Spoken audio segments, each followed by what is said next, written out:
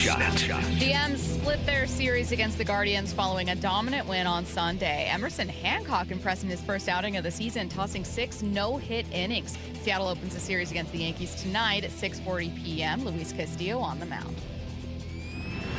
Snapshot brought to you by Miller Lite. When it's game time, it's Miller time. From the Quantum Fiber Studio. This is Bump and Stacy On Seattle Sports. Streaming through the Seattle Sports app and at seattlesports.com. Now, here are your hosts, Michael Bumpus and Stacy Ross. Here we go now. Happy Monday. Mariners split a series with the Guardians. We're going to talk about it, what we liked, what we loved, and what we disliked from that one. I'm going to give you guys a couple minutes to get those answers in on the text line, 866-979-3776. While you send those in, and we can keep this conversation going, I do want to open with a non-sports thing.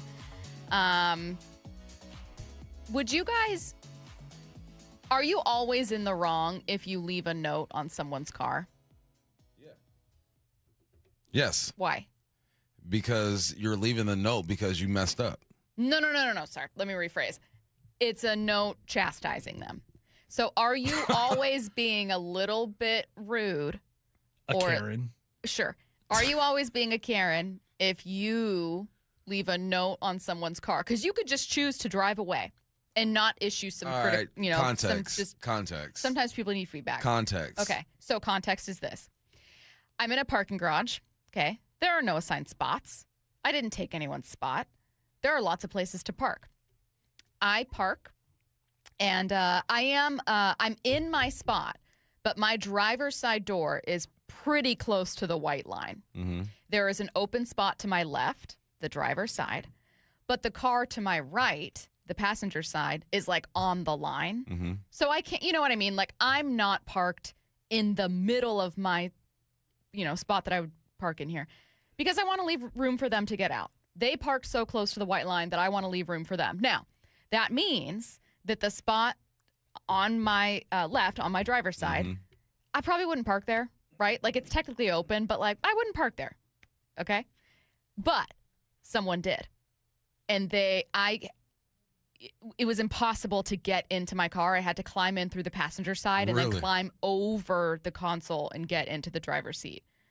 So I turned on my car and I rolled down my window and I left a little note. And I said, no. And I said, hi, with an exclamation point to make it friendly. Oh my god. To make it friendly, okay?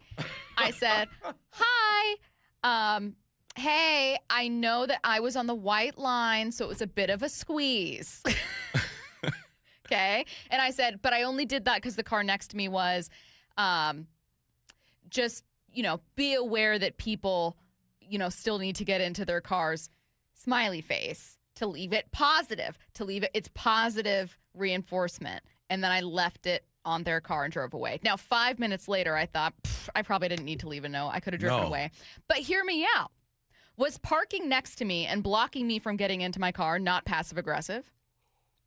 Is that not passive-aggressive? I wouldn't call it passive-aggressive. You're the one who isn't passive-aggressive in this situation? Right. Yes. Seriously? This is not You're asking if the other person is passive-aggressive when you leave a note after you parked badly. Listen to me. I parked there. There are dozens of other places they can park. Now, in parking where I did, it probably makes it difficult to where that's not really a usable spot. But there are dozens of other spots. So what I did is I parked dumbly, but I did not park in anyone's assigned spot. This is a nothing spot, okay?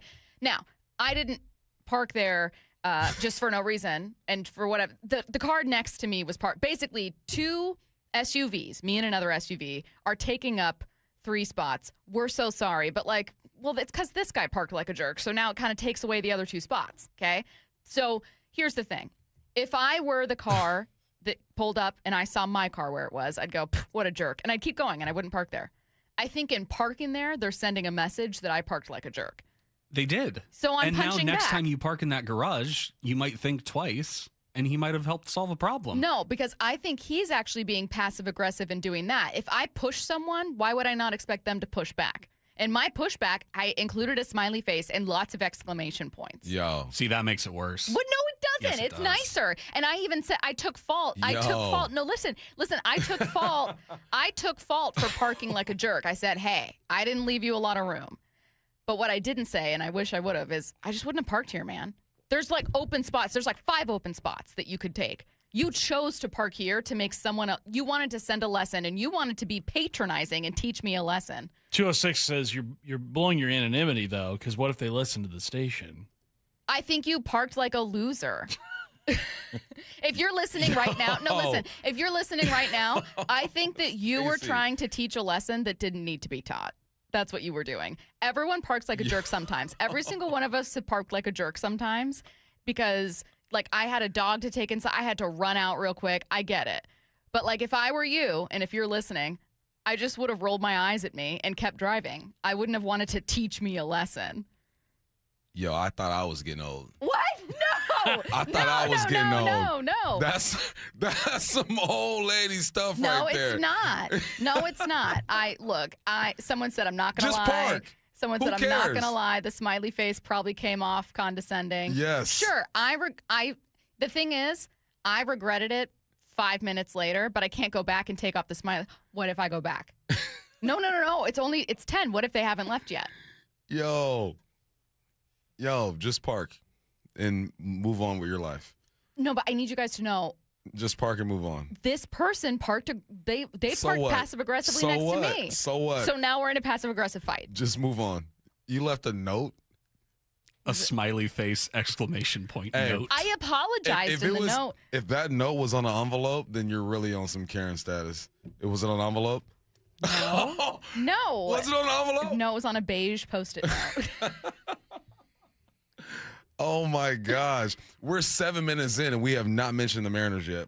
I know. Well, I was giving people, the thing is, I wanted to give people like 4 minutes because we're on a delay. I wanted to give people like 4 minutes to send in their stuff. So I'm like, well, let me mention this just to off the top. It's Monday. We're warming The up. delay for is week. 16 seconds, not 4 minutes, Stace. Matt, why don't you just let me? First of all, it wouldn't have had to take this long, but now everyone's telling me that I'm a horrible person. Look, I feel You're right. bad We about should have leaving the lied note. to you I and feel agreed. bad about leaving the note. Okay, I feel horrible. Oh, my goodness. I feel bad, but I can't undo it now. It's too late. I was hoping that you guys could like help me feel better. No, I'm not doing that. You left a note with a smiley face. Someone said you should never touch anyone's car or leave a note. First of all, I think sometimes it's fine to leave a note. Secondly, I need you guys to know their side mirror was touching my side mirror. Like, that's how close they were to me. They're doing this to be passive aggressive. Well, thankfully, you have the new little Bronco Sport where You can't talk about what I drive. They're going to know it's I'm me. sure your mirrors fold in. You've right? already said you left a note on the radio. Like, I don't think there's any sort of cloak you're hiding behind. Oh, now. my goodness. I do feel bad, but let's talk about what we liked, loved, and disliked from the Mariners' series split with the Guardians, starting with what we liked. Bump, what did you like from this series? Donovan, let's go, baby. It was a good way to introduce himself. He's to here. Seattle, Allow getting me to some reintroduce hits. myself. My name is Donovan. Yeah. His name is Brandon. Brendan Donovan. No, we talked about it. What was it, Thursday opening day, where he hits he goes yard the first AB, then he gets another one. No, that's what I love because that's the piece, right? That's the piece that we were looking to see. And Cole had himself a day. My guy Cole had himself a day too. But no, as it was seeing Donovan contribute right now was fun to see. And let me tell you, have you ever been to the bullpen during the weekend? During the weekend? Yeah. Yeah, I mean, not like this year. Oh, it's a club. I didn't realize. I didn't Oh. realize it was a club. Oh, you mean like the bar area? Yeah. No, It's a not since club. I was, not since I turned 30. It's a club. Yeah, no, that's why I don't go over I there. went there. Like I told you, I was watching Bizarre to warm up or whatnot. But I went to 2 games this weekend. It was it's a club. But no, it's seeing Donovan, man, because that's the piece that we expect or we want to contribute right now. Right, he's a guy who's going to lead things off, put the ball in play, and he didn't just do that. He went yard twice. Yeah, I think that. No, I'm going to get to what I loved because I had Donovan and what I loved and a couple other plays. So I'm going to stick with just what I liked. I didn't love it, but I did like our first glimpse of ABS. Anyone else? I wondered if this would be controversial, if people wouldn't like it. I know that we already have some people early saying more of the ball should have to be in the zone, but like I've liked the introduction of ABF so far. I liked Randy Arozarena challenging while he's walking down the base paths. I don't know that you're supposed to do that, but I thought it was cool. Had a ton of swag. It looked awesome. I liked that there was already a manager ejection in another game, obviously not Seattle. I've liked the introduction so far. I don't know how other people feel about it, but I've liked it. I like the way Randy called for it too. It's like, yep. As he's taking running back. I thought it was I love cool. it. It's the swag behind it, right? It's the enthusiasm. It's the certainty that he had with that. I loved it. Yeah, someone said, Stacy, why didn't you use one of the other spaces? I do want to take a second just to respond to the people. Because at the time, Matt, don't make that face. Because at the time, there were lots of other spaces. Like there was not like a shortage where like I kept someone else from parking. Is this somewhere. like your spot, like not your designated spot, but like I would say park it's here like every half time? of the garage is kind of people that live in this half of the building probably prefer to park here. There are lots of choices. I just pulled into this one and I was like, you know what? I've never even seen 3 cars park here. Like usually there's always only 2 cars. I've never even seen anyone in this spot. I've been here for 2 weeks. I've never seen anyone park here. This was I'm just gonna park yesterday? here. Yes, this was yesterday. And just for the record, I've never seen anyone park in that spot. It's always open, and I just assume it's because it's kind of a tight squeeze. No one wants to park there. You stayed up late thinking about this. No. I didn't see it till I got there this morning. I made a rash decision to leave a note. I regretted it, and now I'm talking about it. The note was this morning? Yes. That's why I'm talking to you this guys. makes it worse. What do you mean it makes it worse? That's why. The note was premeditated. Like, this wasn't a note, like, in the heat of the moment. No, it was. That's why I'm talking about it. This note was left this morning. No one was parked next to me.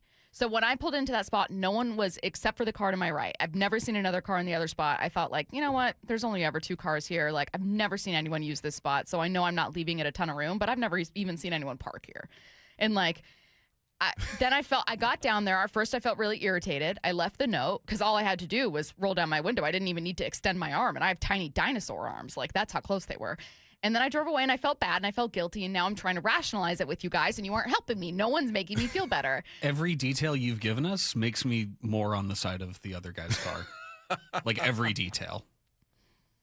Sometimes we're in the wrong as people. And I actually think it's commendable. She's trying to talk through it. No, listen, I actually think it's commendable that I'm being vulnerable enough with you guys to admit that I'm flawed.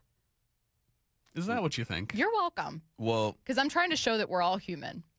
You know? I don't think you admitted you were flawed until now, though. Like before that, you were like trying to like. No, I think she thought that there was a chance we were going to get on her side if she kept going. I also think I knew a little bit in the moment that I might be wrong because I tried to mess up my handwriting a little bit. Stacey has great handwriting too, so. Yeah, I didn't want it to be traceable back to me in any way. You know, if the cops have to do a handwriting test. Yeah, spending 12 minutes on it on a very public platform, there's no way they're going to trace it back to this show. Yo, she literally wrote a note, stopped. We need to move on. We need to talk about the Mariners. There are other things to do. There are other things to do. There's a lot that happened between. I mean, yeah, we can talk about the Mariners, but you seem to be the one wanting to go back to this. You know what I loved about this series? I loved what we saw from Luke Raley. Here's the pitch. Swung on, crossed, center field. It is back, it is deep, and it is gone! Luke Raley strikes again. 2-run home run, Luke Raley. It's a 1-run game. He has homered in every game of the season so far. And the Mariners in striking distance, down just 1 in the 10th. What a series. What a series from Luke and Dom. Yo. Anyone have anything to say? Not shaming me. Just Luke related. Lukey. Yeah. That's your guy. Yeah. Lukey Raley and Lukey, my dog. Yeah. No, Luke came through clutch, man. 3 home runs so far this year, 6 RBIs, OPS, and 1,200. You think he'll keep that up the rest of the year? Yeah, no, I think that he's on pace for, Curtis, would you say 120 home runs?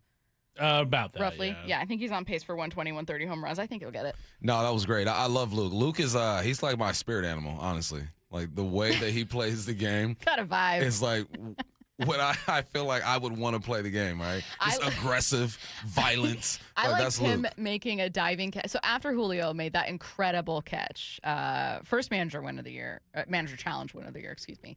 And then Luke made a diving catch. Now, Luke ended up making another great catch in that same inning, but didn't make that one. And I was like, I liked him going for it, though. He was like, oh, Julio, I'll raise you this. Yeah. No, I like it, Check man. this out. I like it. Luke had himself a good series, man. Look, we were asking for 500, right? Just play 500 baseball this first month of the year. Yeah. And so far, so good. Okay, what we disliked. And I say this knowing we are 4 games into the season. So everyone, texters and us, saying what we dislike is doing this with like a grain of salt. Is that the Dislike? saying? Yeah. Dislike Julio. Julio not having the series that I wanted him to have. Oh, I thought he had a good hero moment. On Yeah. Saturday, it just didn't turn into a win. Yeah. But I hear what you're saying. Yeah, where like it's like, overall, that was it's like, all right, I just wanted to see a bit more from Julio, but it's all good. First series in the books. The Yankees are coming to town, so we'll handle that. But I just wanted for Julio to start off so hot. Yeah. I want that for him. And you'd been talking about it. I liked Cole Young going yard free. I thought about you. I was like, that's Bump's guy. I disliked the way you feel is how I felt about Naylor and Cal. Where even though Cal ended up getting a single, first Benny Mariner this year, and getting a double, like, man, you had 60 bombs. Like, you just so badly want him to be able to hit the ground running. Although, Curtis, you've pointed out before this season even started that Cal had how many days last year until he hit a home run? He had a slow start last year. Yeah, it wasn't immediate when Cal was hitting nukes. It took a little bit. Yeah. Stephen Bremerton said this just got worse. It's where you live. What do I do? I feel like I need to take the next 2 segments off and go back and take the note off their car. No, they already saw it. You're looking for an excuse to get out of doing your job. No, I'm not. Yeah. No, I feel really bad. You know what? No, I got it. I'm going to leave another note on their car. No, listen. I'm going to leave another note on their car. This is another right, great Trevor idea. Sycamore thing No, where it's it's like, not. are they mad at me? No. That's They exactly what it definitely is. are. Did you sign it, Stacy? No. Okay. But I'm going to leave another note. And I'm going to say, hey, I was having a bad morning. I'm so sorry. Let's get to headline rewrites. Extra, extra, real Headline rewrites. We must make headlines. The real story behind the headlines in today's news Powered by Bay Alarm Security Services. with Bump and Stacy. Headline number 1, the Final Four is set with the Arizona Wildcats bear down Michigan, Illinois, and UConn after Duke's epic collapse to UConn on Sunday. Here is how that miracle shot sounded. Get it into Boozer, back for Sar, ahead, Boozer, that ball deflected and stolen by Mullins. Caravan, 2 seconds, Mullins tosses it up. Ah! It's gone! Report 3! UConn goes in front! What's the real headline? Couldn't have happened to a more deserving school. Curtis, hear me out. Yeah. Hitting a home run and flushing a 3-pointer, those are 2 of the greatest feelings in the world. Yes. That thing was. You hear that? Didn't even hit iron. No. It was pure. Oh my God! I was watching this. Where was I? I was at a restaurant watching him, and I'm going crazy, and no one really appreciated the moment. I go, "You guys are not watching this game? This is wild." But you hit one like that, it's special, man. And this is what March Madness is all about. This is why this is the greatest tournament of all time. This and maybe the World Cup, but yeah, I loved it. It was made even better with the lead that Duke had. Where would you guys rank this in just Collapses? collapses. There were, what, 20 and a half? March Madness 19. Well, 19? and then Duke last year in the Final Four had a pretty epic collapse against Houston. Yes. It's not the Atlanta Falcons in the Super Bowl, that's for sure. No, but what about just March But Madness collapses? This is really maybe the high up biggest. there. Yeah. Man, that moment I would put next to Nova when they hit that game winner against North Carolina, I think it was. Yeah. And speaking of, though, Curtis, what you mentioned that, is the Falcons collapse the greatest in sports history? It's in terms of the recent. moment, yes. Yeah, it's recent, so I know that this it's not is the some biggest recency bias. lead blown in the NFL, not in their history. I think it was 32 points. That was the Colts against the Vikings a couple of years ago, but the moment of it being in the Super Bowl, having a 25-point lead in the second half of the Super Bowl, that's the worst I can think of. Headline rewrites. Headline number 2, at the NFL owners' meetings in Phoenix, Mike Macdonald said Tory Horton won't be ready to go in the springtime, but should be ready for training camp. What's the real headline? Is this the most severe shin injury ever? Like, is there something we're not being... Does he still have a shin? What happened to Tory Horton? I've had shin splints once, and it was bad. I don't know what he has going on, but it must be like the most severe case of shin splints I've ever seen in my life. It's crazy. But, we know what he can do when he's healthy, and we're hoping he can be that number 3 or number 4 receiver. When this receiver group is healthy, with JSN, with Cooper Kupp, with Rashid, and this young man, Horton, man, there's something special, but Horton's got to be healthy. So good luck to you, brother.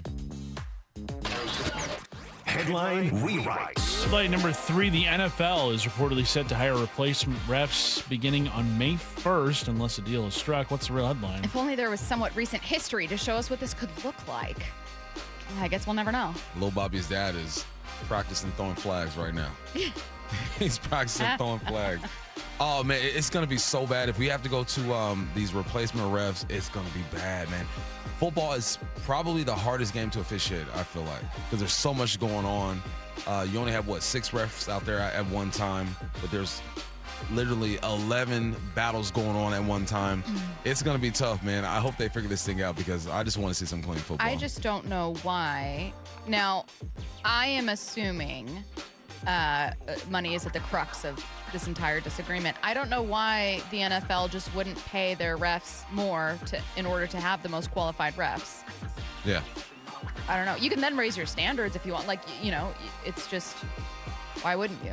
You're a multi-billion-dollar league. You're the biggest sports league in the country. They have the money.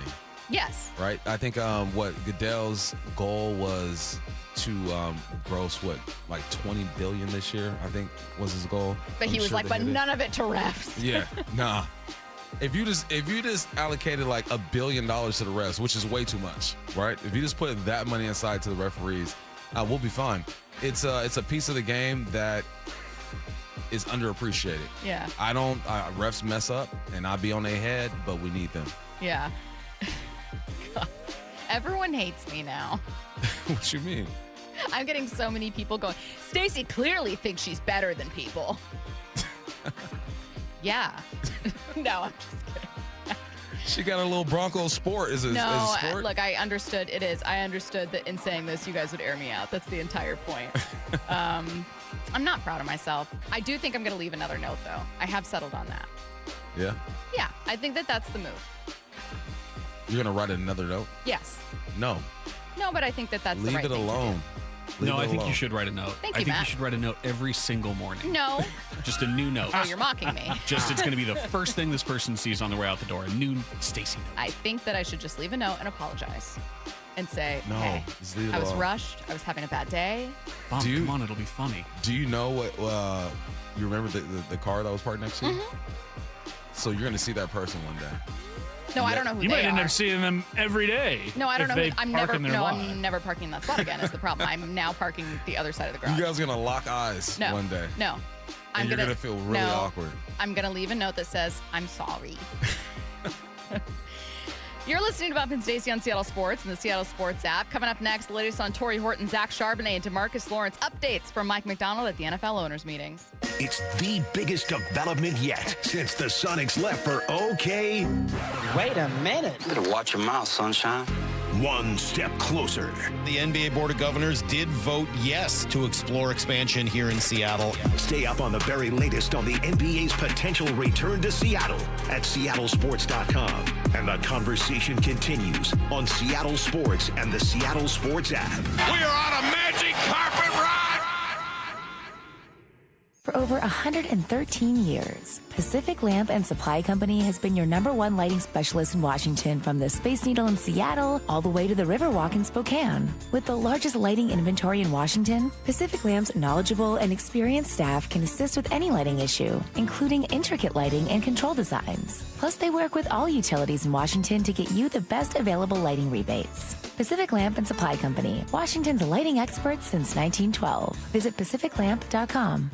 Your reputation matters, That's why so many landscape professionals choose Gravely. You can save up to 20% on Gravely commercial mowers during the Gravely Mow the Distance sales event starting April 9th. Visit your local Gravely dealer today. Seattle Sports has your last shot to participate in the madness. Head to seattlesports.com/win to fill out your 4-team bracket. It's one final chance to join in on the Seattle Sports Bracket Bucks, presented by Muckleshoot Casino Resort. And the winner of the 4-team competition will win a $250 Visa gift card. Register and find complete rules at seattlesports.com/win. Seattle Sports Bracket Bucks, presented by Muckleshoot Casino Resort. Now through March 31st, Lake Washington Windows and Doors is paying your sales tax, plus offering easy 0 down, 0 payments, and 0 interest for 12 months. Visit lakewashingtonwindows.com today and save the sales tax.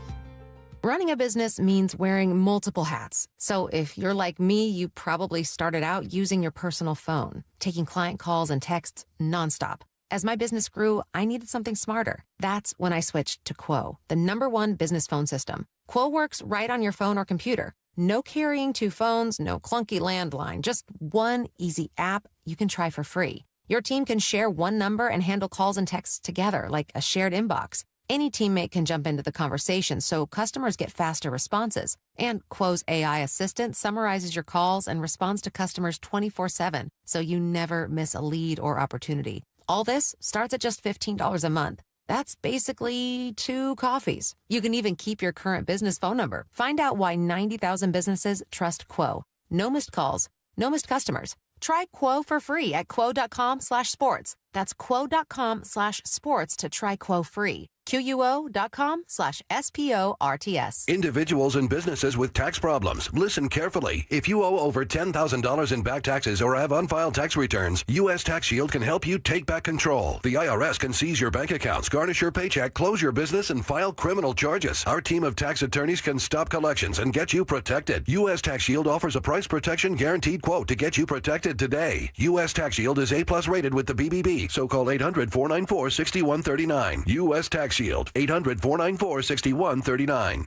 I'm Boomer Esiason. My mom died from cancer. She was only 37 years old. She didn't have life insurance, and that was devastating for my family. That's why having life insurance is so important to me. Ethos makes it fast and easy. Get a quote in seconds, apply in minutes, and get same-day coverage. You can get up to $3 million in coverage with no medical exam.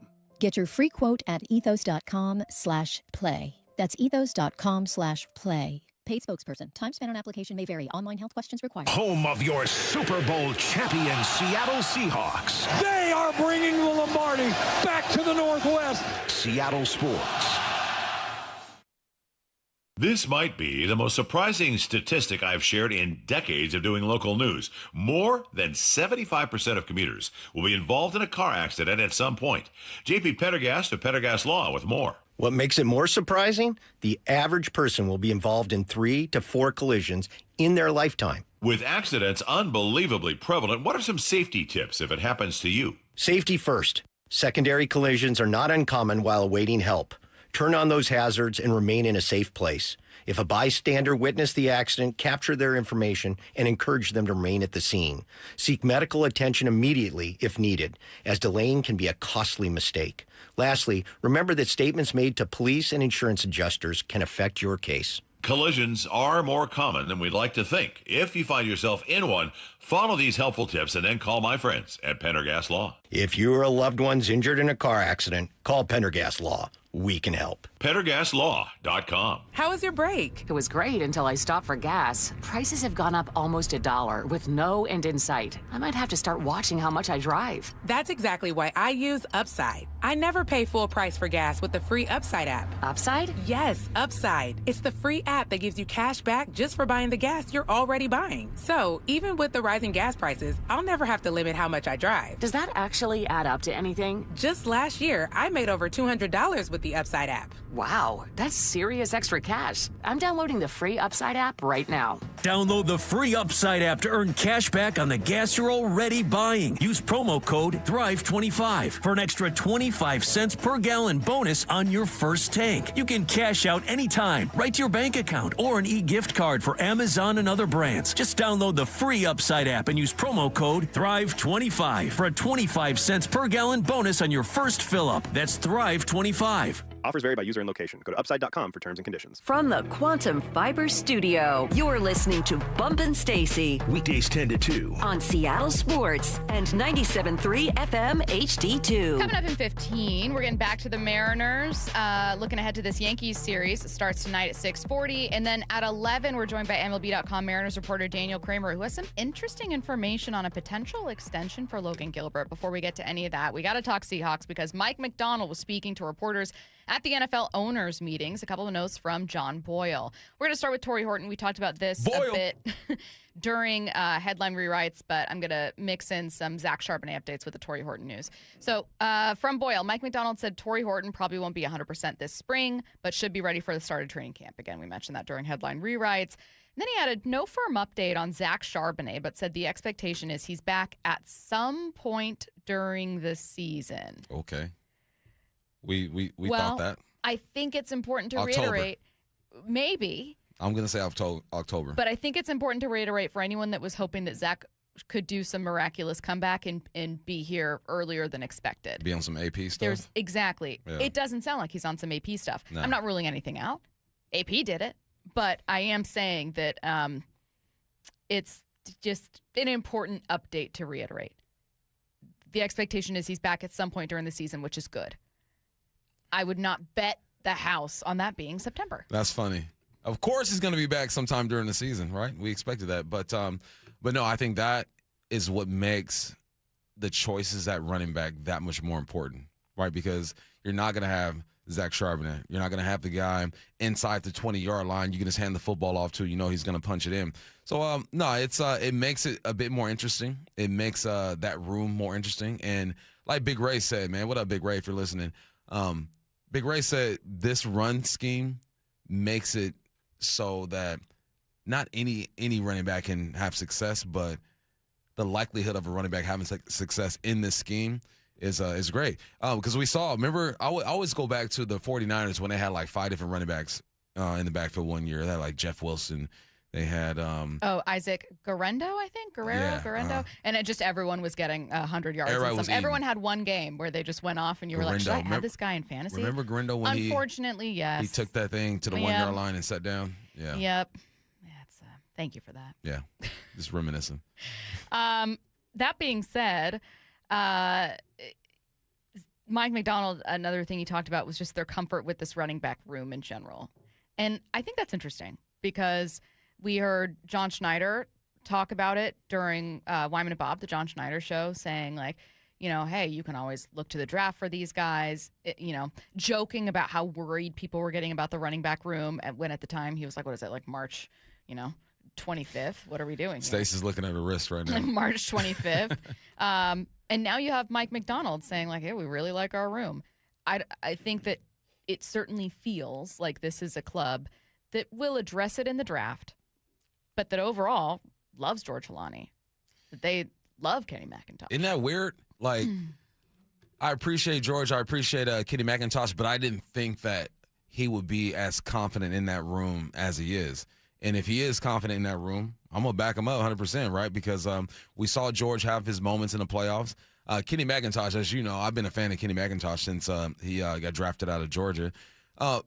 So they see things that we don't see because we're not at practice every single day. Like, we're not around them. So if he's confident, if it's fake juice, I'm drinking the Kool-Aid. Let's go ahead and do our thing. Yeah, I mean, look, I've been blunt about the way I feel about the running back room in general, which is I don't see what they see. I have to talk about how I feel. And I see a room that lost a 1,000-yard rusher last year. Now, granted, I think Ken Walker and all of us do. We're better as part of a committee. But that committee isn't here to start the year. Zach isn't going to start the year, and Kenny isn't here at all. So I'm a little nervous.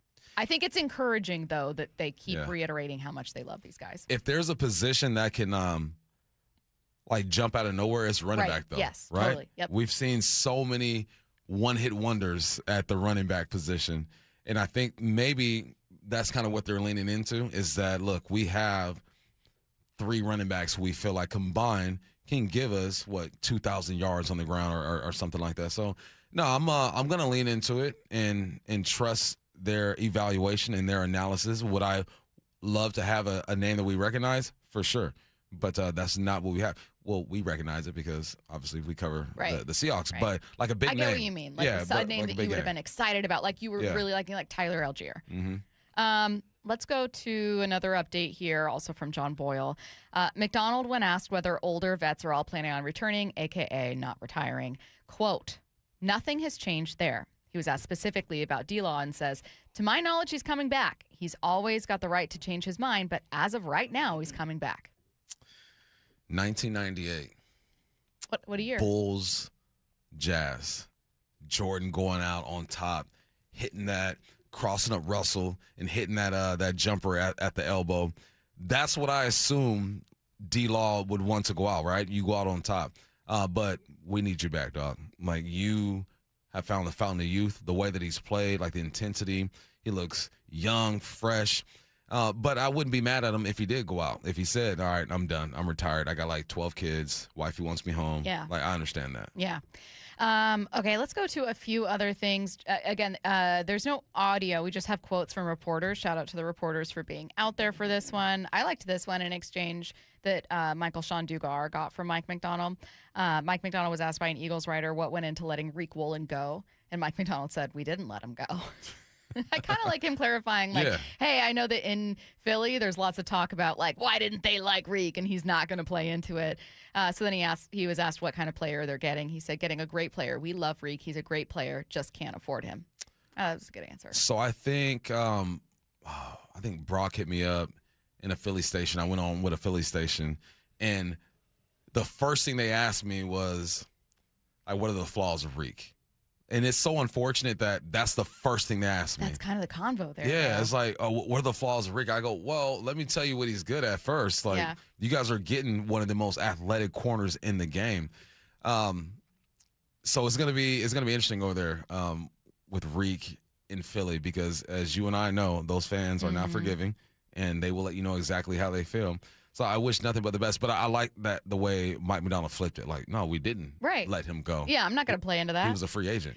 Did you also see that Sean McVay interrupted his little press conference, his scrum? No. Sean McVay yelled, what'd you think of the 2-point play? To Mike? That's happened. Yeah. I did not see that. Jokingly. Well, not jokingly, but, like, I'm sure that they're cool. And Mike Macdonald said, it's the first time I've talked to Sean about it since the end of the season. Hey. Mike can look at Sean and be like, I got as many Super Bowls as you, homie. Yeah, we're both the same here. Honestly, look, I'll talk about that two-point play until the end of time. And I'm sure Rams fans will too. But that's going down in history, NFL history. You know what's a bummer about that too?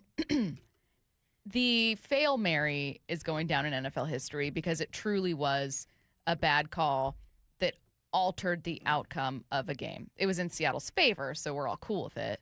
But it kind of marks where, like, the league erred and the league made a mistake, and the outcome benefited one team, but it's like that so easily could have got that should have been the end of the game. In this case, I don't think the league made a mistake, but if you're a Rams fan, you could focus on it. But then you completely ignored the other 14 points the Rams gave up. Like, I hate that with time it will seem as though this came down to the 2-point conversion when it didn't. I think that in 3 years and 4 or 5 years, when people talk about it, they'll be like, and then the 2-point conversion game. No, you've done a good job of describing everything that led up to that and after that. And but no, that's how it's going to be remembered, right? We watch NFL films 10 years from now, you can be like, oh, that was the play that changed the game. When it's like, nah, there was a punt return to the house. There was a shift in the lead. So there was an entirely other touchdown. The 2-point conversion was after a different touchdown. Yeah, exactly. But no, that's the way it's going to be remembered, though. I think that, to me, the thing sticking with me, I know that we talked about Zach here, Tory in headline rewrites, and here. I think it was just encouraging to hear that D-Law's coming back, that as far as they know, he's coming back, because if surrounding all of these conversations about what the offense could look like is, as long as the defense is still good, I don't believe He makes it yet. You don't. What do you mean you don't believe it yet? Until I see him suit up for a preseason game. Walk out there. Stop. You know what? Don't even suit up. Just have a bucket hat on and a towel around his Until neck. you see him out there at training camp. Uh-huh. Okay. You're listening to Bump and Stacy on Seattle Sports and the Seattle Sports app. We know it's only March, but here's why this upcoming series against the Yankees matters. It's the biggest development yet since the Sonics left for OK. Wait a minute. You better watch your mouth, sunshine. One step closer. The NBA Board of Governors did vote yes to explore expansion here in Seattle. Stay up on the very latest on the NBA's potential return to Seattle at seattlesports.com. And the conversation continues on Seattle Sports and the Seattle Sports app. We are on a magic carpet ride. Running a small business means juggling a lot. Your network has to handle it all. That's where a fiber-only provider falls short. You need a partner who gives you a greater advantage. Introducing the Total Solutions Advantage only from Comcast Business.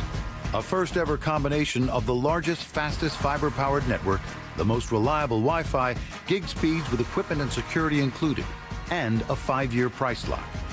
Plus, it's all backed by a 30-day money-back guarantee. The Total Solutions Advantage only from Comcast Business. A new standard for small business with reliability, security, and savings in one. Switch today. Get started with a great offer as low as $60 a month. When you add it all up, no one does business like Comcast Business. Offer ends 6/1/26. New customers only. Requires 300 megabits per second internet and security edge. 1-year agreement, eco-bill, and autopay required. Equipment, taxes, and fees extra. Most reliable Wi-Fi based on Open Signal Awards USA Fixed Broadband Experience Report, May 2025. Daryl's knee problems started years ago. The initial injury happened back in my high school days. It was more of a nerve damage that was done in the knee. And eventually, it led to surgery. They had the knee replacement done on the right knee. The orthopedic surgeon I worked with obviously was ready to do the work on the left knee, and I just didn't feel good about it. Instead of another replacement, he chose stem cell therapy with Dr. Mark Wagner, MD, at Seattle Sports and Regenerative Medicine. How's your pain now? On a bad day, 1 or 2. So you went from an 8 to a 1 or a 2? It's been great. I can't say the same for the other knee. We're still having challenges. And when people ask you about surgery? What I always tell them is that you should first talk to Dr. Wagner. You should look at stem cell as an option before you do the surgery. Because once you do the surgery, the stem cell isn't going to help you. And if he says he can help you, believe him. Before you choose surgery, see Dr. Mark Wagner first, the most experienced in the Northwest with over 20,000 stem cell procedures. Schedule your consultation at drmarkwagnermd.com. By texting 64,000, you agree to receive recurring automated marketing messages from Real Success. Message and data rates may apply. No purchase required. Terms apply. Available at ourrealsuccess.com.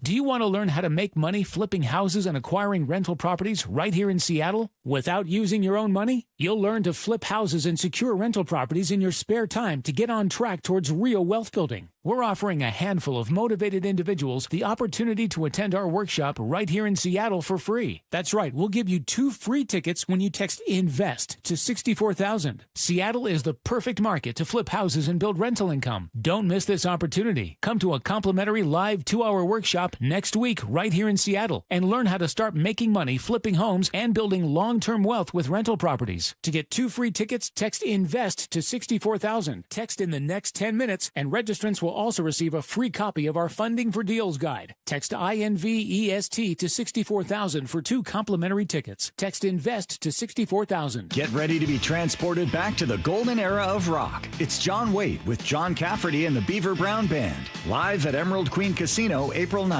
John Waite and John Cafferty, April 9th at Emerald Queen Casino, the entertainment capital of the Northwest. Listen every morning to Brock and Salk for Need to Know, powered by Marquee Data. Marquee IQ brings all your data together into one clear view. Stop running your business on highlights. Get the full picture. Visit datathatwins.com to learn more. Home of your Super Bowl champion Seattle Seahawks. They are bringing the Lombardi back to the Northwest. Seattle Sports.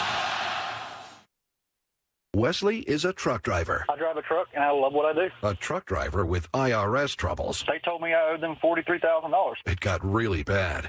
Quite a few letters in the mail. They were talking about wage garnishment, coming after my house, my car. Yeah, they don't play around. I seriously thought that I was going to lose everything. One sleepless night, Wesley finally made a call to Optima Tax Relief at 2 a.m. Kind of figured I'd get a machine, but I didn't. I actually got to talk to an actual person in the middle of the night.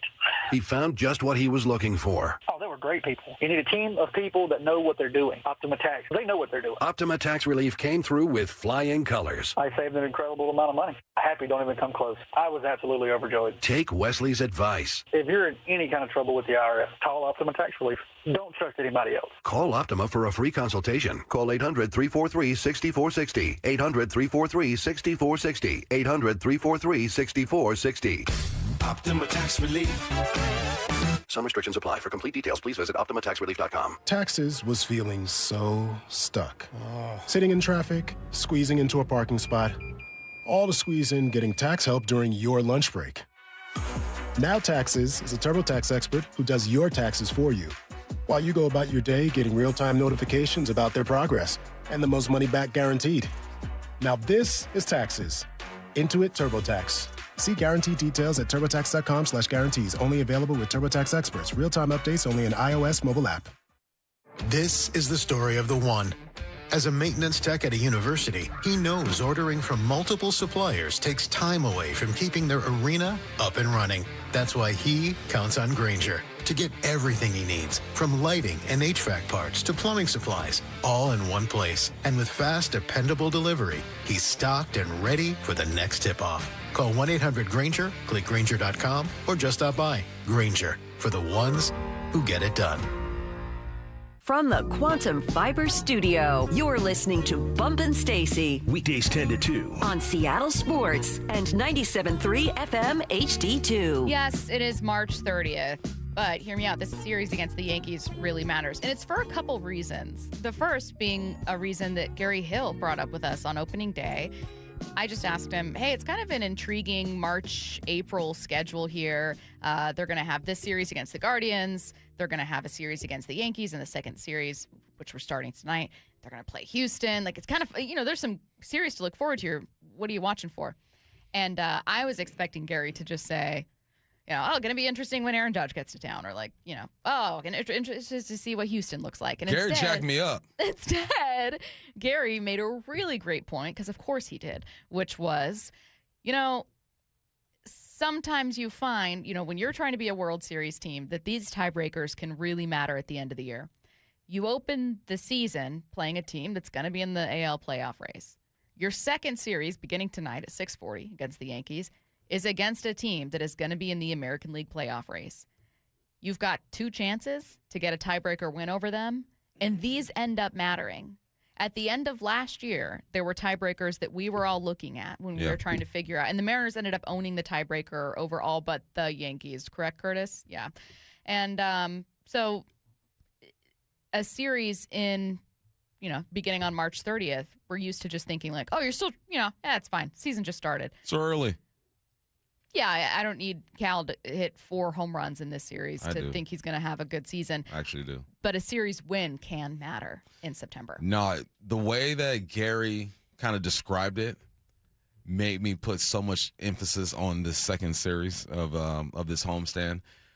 Because, yeah, you're right. It could, if we place expectations that everyone has on this team right now, which is win the division, possibly get to the World Series, this series right here might come back to bite you. What was it, a couple years ago? Remember when they lost to the Nationals or something like that? Mm-hmm.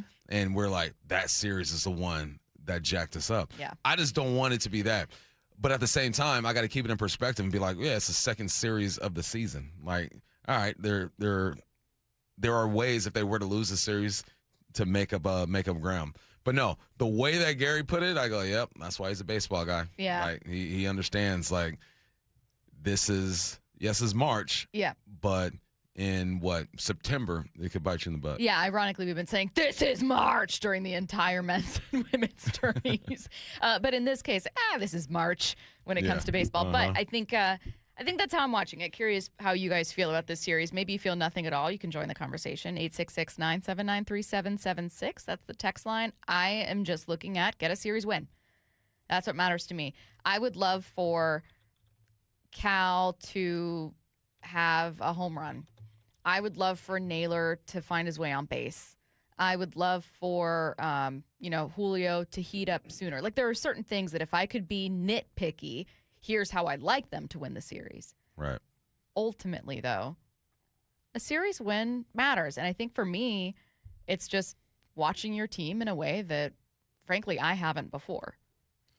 Yeah, it's expectations, right? And I think that's why opening day was a little bit of a letdown, because you felt like, all right, let's see what they do. Cal goes 0 for, I think. Julio goes 0 for. Donovan goes yard. So you saw a little bit of everything in this series, right? Mm-hmm. We saw Donovan do his thing. We saw Cole do his thing. We saw Dom do his thing. And the fact that they left this series, split the series, and without your guys being guys, it makes me a bit more encouraged about this whole situation. So, no, it was a fun series, though, man. I went to 2 games this past weekend, and you feel the energy. Like, the energy feels different. I'm out there.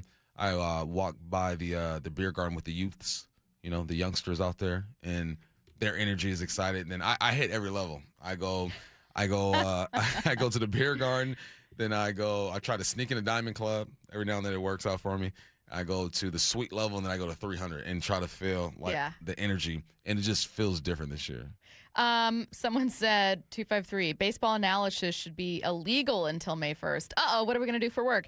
And it shouldn't be taken seriously until June 1st. Curtis, would you mind running us through maybe either a key tiebreaker scenario you can recall, or why tiebreakers against teams, certainly not in your division, but in the playoff race, can ultimately matter? Yeah, well, I mean, think back to last year when the Mariners had probably their worst series of the year, getting swept in Yankee Stadium right before the All-Star break. If the Mariners had not passed the Yankees in the standings, then you would have been looking at if the Mariners hadn't won their division, the Yankees hadn't been passed by the Blue Jays, then that ALCS could have potentially been in Yankee Stadium. Would have been a lot worse off, I think, for the Mariners than it was in Toronto. Obviously, Toronto was bad because you ended up losing in Game 7, but I don't know if the series is as close if you're playing 4 games in Yankee Stadium as you are at Rogers Center. So that is the importance of that, and obviously you want to get that first week off. You want to skip out on the wild card round because, think about how gassed the Mariners were at the end of the ALCS. You tack on potentially 3 games leading into the division series on top of all that. No, thank you. I don't want any part of the wild card round. I think of it like you're just saving. You're adding stuff into a little deposit. You're putting a couple extra dollars in your pocket. I think it is, to this texter's point, a waste of time to say something like, Cal's going to have a bad season. That's stupid. That's bad baseball analysis. You can't do much analysis on 4 games. You're right. But this isn't baseball analysis or diving into stats. This is looking at things that will matter regardless of what happens. Your record against another American League playoff team will factor into a tiebreaker. Yeah. Some way, somehow. Now, sometimes both of you, let's say win your division, or a team lose, Yankees enter as a wild card, Mariners win the division, so it didn't end up mattering. But we all know how this is. You get to the end of the year, and when maybe 1 game separates or a tiebreaker separates, that can make all the difference. So I wouldn't say it's analysis or reading into anything. It's just saying tiebreakers matter. Expectation is get to a World Series. You want the highest seed possible. This is a team that's going to be fighting for the highest seed possible. You'll have another shot at them, but tiebreakers can make a difference. What's funny about tiebreakers is that at this part, this part of the season, you don't really think about it, and then you get into July, August, and you're like, oh man, that series. How many times really exactly? means something. How many times have you guys ended the season going, if there's one series I could have back? Yeah. Don't make it this one. Every year. And again, it doesn't have to be one. They can win this series so ugly, and I won't think anything differently about this team's chances to get to a World Series. I really won't. We don't have to read too much into it, but winning matters. So winning does matter. Winning Stacey. Does matter. It really does matter. You know what? It is only deep. March 30th. That's deep. Thank you. I'm just saying, I'm getting a little pushback from people who are, I think, misunderstanding. No, it's there's a balance, right? Yeah. It's early, but it matters. There's a balance. Exactly. Yeah. Again, back to what Gary said. You can lose it. You can't win your division, but you can start losing pretty early. You can lose earlier than you can win. So hopefully just win this one. Again, Luis Castillo on the mound. First pitch at 6:40. Pregame show starts at 5:30 on Seattle Sports. Joining us next, MLB.com Mariners reporter Daniel Kramer. Brock and Salk. Brock, you knew I was not going to get long before I was going to talk about Luke Raley. Morning 6 to 10. He hit the snot out of the ball all weekend long. He was a 3.5 win player, correct, in 2024? Him and Canzone and Cole Young, like all those guys aren't being asked to carry the much weight. On a weekend where Julio and Cal and Naylor do next to nothing, those guys are perfectly capable of it. I think that's awesome. Brock and Salk on the home of your American League West champion Mariners, Seattle Sports. Spring is a perfect time to make improvements that protect and add value to your home. Hi, Justin Shirley, CEO of State Roofing and Exteriors. For decades, homeowners across the Pacific Northwest have trusted our team for roofing, siding, windows, and custom decking. This spring, save up to $3,000, or qualified homeowners can take advantage of 0 down, 0 payments, and 0 interest up to 24 months. Call 866-ROOF-ROOF or visit stateroofing.com today to schedule your free estimate. Seattle Sports has your last shot to participate in the madness. Head to seattlesports.com/win to fill out your 4-team bracket. It's one final chance to join in on the Seattle Sports Bracket Bucks, presented by Muckleshoot Casino Resort. And the winner of the 4-team competition will win a $250 Visa gift card. Register and find complete rules at seattlesports.com/win. Seattle Sports Bracket Bucks, presented by Muckleshoot Casino Resort. Hey, Brock Ewart here for my friends at People Come First, or PCF Construction Group. Spring, well, it's the perfect time to start planning your dream deck. And right now, PCF is making it easier than ever to get you started with 50% off your custom professional design and architectural drawing package. What does it mean? Well, it means you can save over $9,000 on your project. And with 12 months of no interest, no payment financing, you can design your deck now and pay later. Most people who start with a design package end up with the outdoor space they've always dreamed of. And this offer is your first step. Don't wait until summer and wish you had started the process sooner. Start it now. Do what Molly and I did some years ago. Contact PCF Construction Group today. Get project ideas, browse photos, and find all the offer details at PCFgroup.com. Go see my friends at PCFgroup.com.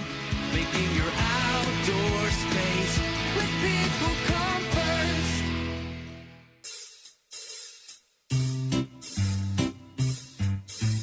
1-877 Cards for Kids. KARS Cards for Kids. 1-877 Cards for Kids. Donate your card today. 1-877 Cars for Kids. KARS Cars for Kids. 1-877 Cars for Kids.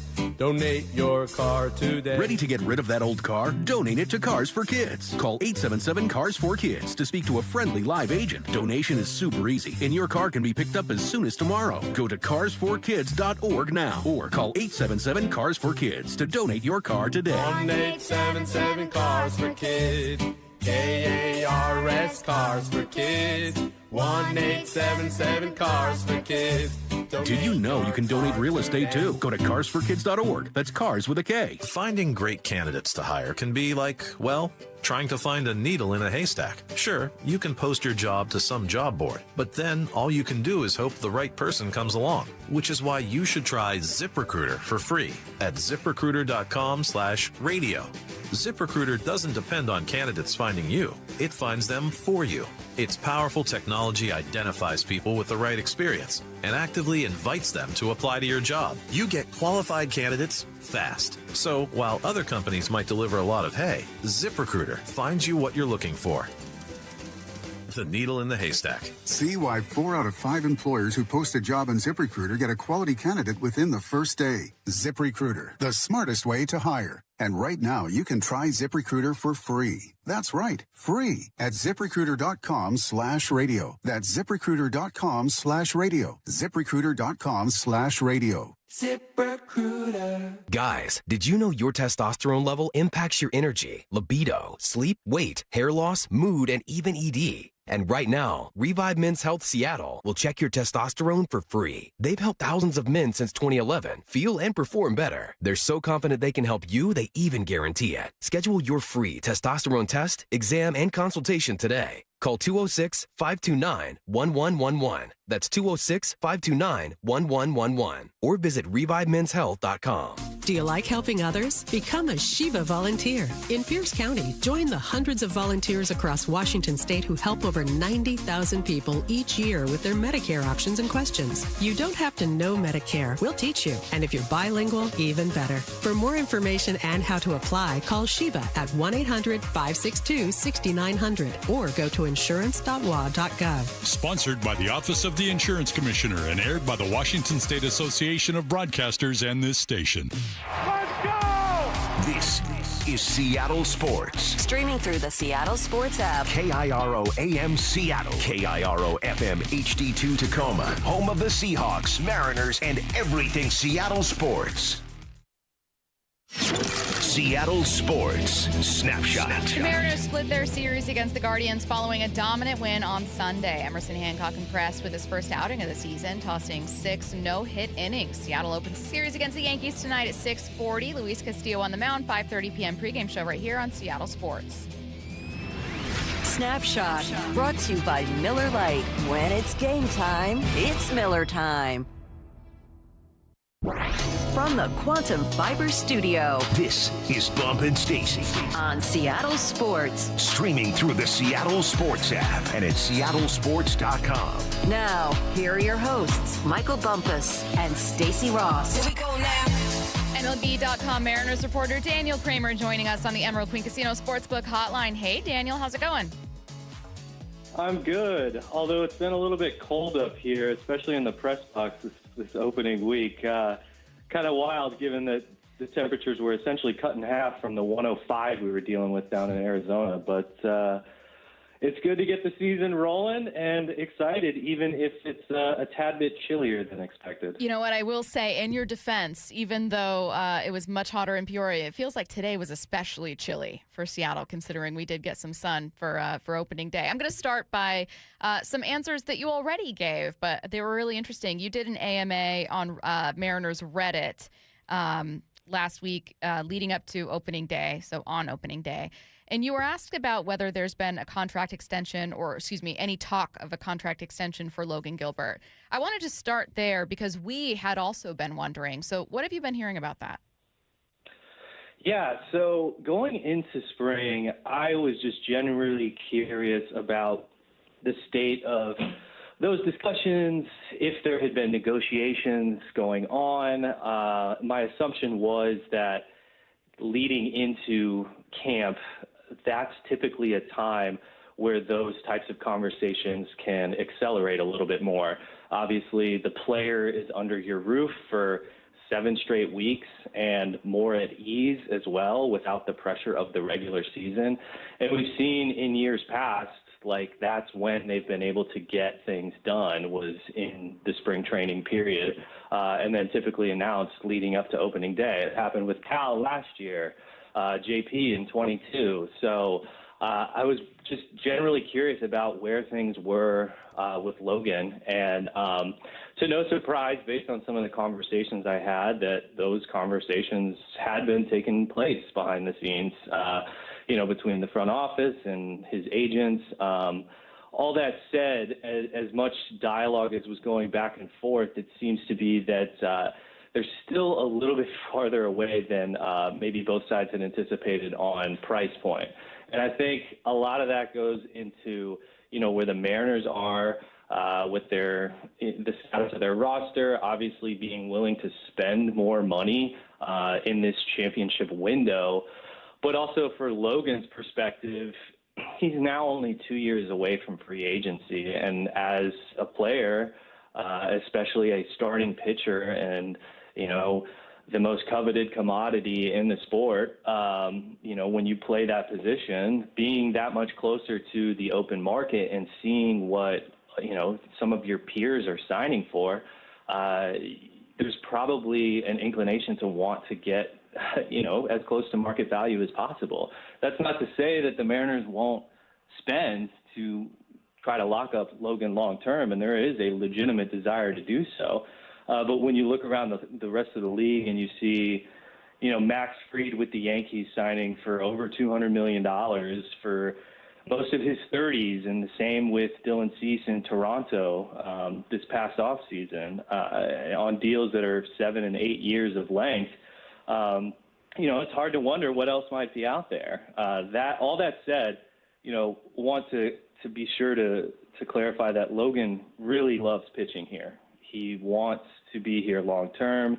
He is a foundational piece to obviously this roster, but the culture that they've built. He's embodied every bit of their pitching philosophies, from dominating the zone, being the durable workhorse that he's blossomed into, getting along with just about everybody in the organization. And, all of these people in that clubhouse have become not just teammates, but some of his closest friends.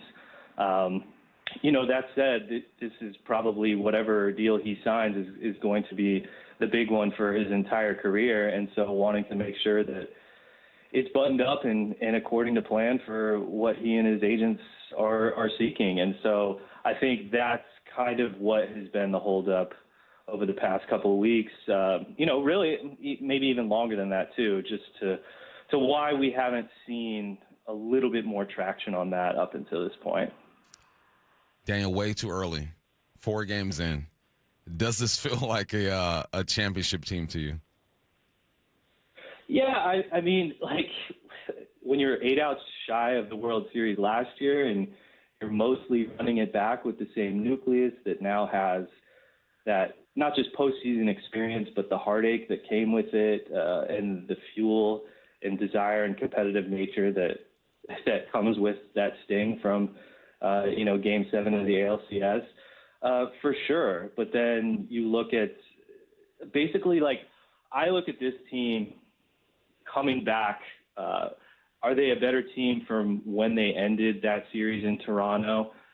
That's a little bit too early to tell, just because of like where the offense is going to be moving forward, and replacing all of the production that you got from Jorge Polanco. And I know Gino was only here for 2 months, but that's a big power presence in your lineup too.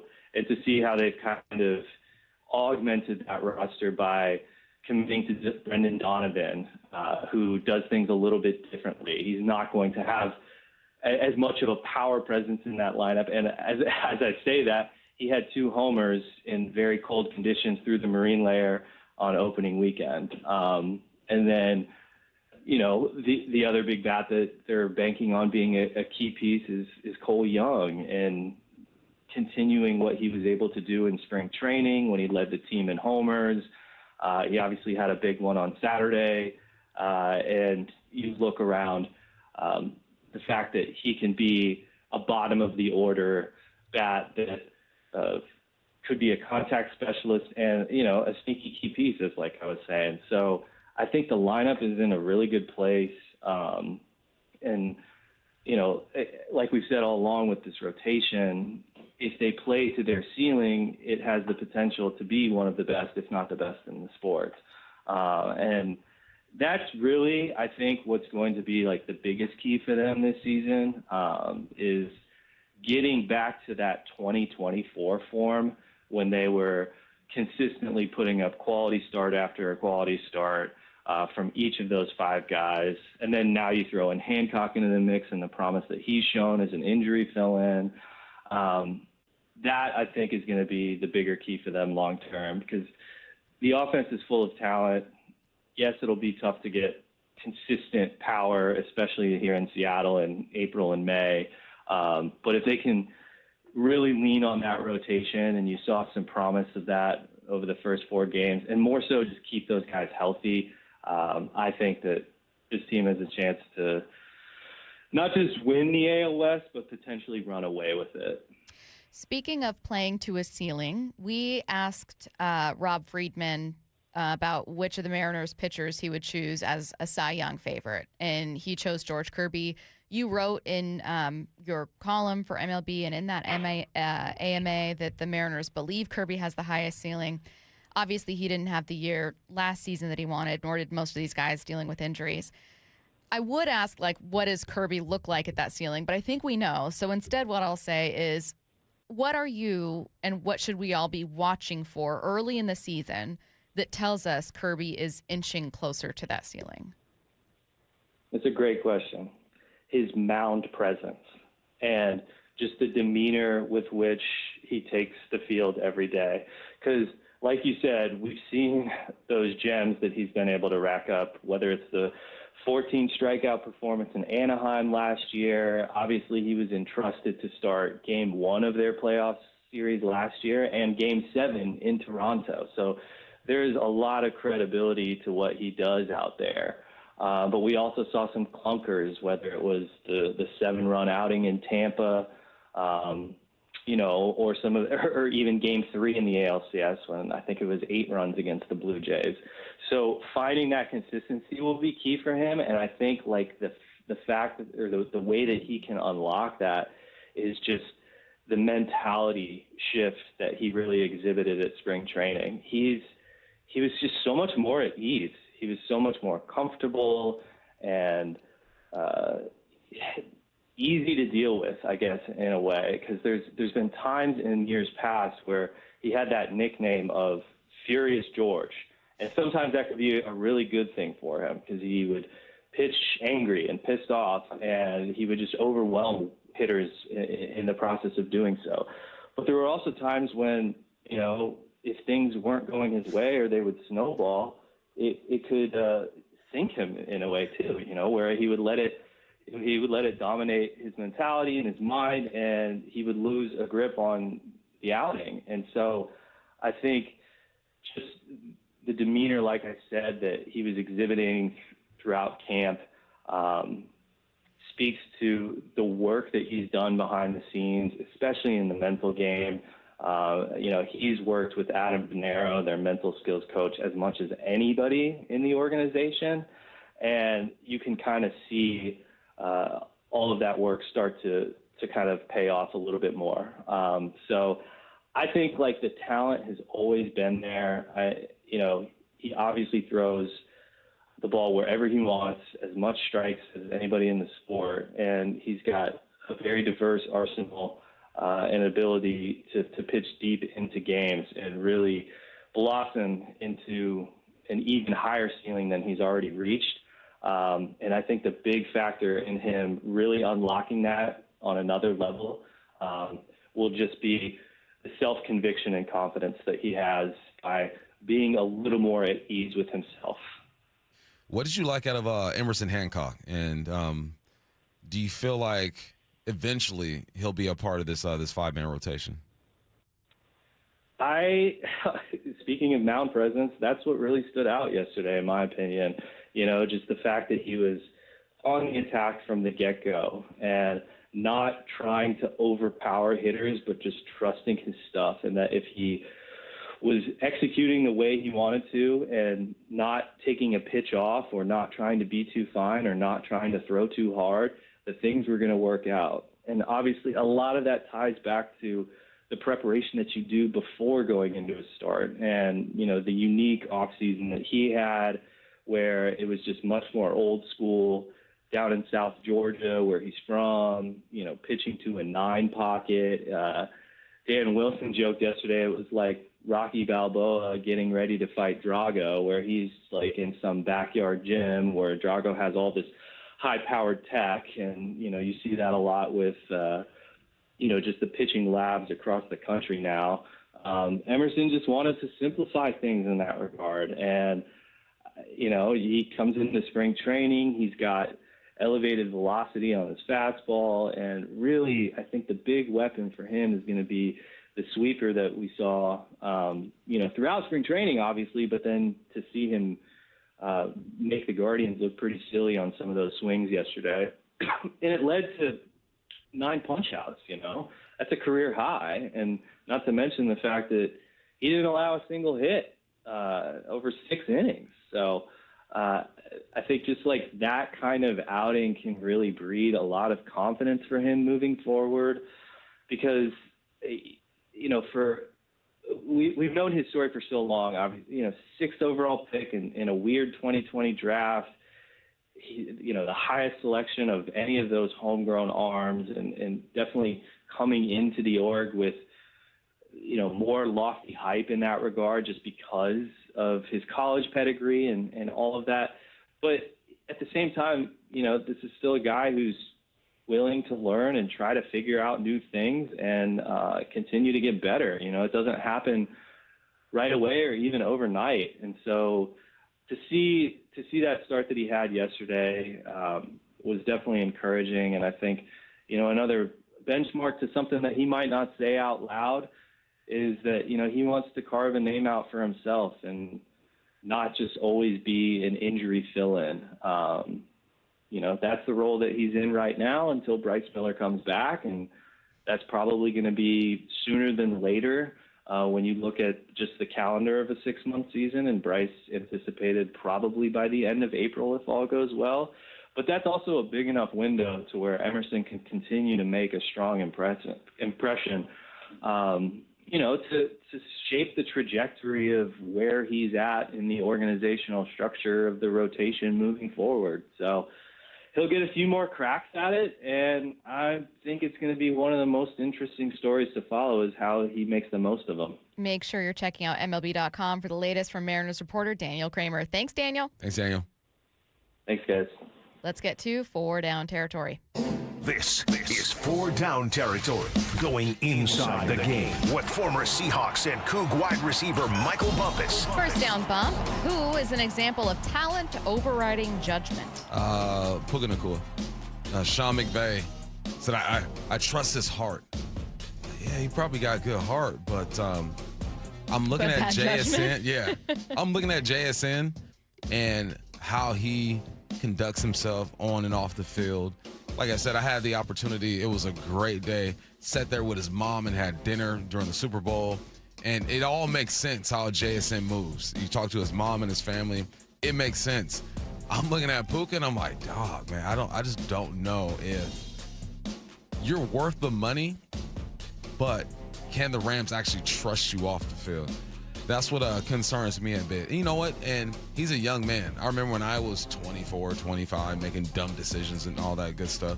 So I'm not saying that Puka's a lost cause, but he's going to get paid this year. And I compare him to JSN, and I'm like, I would much rather put my money on JSN than Puka Nacua to lead this franchise and just behave accordingly. And the fact that the Rams have to put out statements about Puka Nacua is just concerning to me. I hope he figures it out, man, because I don't think he's a bad person at heart, but I think that, late nights in L.A. will get you. I've been there. I've been 23, 24 in L.A. late night with some money, and you make bad decisions. We need more introverts on NFL rosters. These are not things that I struggled with. I think working against Puka, of his own doing, of course, is the very short distance between the Rams needing to address both of these things. Yeah. Right? Like it's one thing if you step back and you go, yeah, he's been involved in 2 separate things. Yeah, but he was just told week 16 of the regular season, bro, you're becoming a distraction. Yep. Like you need to keep it focused on the game. And he is a gamer. Andre and I were just talking about this. Like he's a gamer, so look, you don't want to be a guy that's not 100% on game day and creating problems for a team. But you also don't want to be ever a guy creating problems for your team. When have you seen JSN on TMZ? Never. Never. Yeah. Puka, frequently. Second down. What has Coach Macdonald said that has you intrigued? The running back room, man. He really likes this running back room. I don't know if it's fake juice or not, but I have to go back and look at just the snaps. All right, in 2024, McIntosh had 75 snaps at running back. George Holani had 5 snaps at the running back spot. And you fast forward to 2025, you got, where's that? You got Holani with 36 snaps. I'm just saying, I'm looking at just the room and how Mike Macdonald talks about the room, and I'm gonna ride with him. You know what I'm saying? I'm gonna buy in to what he's selling. But just the snaps in general, I'm like, if these guys were that good, why weren't they getting snaps before? Now, obviously, you got Zach Charbonnet, you got Ken Walker. I understand that. But, no, it's just interesting because when I listen to him speak about this running back room, I believe that he thinks that they have guys in the room already. So I just want to see what George Holani does. I want to see what Kenny McIntosh does, man. I hope they ball out. But I just haven't seen it. So I'm just interested because every time he's asked about the running back position, he downplays the loss of K9 and gasses these other dudes up, as he should as the head coach. But I'm all right. I want to see that. Come on, George. Let's get it. Come on, Kenny. Let's get it. Third down. So curious to know who this answer will be. Who will be the next Joe Flacco? What's that store? Kohl's? Uh-huh. Kirk Cousins? Kirk Cousins. He's going to be the next Joe Flacco. He ain't going nowhere. He's going nowhere. The Rams are talking about bringing him in as a backup quarterback. And listen, you've reached a certain part of your career. He's been in the league 14 years. Wow. Played for Washington, Minnesota, ATL, Shouty, and he's going to be the next Joe Flacco. He is, how old is my man? He is 37 years of age. He's going to be the next Joe Flacco. And I think that if you can have a career like Kirk Cousins to where obviously you made some money, you've won some ball games, but now you get to settle down and just be a backup quarterback for the next 5 or 6 seasons, man, that's a sweet spot right there. That's like retiring on a golf course. Like, I love that for Kirk Cousins, but he's going to be the next Joey Flack because Joey, unfinished business, air quotes, unfinished business he said he has. But no, I think it's going to be Kirk Cousins. I think Kirk Cousins is done as a starter in this league unless someone gets banged up. Yeah. But, yeah, Kirk Cousins is going to be the next Joe Flacco. You know what's interesting to me about Kirk Cousins, Russell Wilson, Matthew Stafford, though he's the most successful of the bunch. There was this like old guard of quarterbacks, Peyton Manning, Drew Brees, Aaron Rodgers. I don't know about everyone else's age, but these were the guys that were firmly established as like, they're great. Like I remember watching them when I was younger. And then there was this newer group is Josh Allen, Patrick Mahomes, Lamar Jackson. And then in between those two eras of quarterbacks, when you've got like 3 or 4 greats at the same time, you had weird stories. Like there's a collection of quarterbacks between the classes of 2000, let's say 10 and 14 that like peaked differently. Cam Newton, MVP season. Russell Wilson, right? Jake Locker, unfortunately, went nowhere. Kirk Cousins, that same age, who ended up having that long career. But, like, you didn't quite get that same, like, 3 or 4 guys are elite at the same time. And maybe I'm misreading it because that's also my age range. But I don't know. It's always felt like when Russell Wilson was at his very best, I remember thinking he was like a middle child age in the NFL, where there weren't a lot of quarterbacks that same age range that were really electric and like leading the league. There was young guys and there were the old guys.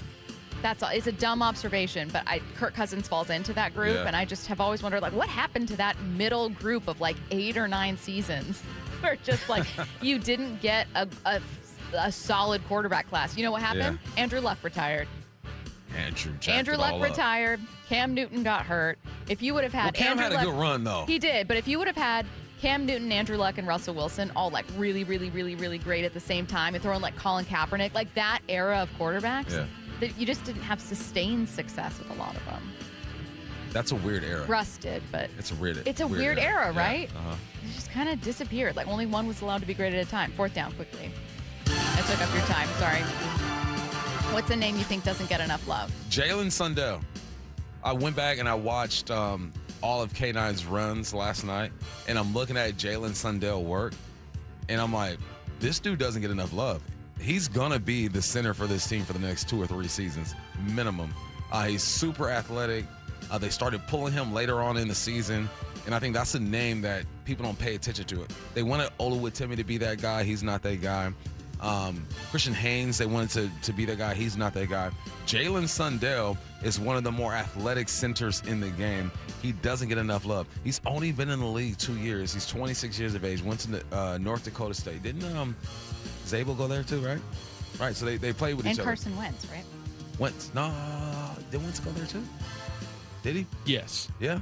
Goodness gracious. Many years before. Many. Many years before. Many. But no, Sundell, I was really impressed with. I was watching film last night, just with his athleticism. It's crazy. Let's give him some love. We talk about this offensive line a lot, but when we talk about the offensive line, we talk about Zabel, we talk about Abe Lucas, we talk about Cross. Jalen Sundell needs more love. You're listening to Bump Stacy on Seattle Sports and the Seattle Sports app. Coming up next, an NFL GM tries to end a popular conspiracy theory. Wyman and Bob, every afternoon at 2. I come into this with a lot more confidence. I know who this team is. I know who this management is. I know what they're going to do. Much higher expectations of this team. Yeah, no question. I just feel like we talked about this during spring training, that there's some question marks, but there's no holes. There's no excuse not to make the playoffs. Yeah, that's an absolute expectation, not a hope. Wyman and Bob on the home of the American League West champion Mariners, Seattle Sports.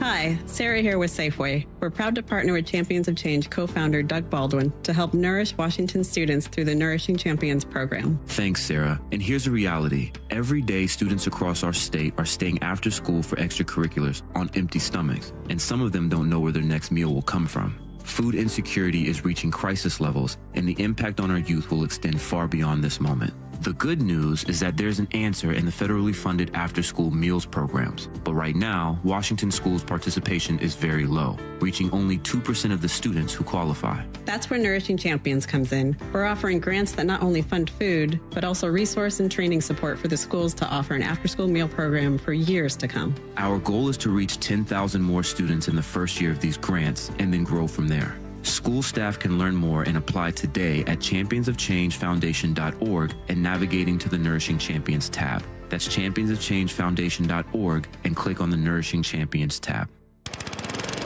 When you see a Gravely mowing the grass, you're looking at over 100 years of ingenuity in action. You're seeing a rugged, durable machine professional lawn service companies have relied on for generations. Or maybe you see a homeowner who demands the best, cutting their own lawn like the pros. Whether mowing or on a trailer between jobs, when you see a Gravely, you're seeing greatness at work. Take your lawn mowing up a notch with a Gravely. See the full line at your local dealer. Hey, it's Bob Stelton here, and I can see clearly now. It's amazing. Let me tell you about one of the best decisions I've ever made in my life. That's when I went to K2 Vision for refractive lens exchange, or RLE. Dr. Kopstein started K2 Vision with Dr. King from King LASIK, the most experienced LASIK surgeon in the Northwest. King LASIK plus K2 Vision equals freedom vision for every stage of life. No glasses, contacts, readers, or cataracts. So if you're somebody that struggles with distance vision and now you always need a pair of reading glasses, K2 Vision RLE could be your perfect permanent solution to spending your good active years not needing reading glasses. And here's the capper. You're never going to develop a cataract. I'm somebody that needed readers in every room of the house. I needed to see the scoreboard out at ball games. I just couldn't see clearly. That has all changed thanks to RLE. Whether it's LASIK, EVO ICL, or RLE, trust the most experienced team of doctors to point you in the right direction. Schedule your free Zoom consultation today at K2VisionRLE.com. That's K2VisionRLE.com. Progressive knows life takes you in many directions. Bear right at exit 32, then begin to wonder why you never bought a fish tank. In 1.3 miles, you'll realize you've been mispronouncing epitome your whole life. At the roundabout, you will remember you said something at dinner you wish you hadn't, and will think about it for decades. You have arrived at your destination, but it turns out there really is no destination, and life just keeps going. Wherever life takes you, protect your home and auto with a bundle from Progressive. Progressive Casualty Insurance Company, affiliates, and other insurers. Not available in all states or situations. This is the story of the one. As a procurement manager for a hospital system, she keeps every facility in her network stocked and ready. That's why she counts on Grainger to be her single source for thousands of products, from disinfectants to lighting, air filters, and more. And with fast, dependable delivery, Grainger helps her keep every facility stocked, safe, and running smoothly. Call 1-800-GRAINGER, click Grainger.com, or just stop by. Grainger, for the ones who get it done. Compassion, communication, results. That's Pendergast Law Personal Injury Lawyers. Go to PendergastLaw.com. That's PendergastLaw.com. Hey, Hey, Brock Hewitt here for my friends at People Come First, or PCF Construction Group. Spring and summer, it's right around the corner. So if you haven't called PCF about getting started on your new deck, well, right now is the time. With a patio cover, heater, and fireplace from PCF, you can enjoy your outdoor deck or patio all year long. And right now, you can get up to $6,000 off your entire project, plus no payments and no interest until 2027. Save an additional $1,500 when you bundle your deck and patio cover. Some restrictions do apply, but do what we did. Contact PCF for all the details and start planning and designing your dream deck now so you're ready to build by the spring. Planning and permits, they can take a little time, so please don't wait. Get started today. Get project ideas, browse photos, and find all the offer details at PCFgroup.com. That's PCFgroup.com. Making your outdoor space with People Come First. By texting 64,000, you agree to receive recurring automated marketing messages from Real Success. Message and data rates may apply. No purchase required. Terms apply. Available at ourrealsuccess.com. Do you want to learn how to make money flipping houses and acquiring rental properties right here in Seattle without using your own money? You'll learn to flip houses and secure rental properties in your spare time to get on track towards real wealth building. We're offering a handful of motivated individuals the opportunity to attend our workshop right here in Seattle for free. That's right, we'll give you 2 free tickets when you text INVEST to 64,000. Seattle is the perfect market to flip houses and build rental income. Don't miss this opportunity. Come to a complimentary live 2-hour workshop next week right here in Seattle and learn how to start making money flipping homes and building long-term wealth with rental properties. To get 2 free tickets, text INVEST to 64,000. Text in the next 10 minutes and registrants will also receive a free copy of our Funding for Deals guide. Text INVEST to 64,000 for 2 complimentary tickets. Text INVEST to 64,000. This is The Timeline with Bump and Stacy. Brought to you by 1-800-DUI-AWAY. Some good news for Mariners fans. You can watch a select number of games for free on over-the-air TV. It's real. It's back. TV's here. King 5 announced they'll carry Friday home games for the rest of the regular season. The games will also air on KGW in Portland, KREM in Spokane, and KTVB in Boise. I saw a comment on this announcement that I couldn't tell. You said KREM? KREM? Oh, they said KREM. What's KREM? That's what I thought you said for some reason. I'm like, what? No. In Spokane, KREM, KTVB in Boise, KGW in Portland. So this is great news for people that are not cord cutters and were frustrated that they didn't want to pay for MLB TV. Guess who They don't found the wanna pay games for this weekend? Did you? Let's go. You know what? I played myself because I went to MLB TV for Sunday's game. And I clicked on it, and I was ready, and then I almost sent you. Nope. I almost sent you a screenshot to be like, "Dang, I played myself." Now I have Peacock, so I know where to find it. But I certainly forgot that it was on Peacock. I did it.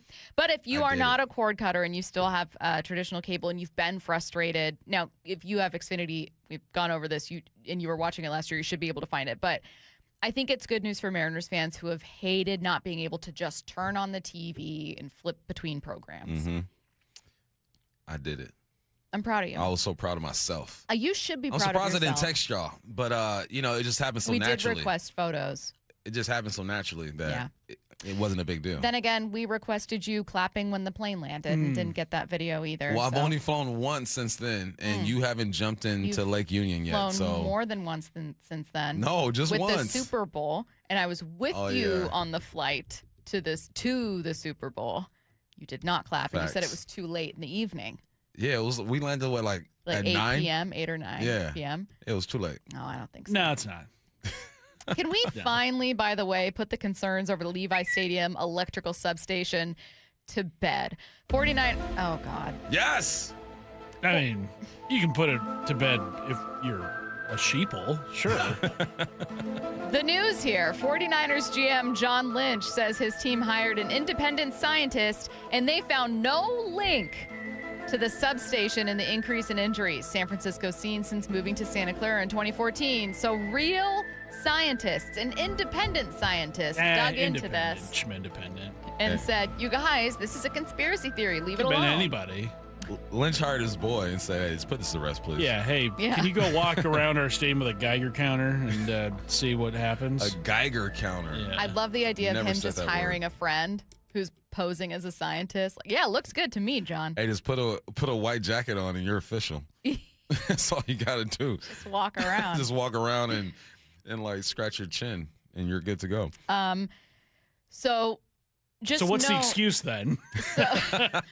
Why is your team getting hurt? A fair question for a team that suffers injuries at a rate that is higher than league average. Still trying to figure this out. People are just going to go back to blaming strength and conditioning. You think the trainers are stressed out?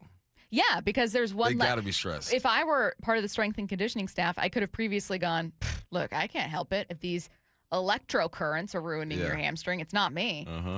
Their training room got a C- grade in the most recent NFLPA report cards. The leaked ones that weren't supposed to be for public consumption that got out. Well, it sure sounds like they might be back in the spotlight, needing to figure out a way to, I don't know. Look, I'll say this. Considering that 2 injuries have been players getting shot away from the electrical substation, maybe it's just bad luck. Hold on, 2 players got shot? Who else? Well, Brian Robinson was on another That's team. true. That's very fair. So Ricky one Pearsall player, definitely Ricky got Pearsall. shot. That has nothing to do with that. Actually, no. I think they did have another player get shot. They did. Really? Thank you. A couple now months they, ago. Now they have 3 players. Yes. A couple weeks ago? Yes. A couple months ago, yeah. Yes, he was shot at. None of these players are involved in anything. It's their fault. It's just Keon freak White accident. shot in the ankle February 9th, 2026. Following Bam. a dispute at a nightclub. Bam. Had successful surgery. Bam. He's still with us. Hey. He is still with us. Thank you. That's what I'm saying. Downtown San Francisco. I've walked it plenty of times. We walked it, 4 days in a row. Yes. It goes down. It was a little shady out there. The pigeons are real. Even out the there. pigeons were a little scary. They were bold. Like they would like just walk up to you. You know what I No mean? fear. Get in your face. No fear. No, like they were not afraid. No. Well, I think I'm now believing in another weird thing is my problem. Okay, it's not the substation, which I never believed in, but it is a curse. And they can't disprove that. It's the substation. It's not the substation, but it is something weird. Lynch hired his boy to put on a white jacket and walk around. Next story. We're an entire weekend into the ABS era of baseball, and no one has had it worse than everyone's favorite umpire, C.B. Buckner. Of course. He had 8 calls challenged, and 6 were overturned. He even had consecutive pitches overturned thanks to challenges from friend of the Mariners, Gino Suarez. Here comes the 1-2. And in there! Struck him out! Now they're going to challenge this. Batter's challenging the pitch. Head down. Let's see. It is a ball, but barely. Pitches the ball. Cincinnati retains its challenge. Not missing by much. No. So 2-2. He'll try again. And that's in there, and he's going to challenge that one as well. Another challenge at home plate. Batter's challenging the pitch. I think that will get the point. Let us see. That's a ball. When the crowd erupted, I was like, this thing's going to be a hit. Like, there is now fan engagement with ABS challenges. I think that's great news for MLB. That was thrilling. I sent it to you guys immediately. There's nothing like a union job. Like, you can't get fired. Like, it's a wrap. But the ABS reminds me of like the tennis challenge, you know, when they obviously tennis players, they challenge the ball was in or out and the crowd starts clapping and stuff. Like, I like this energy. I like it. What do you make of people saying, so there was a call, one was successfully challenged by Cal that ended an inning. There was an even closer one to being out of the zone. It was called a ball. It was overruled, ruled a strike, I think in the Orioles game, and it was barely in the zone, like just grazing the zone. So then that caused a couple people to start saying it should be like 50% of the ball in the zone. Like the ABS is actually just going to expand the strike zone because now anything barely touching it, you could get overturned. What's your thought on that? Get it right. I like it. Get it right. Yeah. And you know, if you win your challenge, obviously you don't lose a challenge. I'm for it, man. Why not get this thing right? And I think that is going to be a bit more important once we get deeper into the season, right? When there are teams fighting to win their division, or you get into the playoffs and there's a call that a batter or a catcher doesn't agree with. No, I love it, man. Get it right. Why not? Use technology. We've already heard the TV call of UConn's game winner versus Duke, so how about we hear the Duke radio call? I'm going to warn you, it's exactly what you would expect from the Duke call. Bobbled it, back for Sarr, needs to get rid of it, does for Caden. 7 seconds, trying to throw it ahead, deflected, stolen by Connecticut. 2 seconds, it's Mullins up top for the win. Oh, he hit it. With 0.3 of a second to go. Malachi Smith ran off the bench. That should be a technical, but with 0.3 of a second to go, Connecticut has the lead, 73-72.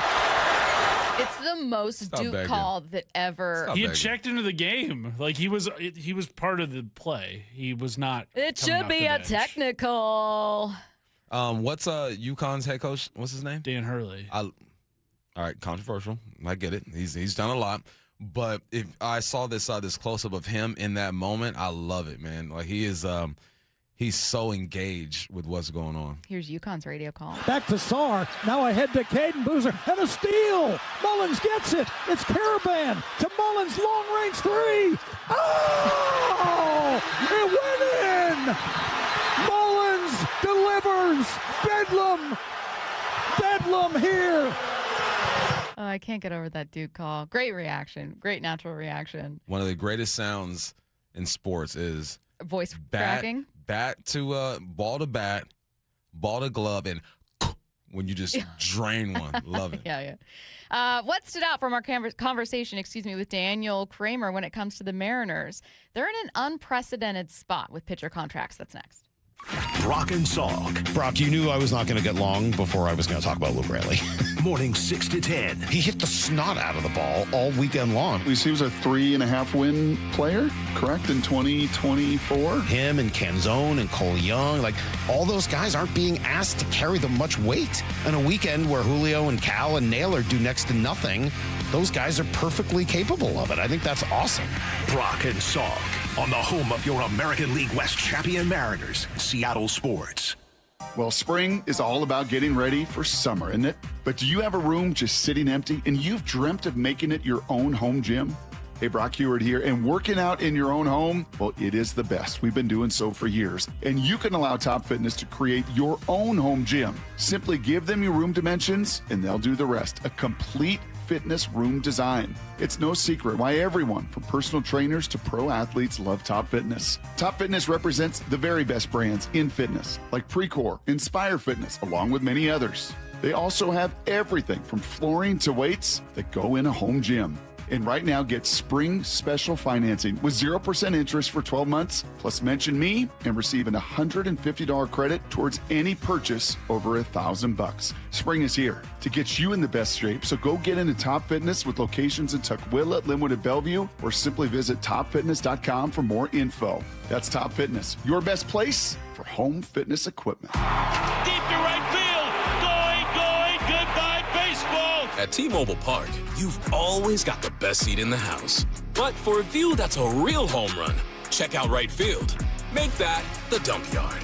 Sure, it's a great spot to see our fearless outfielders fly, dive, and slide. Wow! Victor Robles makes the catch! But you might get to flash some leather too, because the forecast in the dump yard always calls for rain.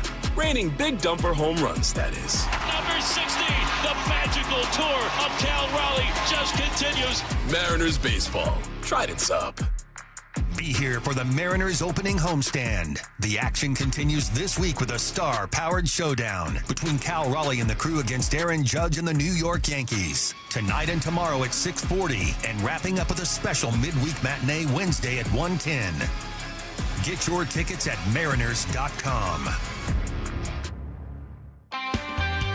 If you've been in a wreck or a fender bender, you have the right to take your vehicle to any repair facility, not just where your insurance company tells you to go. Accurate Auto Body has been family owned and operated since 1994, and they work for you, not your insurance company. With over 25 years of auto repair work, they'll exceed your expectations. we meet by accident, fixing every last bit. Accurate Auto Body. At Accurate Auto Body, all their work is performed by certified technicians, only using OEM parts to guarantee the safety of you and your family. For the best in auto body collision repair and customer service, give them a call at 425-883-2450 or AccurateAutoBodyWA.com. Your insurance company may not love them, but you will, because We meet by accident, fixing every last bit. Accurate Auto Body.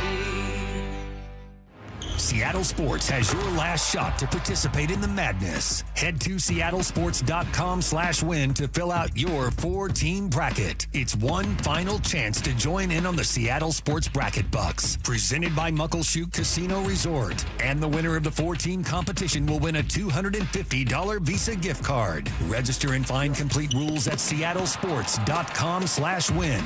Seattle Sports Bracket Bucks, presented by Muckleshoot Casino Resort. Home of your Super Bowl champion Seattle Seahawks. They are bringing the Lombardi back to the Northwest. Seattle Sports. It's game day. Are your moderate to severe Crohn's disease or ulcerative colitis symptoms keeping you from the action? Skyrizi, risankizumab Riza, could help you get back to the game. Skyrizi is proven to help people feel significant symptom relief, achieve remission, and visibly improve damage of the intestinal lining. Skyrizi is a prescription injection medicine for adults. Don't use if allergic to Skyrizi. Serious allergic reactions, increased infections, or lower ability to fight them may occur. Before treatment, get checked for infections and tuberculosis. Tell your doctor about any flu-like symptoms or vaccines.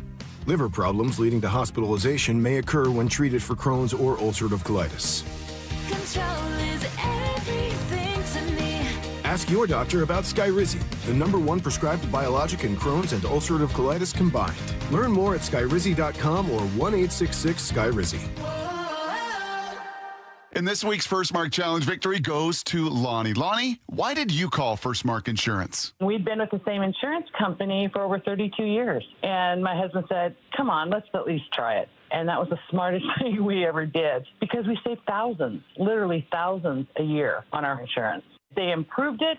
It cost me less, and it was a higher value. You know, I can't say enough good things about Scott because everything that he said he'd do, he did. What do you tell your friends they can expect when they make the call to First Mark? An easy, profitable, and actually pleasant call. They genuinely are trying to help you, and you can't beat that. We were silly to wait so long. A couple other friends that have called, too, they said, why didn't you tell us about this sooner? You see, Lonnie did it. My family did it. You got to do it, and it's totally free. Go take the First Mark Challenge today. See how much they can save you and how much better your coverage will get. Maybe you will be our next First Mark Challenge victory. Go to firstmarkinsurance.com. Around the Diamond is sponsored by Klein Jewelers. From the Quantum Fiber Studio. This is Bump Stacy. Weekdays 10 to 2. On Seattle Sports and 97.3 FM HD2. To begin this hour, we were joined by MLB.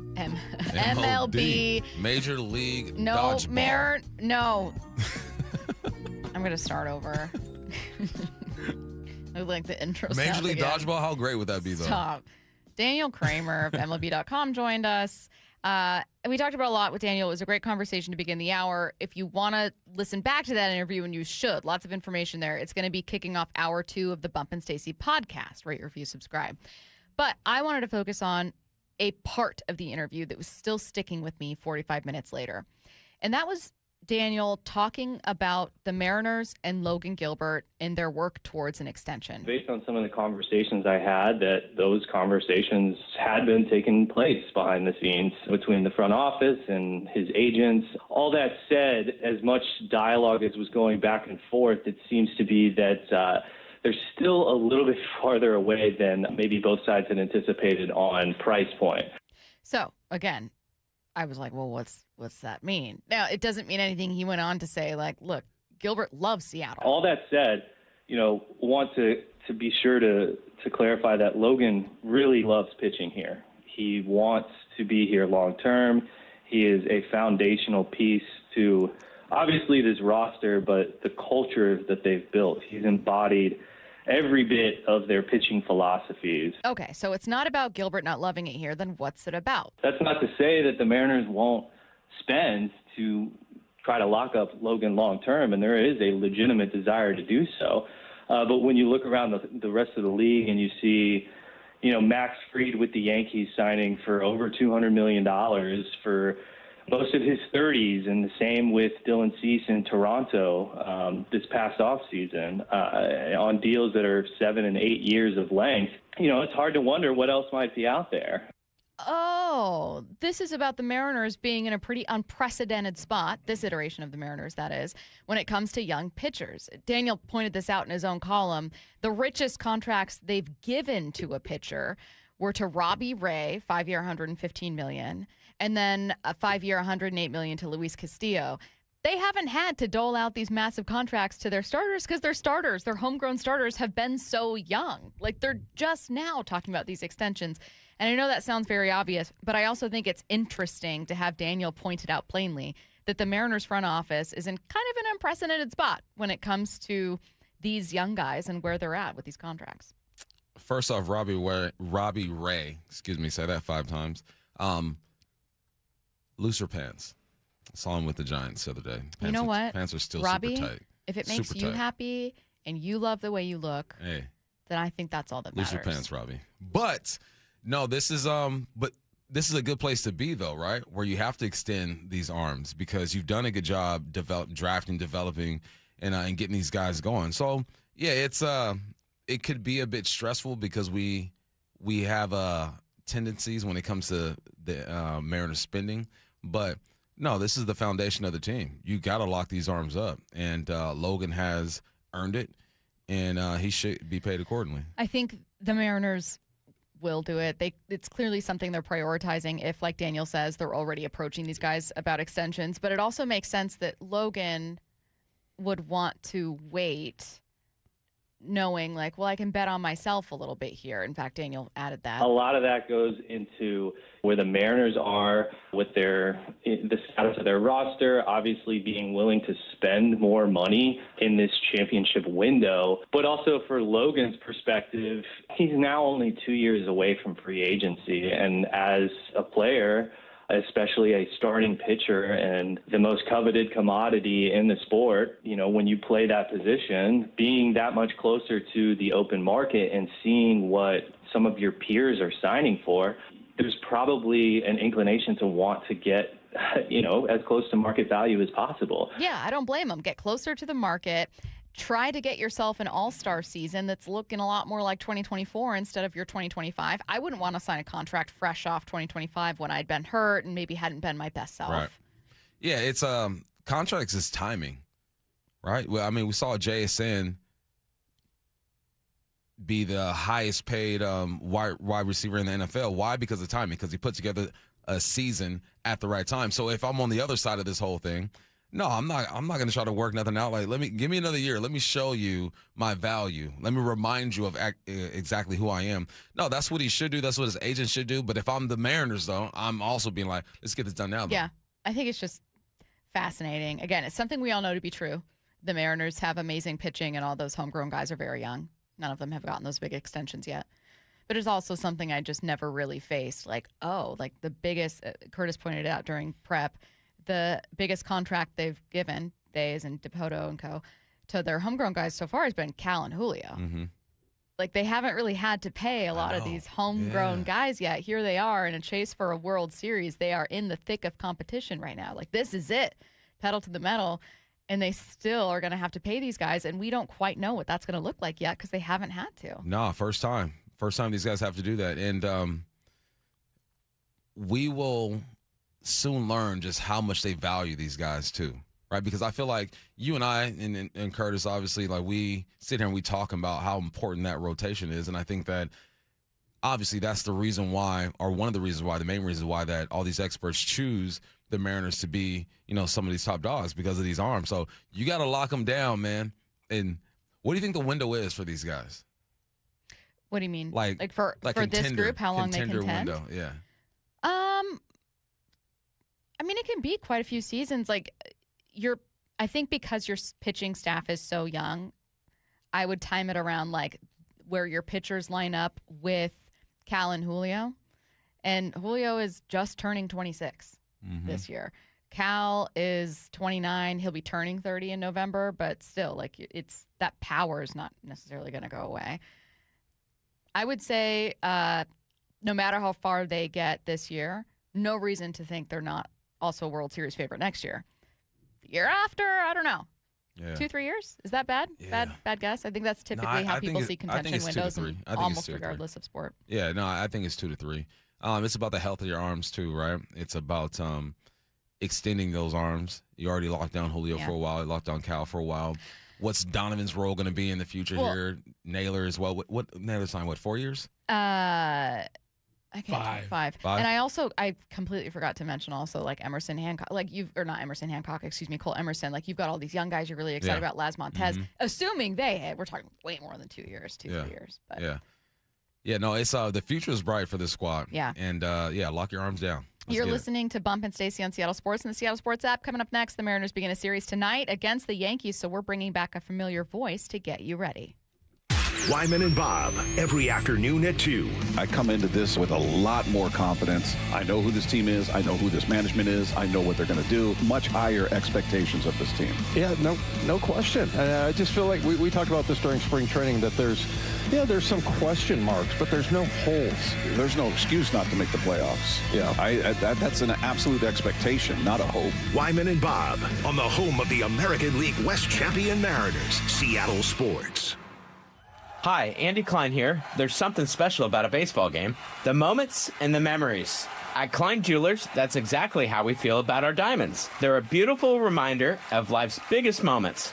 We're here to help you find the perfect diamond or beautiful piece of jewelry to celebrate your engagement, anniversary, birthday, promotion, or just because. Klein Jewelers by the Fountain in downtown Edmonds.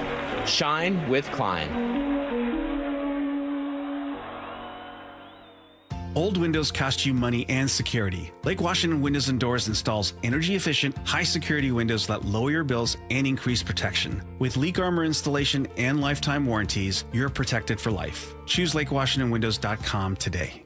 Olympic Hot Tub has terrific ways to achieve total wellness at home. Saltwater hot tubs, swim spas, saunas, and cold plunges, all waiting for you. See our current specials with exciting savings at OlympicHotTub.com. Better you, better life. This is the story of the one. As a procurement manager for a hospital system, she keeps every facility in her network stocked and ready. That's why she counts on Grainger to be her single source for thousands of products, from disinfectants to lighting, air filters, and more. And with fast, dependable delivery, Grainger helps her keep every facility stocked, safe, and running smoothly. Call 1-800-GRAINGER, click Grainger.com, or just stop by. Grainger, for the ones who get it done. Confidence is knowing you're ready to handle whatever comes your way. That's what it feels like to take on your workday with Cintas. They make sure your AEDs are up to date, your fire extinguishers are tested and inspected, your floor mats are cleaned and delivered, and your workwear looks good, feels good, and is freshly laundered with the Cintas Apparel Plus program. So are you ready to take on today? Visit Cintas.com. Oh, I'm ready! And get ready for the workday. When you're hiring, have you ever felt like you're missing out on meeting truly great candidates for your roles? It seems impossible to find them, but they have to be out there somewhere, right? Well, they're not hard to find when you know where to go, and that place is ZipRecruiter. And right now, you can try ZipRecruiter for free at ZipRecruiter.com/radio. ZipRecruiter helps 10 million people with their job search every day. And because these people are actively looking for jobs just like yours, it's easy to find the right person right away. In fact, 4 out of 5 employers who post on ZipRecruiter get a quality candidate within the first day. But if you're not using ZipRecruiter, you're missing out. So see what it's like when the impossible is easy. When you go to ZipRecruiter.com/radio right now to try ZipRecruiter for free. Once again, that's ZipRecruiter.com/radio.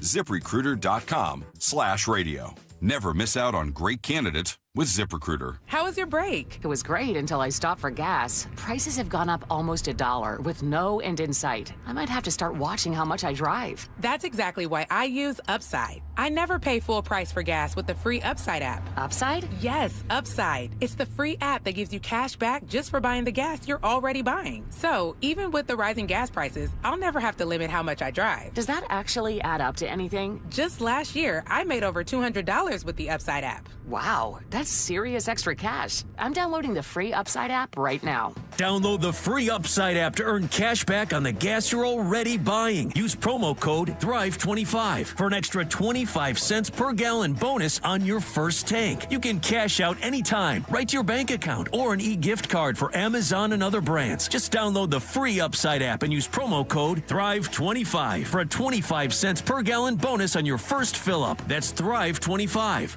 Offers vary by user and location. Go to upside.com for terms and conditions. Endless hours of research, seeking referrals, dozens of calls. Hiring the right attorney can be a challenging process during an already difficult time. JP Pendergast with Pendergast Law explains. In Washington State, Tom, there are thousands of attorneys to choose from. Referrals and online research can be helpful, but discovering the right attorney requires a conversation. It can be hard to identify integrity and authenticity without that interaction. So, what do you recommend? We encourage anyone looking for personal injury representation to call for a free consultation with our team before making a decision simply based on referrals or online research. Accident victims need an attorney that listens, demonstrates honesty, and is genuinely understanding of their unique circumstances. The care, attention, and preparation that our firm provides throughout the case mirrors the effort involved when taking on the insurance companies. Save time and avoid mistakes after an injury. Contact the caring and compassionate team at Pendergast Law. If you or a loved one has been injured in a car accident, call Pendergast Law. We can help. Let's go! This is Seattle Sports. Streaming through the Seattle Sports app. KIRO AM Seattle. KIRO FM HD2 Tacoma. Home of the Seahawks, Mariners, and everything Seattle sports. Seattle Sports Snapshot. Odell Beckham Jr. remains a free agent and could land back in a familiar spot. New Giants head coach John Harbaugh told reporters today he'd be open to signing Beckham Jr. Quote, "We've maintained a really great relationship," Harbaugh said. "He's one of my favorite people in the world." The Mariners open a series against the Yankees tonight at 6:40. Luis Castillo on the mound, 5:30 p.m. pregame right here on Seattle Sports. Snapshot, brought to you by Miller Lite. When it's game time, it's Miller time. From the Quantum Fiber Studio, this is Bump and Stacy on Seattle Sports. Streaming through the Seattle Sports app and at seattlesports.com. Now, here are your hosts, Michael Bumpus and Stacy Ross. Here we go now. Yankees radio voice Dave Sims joining us now on the Emerald Queen Casino Sportsbook Hotline. Dave, how's it going? What's happening, folks? I'm doing great. Nice to be back. How are you? Amazing, excellent series, by the way, for the Yankees against the Giants. What was maybe your biggest takeaway from that one? I know it's early, but... Yeah, bullpen didn't give up a run. People were freaking out back in the greater New York area because Judge went 0 for 5 for a punch out. And I said something about it on the air. I think Michael K did as well. It's just insane. The bullpen's been really good. The starting pitching, Matt Fried was not at his best in the opener and still got into the sixth inning. Schlittler was unbelievable. He was overpowering in his 5+ with 8 Ks, no walks. And Will Warren held his own, and he wasn't great, but he was good enough. He held the fort, and the Yankees won the third game. So it's always good to get a little sweepers going to get the momentum rolling. Dave, what's up, man? How's that East Coast life? Hey, back home, baby. Back home. This is home, but born and raised in Philly, lived in New York, my entire professional life, and worked here. So Seattle always has a spot in my heart. You got nothing to worry about there. But no, it's great. It's the winter sucked, and we had two snowstorms. The second was a beauty. We haven't had one like that in a long time. Yeah, well, good to hear from you, man. I'm glad you are where you are, doing what you're doing, man. Tell me about this Yankee squad, man. It's every year there's like 4 teams who are what was the phrase we use when it comes to football? Annual contenders, right? And the Yankees are one of those. The usual suspects. Yeah, the usual suspects. Yeah, usual suspects. What's the vibe around this Yankees team? It's good. I mean, here's the problem. That's not a problem. The issue last year couldn't beat Toronto. And Toronto did a great job putting the ball in play. And it just never overcame it. We had bad pitching against them. Still tied Toronto for the best record, most wins in the American League at 94, third, and I thought it was the third best in baseball behind Milwaukee and Philly.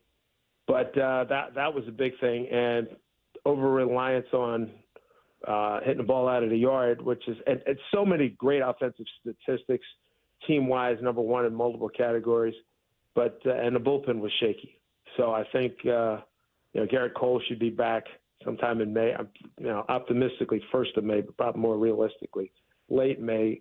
Rodon should be back in May, and then you get a full year of Ryan McMahon at third, who's a great glove guy, but it didn't hit. If he hits or just performs well in the platoon with Rosario, so I think the balance is better. I think putting the ball in play is going to be a little bit better this year.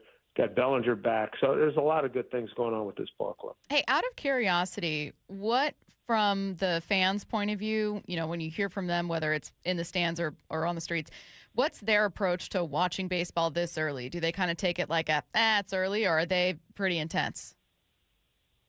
We opened on the road, and I've been down. I've been with the club since March 11th, and so the stuff you read, the stuff you hear on the sports talk stations. I don't think you mean in terms of the early start playing in March. Mm-hmm. It's atraditional, put it that way. It's not a traditional start, but hey, baseball's back. That's the main thing. Hey, what's the reputation of this Mariners squad? Obviously, 4 games in, right? A little sample so far, but what are the conversations like over there about this team? Well, the expectations are that the starting pitching is going to be fabulous. And the thing I know from being here, it's now very well seasoned. And now with, they got playoff, legitimate time in the playoffs, missing the World Series by 8 outs. They're 8 outs away. I mean, I was like, holy mackerel. After we got eliminated, I was rooting like heck, for these guys to get in there, finally break this, get off the snide. They're still the only team not to, I don't know, to remind you, that old story, not to be in a World Series. But, Cal had a spectacular year. Julio did well. They both made all MLB. And it's the same thing. Can they have enough bounce? Will they have enough pop? Polanco's gone. He had a heck of a year, I think, particularly the second half. So I think for good reason they're picked to win the West, and they're probably going to have to say who, wins the American League. Hey, speaking of those starters for New York, tell us a bit about what we could see in this series, beginning with Weathers. Ryan Weathers, his dad played with the Yankees during the Joe Torre dynasty days, got a couple of rings. Left-hander, works fairly quickly. The usual pitch mix. And being a legacy guy, with his old man there, he's bound and determined to, not drop the ball. Slittler's going tomorrow, I believe. Unbelievable fastball, working on a split that looked terrific the other day. And so he's been really good. And then I'm so focused on today. And look, it was Thursday. The third game should be Max, right? It's probably Max really using four to start the season. So and he is just an artiste. I mean, he can run it up there at 96. He can throw a knuckle curve at 70. And he knows what he's doing. And I think he won more games than anybody last year in the major leagues. He had 19 wins. So and then at the back end, Bednar, closing has been really good. And one of the things that could really be interesting for the Yankees if Camilo Doval can be back to his 2023 form as a setup guy. Fried goes Tuesday. Yeah, he goes Tuesday, so probably Schlittler on Wednesday. So I like this rotation. And then when you're looking at Rodon and Cole coming back, and Cole had a couple of outings, pitched totally like an inning and a half, 2 innings. But the command was good. The velocity was – I don't get all excited about 100 miles an hour now. Can you throw strikes? That's what I get, quality strikes. And he did a little bit of both. Showed some velo and showed good command. So he's working. He's building himself up, and it looks like we'll be able to welcome him back within the next 5-6 weeks. Hey, what do you think about this this Mariners lineup? It's a bit different from last year. Polanco's gone. Obviously, Gino's out of there. But you got Donovan. Naylor is back. Just describe this lineup to me. Well, Naylor's a really good hitter. I've always liked him, and he's a heck of a competitor. I like his attitude. He's gung ho, and I like that. The Donovan kid, I've admired him from afar. I thought that was a very good pickup, and the Yankees were interested in Donovan. They couldn't pull it off. I'm told there were conversations last year prior to landing McMahon. So I think that's really good.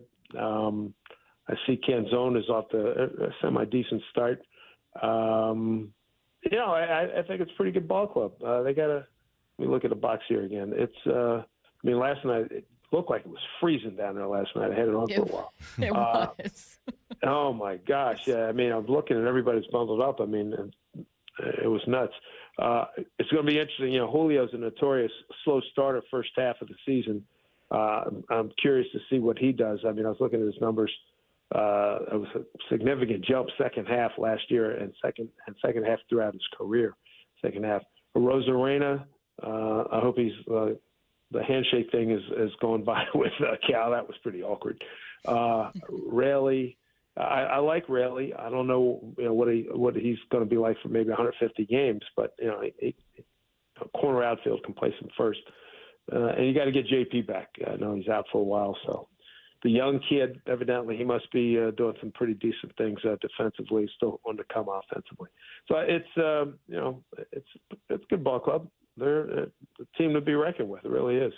Hey, Dave, you get a chance to actually talk to and know Aaron Judge. And last year there were so many comparisons between comps between him and Cal. Kind of Cal's better with this and Judge is better with this, and a big back and forth with the fan base. Understandably, right? These two are the favorites for MVP.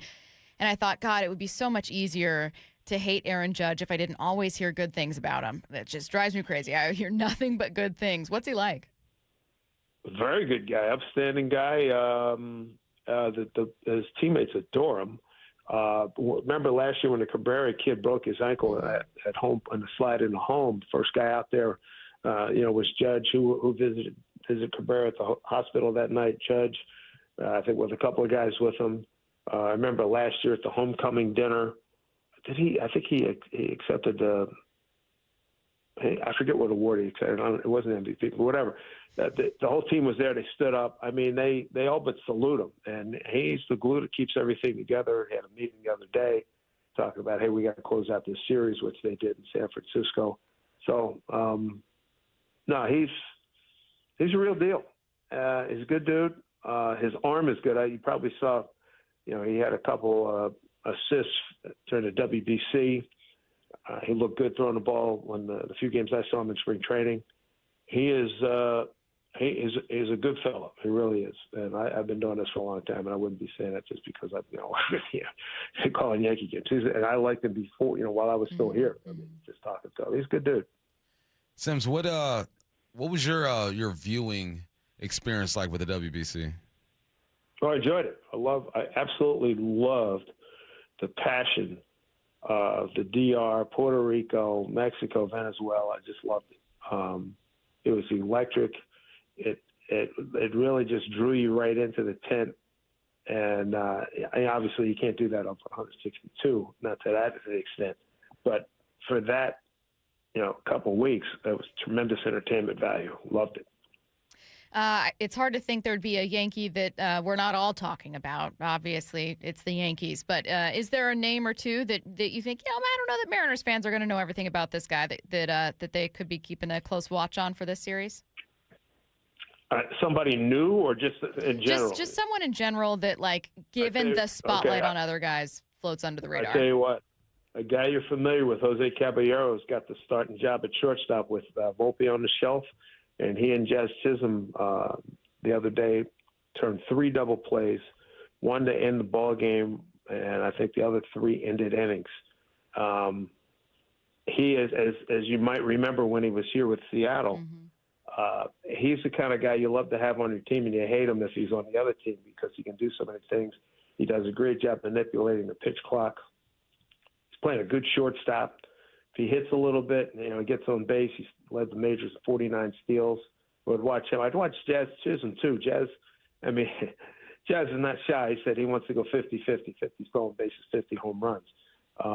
He's got the talent to do it. Now, does it happen? I don't know, but it's going to be fun watching.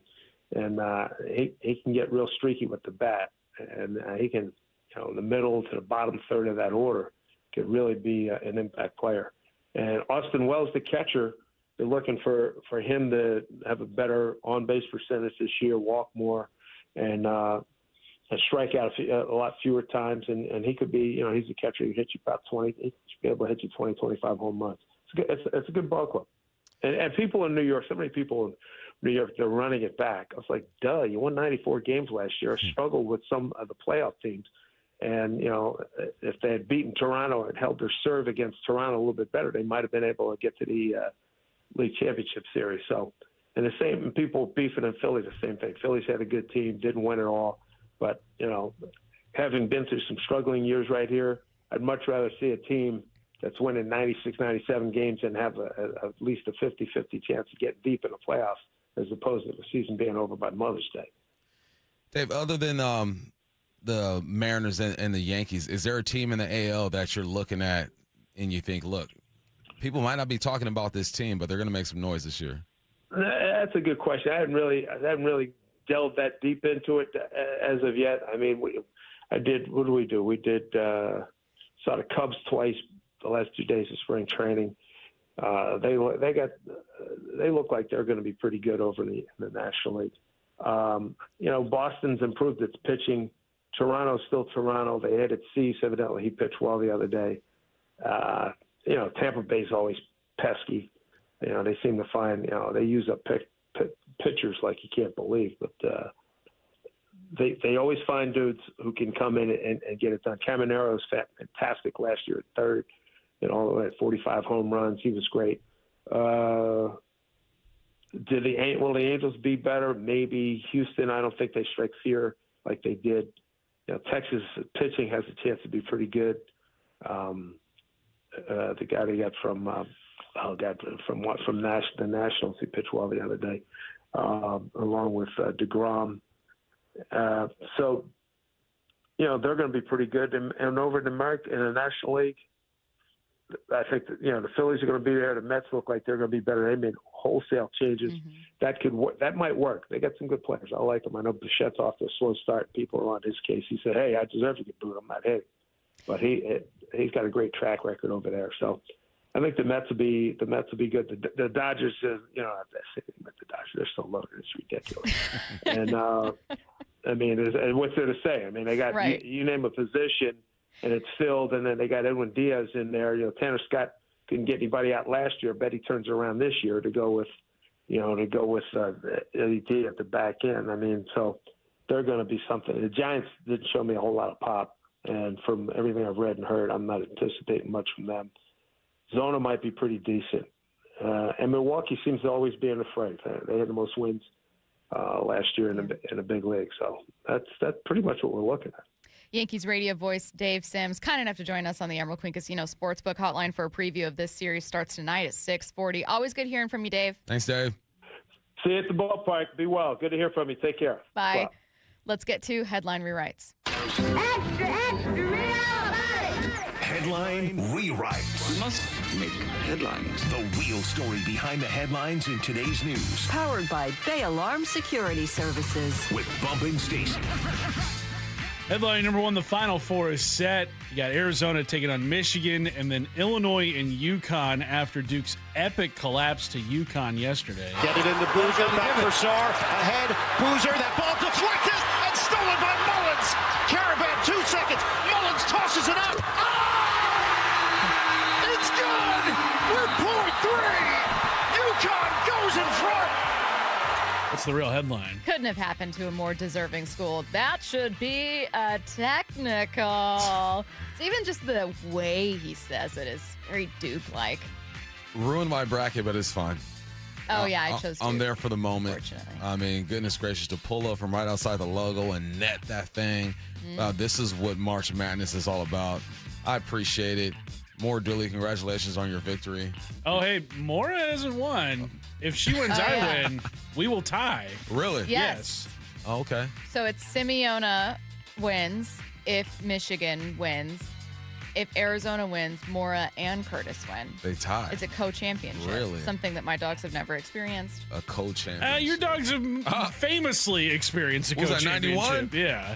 Mario Bailey, what's up, baby? I always about be that. talking crap I to don't know Mario. I about love that. you, Mario. I just be talking, but Going with Arizona now? sure, why not? I mean, yeah. my dude went there, so Of course. might as well. What's next? Headline rewrites. Headline number 2 at the NFL owners' meetings in Phoenix. Mike Macdonald said Tory Horton won't be ready to go in the spring, but should be ready for training camp. What's the real headline? Is this the most severe shin injury ever? Yo, It's like when D had that concussion. this is crazy. Yeah. Like, what's it been like? 5 years? I don't think it's been 5 years since we've seen Tory Horton out there. That's what I'm saying. Yeah. My man, hey, what does he have? Like 6 touchdowns, 5 touchdowns, or something I like don't know. that? I was still in high school. This is It's been a minute. This is severe shin splints. I've had them once and they hurt, but this is some other stuff. I hope he gets better. And if he is healthy, if he's able to go, I think that the Seahawks receiving corps might be like top 4 in the league if he's healthy. Just wish I had a little bit more information, which it's not there. It's not my business to have, but it's I think that he can be such a dynamic and interesting weapon when we're talking about the pieces that they've lost. One of the things that we've been saying is, well, think about also the pieces we didn't see a lot of. Riley Mills, Tory Horton, like they didn't technically gain them, but you have to leave room for this team's young players also debuting and being better and all that. Well, that kind of starts to dwindle a little bit as an argument when Tory Horton is like, yeah, he might be there. Yeah. We'll see. Tory, get better, man. We Yeah, need it's you. a bummer. Is he number 15? Is he 15? I think so, right? All right, come on, 15. Let's go. Oh, she's not even 15. I know, We're right? going to keep calling him 15. Pretty sure he's 15. He's 15 now. That's what he is forever. What's next? Headline rewrites. Headline number 3, the NFL is reportedly set to hire replacement refs beginning on May 1st. What's the real headline? If only there was a somewhat recent history to show us what this looks like. We don't need this. We don't need this in our game. Yeah. Okay? Get these real referees out there. You don't know what you got till it's gone. And if replacement referees are out there, there will be so many blown calls. It's already impossible for these referees to see everything. Now you get Lil Bobby's dad and his uncle out there, and they're going to be the game's going to happen so fast. I would assume that the game for a replacement referee was like my very first game in the NFL. It was so fast. I'm like, this is the fastest game I ever played in my life. Dudes Do we play the game? Is it 2 quarters? Right? It's just 2. It's 2 halves. It was fast. I would assume that's what it would be like for these replacement referees. You don't know what you got till it's gone. Yeah. Get this done. Someone here wrote, maybe the NFL should write a note to the Referee Association. That feels like a Matt note. I think it could solve everything. Maybe even a series of notes. I can't tell if you guys are seriously making fun of me or... You really can't? I thought I've been pretty obvious in the fact that I'm making fun of you. Well, I guess I can't tell if you're... You know what? Never mind. You know what? Maybe I shouldn't have left the note. Maybe I shouldn't have left it. Maybe. At the time, I was upset. I was trapped. I couldn't get in my car. I thought it was an aggressive parking decision. And so I left a note. Would I like to take the note back? Yes, but I can't physically go there and take the note back. And you know what? Sometimes notes communicate things. So maybe they should leave a note for the Referee Association, Matt. Let me ask you a question. You get back there today, and the note is still there. I take it off. Okay. Interesting. Interesting. Yeah. Do you replace it with another note? No. Now, if I get there and the car's gone, and then the next morning, the car's there with no note, do I leave another one? That's where I'm 50-50 yet. I'm still undecided on that one. You got to leave the note. I think I should just apologize. I think you let it go. Oh, yeah, I can't keep talking about it. No. I was racked with guilt when the show started. It just happened. Don't even acknowledge it. If the note is there, still there, just don't even. No, if give it's it your still there, energy. I'm taking it off. Nah, leave it there. No, I'm not. Absolutely you already did it. No, You committed. If it's still there when I get there, it's kind of like if you left a crazy voicemail on someone's phone and then they like you had a chance to take it off, you'd take it off. You know? They have Leave it there. They have whole episodes of TV dedicated to people trying to, like, I have to erase that voicemail from this person's phone, or like, I have to get there and take that letter away before it's delivered. Can you take a picture of it if it's still there and send it to me? Yes, absolutely. Yeah. The sideways smiley face at the bottom. I almost started writing over onto the back side of it because I had written so much. What did you say? Well, I started by apologizing for how I was parked. You left a whole novel on the piece of paper, huh? Clearly, it was a mistake that I regret. You're listening to Bump and Stacy on Seattle Sports and the Seattle Sports app. Coming up next, a possible new landing spot for A.J. Brown. It's the biggest development yet since the Sonics left for OK. Wait a minute. You better watch your mouth, sunshine. One step closer. The NBA Board of Governors did vote yes to explore expansion here in Seattle. Stay up on the very latest on the NBA's potential return to Seattle at seattlesports.com. And the conversation continues on Seattle Sports and the Seattle Sports app. We are on a magic carpet ride. This week's First Mark Challenge victory goes to my friend Brock Heward. Brock, why did you call First Mark? Brandy, it is so good to talk to you. It's been too long, and we made that call. And the only bummer is we waited too long. I know you hear from people that you talk to as well as I do to take the First Mark Insurance Challenge. I just wish we would have done it earlier. You know, Brandy, the word that comes to my mind is a word I use on my sports show a lot, and that is connective tissue. It's important in team building. It's important to players in a locker room to be connected to others. And when it comes to insurance, it's so complicated. It's stressful, and you just don't even want to deal with it. And that's where the connective tissue of having a pro, having a broker, having a partner, and most of all, having a teammate like First Mark Insurance was the best connective tissue we could find. Brock did it. My family did it. You got to do it. It's free. Take the First Mark Challenge. See how much they can save you and how much better your coverage will get. Maybe you will be our next First Mark Challenge victory. Go to firstmarkinsurance.com. Seattle Sports has your last shot to participate in the madness. Head to seattlesports.com/win to fill out your 4-team bracket. It's one final chance to join in on the Seattle Sports Bracket Bucks, presented by Muckleshoot Casino Resort. And the winner of the 4-team competition will win a $250 Visa gift card. Register and find complete rules at seattlesports.com/win. Seattle Sports Bracket Bucks, presented by Muckleshoot Casino Resort.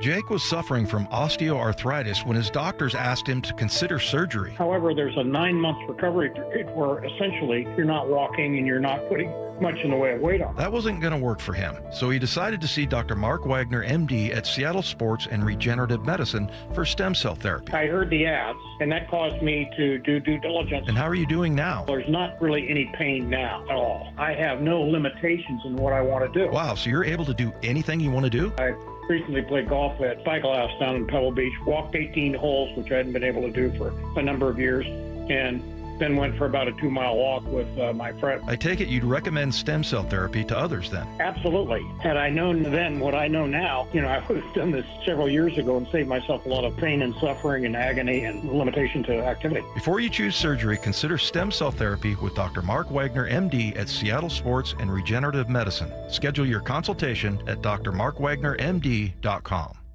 Do you like helping others? Become a Shiva volunteer. In Lewis County, join the hundreds of volunteers across Washington state who help over 90,000 people each year with their Medicare options and questions. You don't have to know Medicare. We'll teach you. And if you're bilingual, even better. For more information and how to apply, call Shiva at 1-800-562-6900 or go to insurance.wa.gov. Sponsored by the Office of the Insurance Commissioner and aired by the Washington State Association of Broadcasters and this station. Guys, did you know your testosterone level impacts your energy, libido, sleep, weight, hair loss, mood, and even ED? And right now, Revive Men's Health Seattle will check your testosterone for free. They've helped thousands of men since 2011 feel and perform better. They're so confident they can help you, they even guarantee it. Schedule your free testosterone test, exam, and consultation today. Call 206-529-1111. That's 206-529-1111. Or visit ReviveMen'sHealth.com. Home of your Super Bowl champion Seattle Seahawks. They are bringing the Lombardi back to the Northwest. Seattle Sports. I'm Stacey Rost, and here with my friend Mark Clymer, GM of Wayscar Ford, Isuzu in Auburn. Mark, I know for me, when I go to a dealership, I just don't want to feel pushed into buying something. Hey, I'm just like you, Stacey. I don't want to feel pressured when I'm trying to buy something either. So we understand that, and so do all of our employees. The bottom line is we'll give you the information that you want. We'll take care of you from beginning to end, and if it works out, great. If it doesn't, we understand. We only want to sell you a car if you want to buy one. I think the thing that I want most is to be able to trust the person I'm working with. It's a huge investment, and I got to be honest, I don't know a ton about cars. Second largest thing most people ever buy next to a home. So you're right. You want to make sure you're buying from a reputable place, you want a warranty, and you want to make sure you're covered for any reason you change your mind. And we offer that. 5 days or 500-mile, 100% money-back guarantee. And congratulations on 104 years in Auburn. That's a big deal. Check out the 104th anniversary sale going on now with great prices. That's Wayscar Ford Isuzu in Auburn, wayscarford.com. I need a little range, step to the range. There's a new flavor in town, the Jalapeno Ranch Club at Chick-fil-A. With that juicy Chick-fil-A original spicy or grilled chicken, a buttermilk ranch bun, candied bacon, pepper jack cheese, and jalapeno ranch sauce. It's got big ranch vibes with a little heat.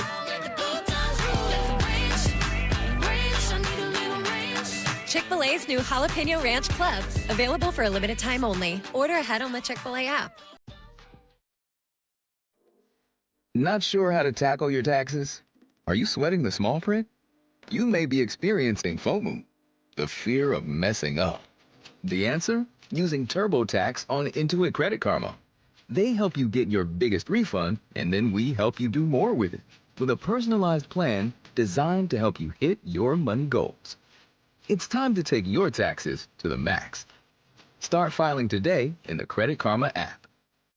From the Quantum Fiber Studio. This is Bump and Stacy. Weekdays 10 to 2. On Seattle Sports and 97.3 FM HD2.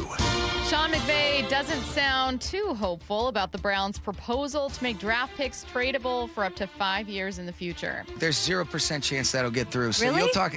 Yeah, nobody. I respect the courage for Andrew to be able to have a very sound reasoning of what's behind it. Hey, if there's one thing you can bet Vegas odds on, there's no chance that thing's getting through. Fittingly, the Browns have withdrawn their real proposal to allow NFL teams to trade draft picks 5 years into the future instead of 3. I was with it. You I wanted were? that. Yeah, I was with it because I feel like No. it gives bad teams a better chance to get better more quickly. That's what I thought. Or it like makes them worse for longer if it doesn't work Well, out. that's the gamble. It's Vegas. It feels like Vegas. I don't like the idea. It also loved like it. really devalues a first-round pick in 5 years. I loved it. You're talking about like a late day 2 pick all of a sudden when it's like that should be a first-round pick, and from a bad team, you know. I loved it. No. I wanted bad teams to roll the dice and try to get good in a couple of years. I am okay with this not passing, but you know, maybe it'll be reintroduced. Maybe they'll try to do a happy medium of 4 years. What is it, 3 right now? 3. All right. So maybe they'll try to change it. Speaking of the Browns, GM Andrew Berry wanted to put to rest the Myles Garrett trade rumors. I'd say this, Mary Kay. Miles is a career Brown. He is one of the faces of our organization. I think we've been very clear, both past and present, in terms of our feelings on stuff. I understand all the questions. I'll be honest, I don't really want to waste a ton more breath on it. We're not trading Myles Garrett. Stop asking me about it. Myles Garrett will go down as one of the greatest defensive players of all time and never win a championship. You don't know that. Unless he's an old man and he goes to a different team. Like it's so tough to see a guy like Myles Garrett have his talent like wasted. The thing about Myles Garrett, now I don't know that the Browns would have done this, but the thing about Myles Garrett, he has signed those extensions with Cleveland. You know what I mean? Like, you could have continued to demand a trade. I don't know if the Browns do it, but like, you could hold out, you could do whatever. Like, it's not like you're being held hostage by the Cleveland Browns. I can understand also why someone who's deeply competitive and who has spent their career there would want to be like, no, we're doing this. Like, I'm going to finish what I started. We're getting to the playoffs and winning games. Gosh darn it. No, you're not. Was he But on the you don't team when feel Baker bad Mayfield for won Yeah. a playoff game? He was Yeah, on the wasn't squad, he? right? Yeah. Were they back-to-back number 1 picks? I don't know. I think they Yes, were. they were. Yeah. Yeah, Myles Garrett. Bless your soul. Get out of there. Run. He fast. can't. He signed this extension. He agreed to take money from them to stay there. It's not about the money, though. I feel bad for Miles in that he's one of the greats and seems like a nice guy. I don't feel bad for Miles in that he took money to stay there. And if you never win, you knew what the deal was. Mm-hmm. The Browns weren't good when you signed that extension, and they're not good now. So you get your 20 sacks a year. Hey. And your bajillion dollars. Play for yourself. Yeah. Individual You game. play for yourself. Jets head coach Aaron Glenn says there's no doubt Geno Smith will be his team's starting quarterback. And I know you've said Geno Smith is a Jet. What does it mean to have Geno back in the building? It means to have a bona fide starter come in and lead this offense to where it needs to go. Listen, he's done it, a couple of years. I mean, those years in Seattle when he was, I think, comeback player of the year. Man, he was up for MVP early in the season. There's no doubt in my mind that we brought a competent starter here in this team. I look forward to him getting in the building. So just to be clear, Geno Smith is the starting quarterback. No doubt about it. He's our guy. As opposed to who? Like maybe if you take Ty Simpson, you think it's going to be him? Like, no, of course Geno's your starter. Unfortunately, I don't think this story ends well for Geno. You don't? You don't Nope. think that Geno with the Jets ends well? No. I'm going out on a limb. Yeah. All right, I'm going to say this. No, man. And it doesn't end well for Aaron Glenn either. No, I don't think. It's a wrap over there. I feel so bad for both of those guys. Geno's going back to where he started. The vibes are not good. The organization is bad. Aaron Glenn's going to be a defensive coordinator in a couple of years. How could you fix the Jets? So many people have tried and failed. There's been a million head coaches, including qualified head coaches, that have come through those doors and gone on to be, TV analysts. No, I'm just kidding. But, Robert Saleh, it didn't work out. He's still a respected defensive coordinator. Aaron Glenn, I don't know that it works out. He's a respected coordinator. Move him. I think it's an ownership thing. Yeah. But what role does Woody Johnson have in dictating bad decisions? I don't know. It's culture, man. And there's nothing good about the Jets. You have to move that team. Move them to Austin, Texas or something. Someone said, is Myles Garrett the NFL's Mike Trout? Yeah. That's a great comparison. Now, there are some people that don't like Myles Garrett. The 206 says, seems like a nice guy. He beat a dude with his helmet. He swung at a dude with his helmet. Yeah. Come on now. We know what was said. You say that to me, I might swing my helmet at you too. I do like the comp of the Mike Trout one, though, because people say the same thing. Oh, I feel so bad for Mike Trout. Mike Trout took money, too. Yeah. Like, he wanted to stay there and figure it out and see if he could make it work, and it didn't. All right. Here's the thing. You're not trapped. Have you been to Anaheim? No. It's a beautiful place. I'd take that money, too, and just chill. And just hang out? Be Just a golf? bad team. Yeah, Anaheim is beautiful. I love Anaheim.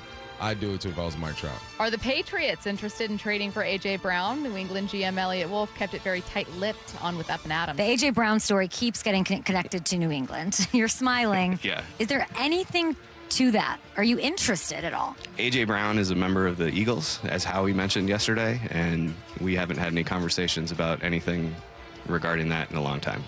I would think they'd want to. Now, they've added wide receivers, but it's been a need of theirs. That's my story, and I'm sticking to it. That's what it sounded like. Yeah, he's not saying anything. Nah, you think they haven't inquired about A.J. Brown? Of course they did. You think A.J. Brown is playing for the Eagles week 1? He shouldn't. No. You don't want someone that doesn't want to be there. You don't want someone that is publicly, shames your organization. As good as he is, you have a number one receiver already. And, what's his name? Smith? Why am I blanking on his name? The second receiver over there in Philly. Devontae Smith. Oh, sorry. Yeah. I was thinking the Patriots for a minute. Yeah, no. You get him out of there, man. You have a number one receiver over there already. I cut my ties and let him go. So then, presumably, before the draft. Yeah. Next 3 weeks. Yeah. Before April 23rd. You know what you do? You pass the proposal of 5 years of draft picks, and then you work A.J. Brown into that proposal's not, it's not even there we're anymore. bringing it back. No, we're not. Back. It's already off the We're bringing it table. back. It's off the table.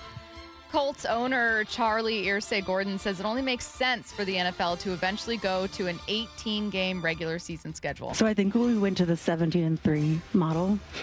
obviously since then we've been having that conversation because it's hard to remember and it's a little wonky, AFC one year, NFC the other. It's hard to plan for revenue, and you have one less home game and all of those things. So I think an even number would be nice to get to. And obviously, I think the preseason product, as far as we always are thinking about what is best for our fans, and the commissioner's been open that the preseason product isn't quite, what it used to be. And I still think the players need it, for some development if the coach actually plays them. I think she's saying what we all know, although the more owners come out and say, yeah, this makes sense, the more we just know what's happening. She said the preseason product isn't what it used to be. What did it used to be? Preseason is preseason. You got a bunch of guys who are probably not going to make the team, fighting for their lives. But I don't like the 18-game schedule if it narrows down preseason to 2 games. I don't make the Seahawks if I don't ball out in these preseason games. So I think of like the guy who's sneaking through the back door trying to make a squad like I did. It's unfortunate. But it feels like and looks like it's going that direction. Don't you think? I mean, yes, because I again, the starters that are playing those 18 games, the bulk of them are not playing those preseason games. So, which is also a trend that didn't used to be a thing. Not that that's recently started, but if you're talking about preseason back in the day, you used to see more starters in those games. So they're not playing anyways. Why do you need to sacrifice a preseason game? I get the argument. I also think that NFL teams would find a way to keep those. They're going to know, like, all right, well, do we believe in this guy or not? Yeah, but you don't know until you see them in live action. Maybe they pay even closer attention to, like, all right, we're going to get more guys, more snaps. We're going to organize a scrimmage with another team. We're going to do something. That's the route they're going to go. Is do those dual practices or whatnot. But no, I just feel for the guy who's on the bubble because I was that guy. And yeah, that's fair. Is he going to be able to make the squad off of some joint practices? And when during those joint practices, you're going to see more of the 1s and the 2s. Yeah. Like the 3s and the 4s are going to be sitting back there chilling. Getting back to the Mariners next. No, by the way, Bump, I'm very disappointed in you. I'll tell you why next. It's the biggest development yet since the Sonics left for OK. Wait a minute. You better watch your mouth, sunshine. One step closer. The NBA Board of Governors did vote yes to explore expansion here in Seattle. Stay up on the very latest on the NBA's potential return to Seattle at seattlesports.com. And the conversation continues on Seattle Sports and the Seattle Sports app. We are on a magic carpet ride. We know finding a company to trust with your home is a big decision and one we look forward to earning with incredible service, top quality products, and lifetime warranties. Adrian here, owner of Lake Washington Windows and Doors. Our windows are feature rich with our sound package that reduces noise by 50%, clean glass technology, and added protection with our exclusive First Guard 3-layer security glass. Learn more about all of these features at lakewashingtonwindows.com. Lake Washington Windows and Doors, a name you can trust. There's nothing better than having a big fish on your line. Make this the year you take that unforgettable fishing trip to Queen Charlotte Lodge. Time is running out for summer bookings. Experience a luxury resort and amazing fishing with your buddies, family, father, or son. King salmon runs, halibut, and lingcod are always plentiful. Book your stay at fishqcl.com and use code ESPN. Experience fishing first class. Experience fishqcl.com. Hey, it's Bob Stelton here, and let me tell you about one of the best decisions I've ever made in my life. That's when I went to K2 Vision for RLE. That's refractive lens exchange. Now, Dr. Kopstein started K2 Vision with Dr. King from King LASIK, the most experienced LASIK surgeon in the Northwest. King LASIK plus K2 Vision equals freedom vision for every stage of life. No glasses, no contacts, readers, or cataracts. Now, if you're somebody that struggles with distance vision and now you always need a pair of reading glasses, K2 Vision RLE could be your perfect permanent solution to spending your good active years not needing reading glasses. And here's the cherry on top. You never develop a cataract. Now, if you're somebody like me that had a pair of readers in every room of the home, in your car, you had to bring them into the restaurant with you. Otherwise, like me, you couldn't read the menu. That has all been rectified thanks to RLE. So whether it's LASIK, EVO ICL, or RLE, trust the most experienced team of doctors to recommend what's best for you. Schedule your free Zoom consultation today at K2VisionRLE.com. That's K2VisionRLE.com. Finding great candidates to hire can be like, well, trying to find a needle in a haystack. Sure, you can post your job to some job board, but then all you can do is hope the right person comes along, which is why you should try ZipRecruiter for free at ZipRecruiter.com/radio. ZipRecruiter doesn't depend on candidates finding you. It finds them for you. Its powerful technology identifies people with the right experience and actively invites them to apply to your job. You get qualified candidates fast. So while other companies might deliver a lot of hay, ZipRecruiter finds you what you're looking for. The needle in the haystack. See why 4 out of 5 employers who post a job on ZipRecruiter get a quality candidate within the first day. ZipRecruiter, the smartest way to hire. And right now, you can try ZipRecruiter for free. That's right, free at ZipRecruiter.com/radio. That's ZipRecruiter.com/radio. ZipRecruiter.com/radio. ZipRecruiter. This is Chris Davis with the Davis Law Group. Did you know that a pedestrian does not have to be crossing the street on a marked crosswalk to have a successful legal claim against the driver? Pedestrians can even be partially at fault for a collision and still have a valuable claim. Call us today for a free consultation or get my free book on pedestrian accident law at WashingtonAccidentBooks.com. That's Davis Law Group, better service and even better results. Home of your Super Bowl champion Seattle Seahawks. They are bringing the Lombardi back to the Northwest. Seattle Sports. This message comes from Viking, committed to exploring the world in comfort. Journey through the heart of Europe on an elegant Viking longship with thoughtful service, destination-focused dining, and cultural enrichment on board and on shore. With small ships that bring travelers closer to the destination, there's more time to explore. And every Viking voyage is all-inclusive, with no children and no casinos. Discover more at Viking.com. Oil isn't the only resource hit hard by global events. American farmers are sounding the alarm by fertilizer prices at planting season. Will this disrupt our food supply? Raising prices cause shortages? I'm not waiting to find out, and neither should you. Go to mypatriotsupply.com, get a 3-month emergency food supply. They'll include $200 worth of extra survival protein absolutely free. After serving more than 3 million American families since 2008, you can trust mypatriotsupply.com. Go to mypatriotsupply.com. Taxes was feeling so stuck. Sitting in traffic, squeezing into a parking spot, all to squeeze in getting tax help during your lunch break. Now Taxes is a TurboTax expert who does your taxes for you, while you go about your day getting real-time notifications about their progress and the most money back guaranteed. Now this is Taxes. Intuit TurboTax. See guarantee details at turbotax.com/guarantees. Only available with TurboTax experts. Real-time updates only in iOS mobile app. Progressive knows you want to get away, but not like too away. You crave the unknown, but also charcuterie boards with 4 types of cheese. And that's exactly why you bought an RV and bundled it with Progressive, because 24/7 protection is one luxury you'll never have to give up. So go ahead, explore the wilderness, all from the comfort of your zero-gravity camp chair. Switch to Progressive and protect your RV, boat, or motorcycle by bundling with your home or auto insurance. Progressive Casualty Insurance Company, affiliates, and third-party insurance. Not available in all states or situations. From the Quantum Fiber Studio. This is Bumpin' Stacy. Weekdays 10 to 2. On Seattle Sports and 97.3 FM HD2. This is what Brendan Donovan had to say on opening day about his first impression of T-Mobile Park. Yeah, I mean, the field's beautiful. The grounds crew did a great job. Opening day, it was really cool. Never come out from center field before. Had to carry a Trident. It's a lot heavier than I thought. So that was a nice surprise. But it was cool. I'm gonna call my wife after the game and see what she thought too. But the fans were really engaged. It was loud. Just a really cool night. There's a carpenter in the background. Let's talk about our first impressions of Brendan Donovan. When we talked about what we liked, disliked, and loved from the Mariners' first series, a conversation we're getting back to at 1 with some listener input, a thing that we all either liked or loved was Brendan Donovan and just how he looked in this opening series. I mean, a leadoff home run, we talked about it on Friday, obviously, with the opener on Thursday, but a leadoff home run on opening day, and then you kept seeing stuff that you really liked.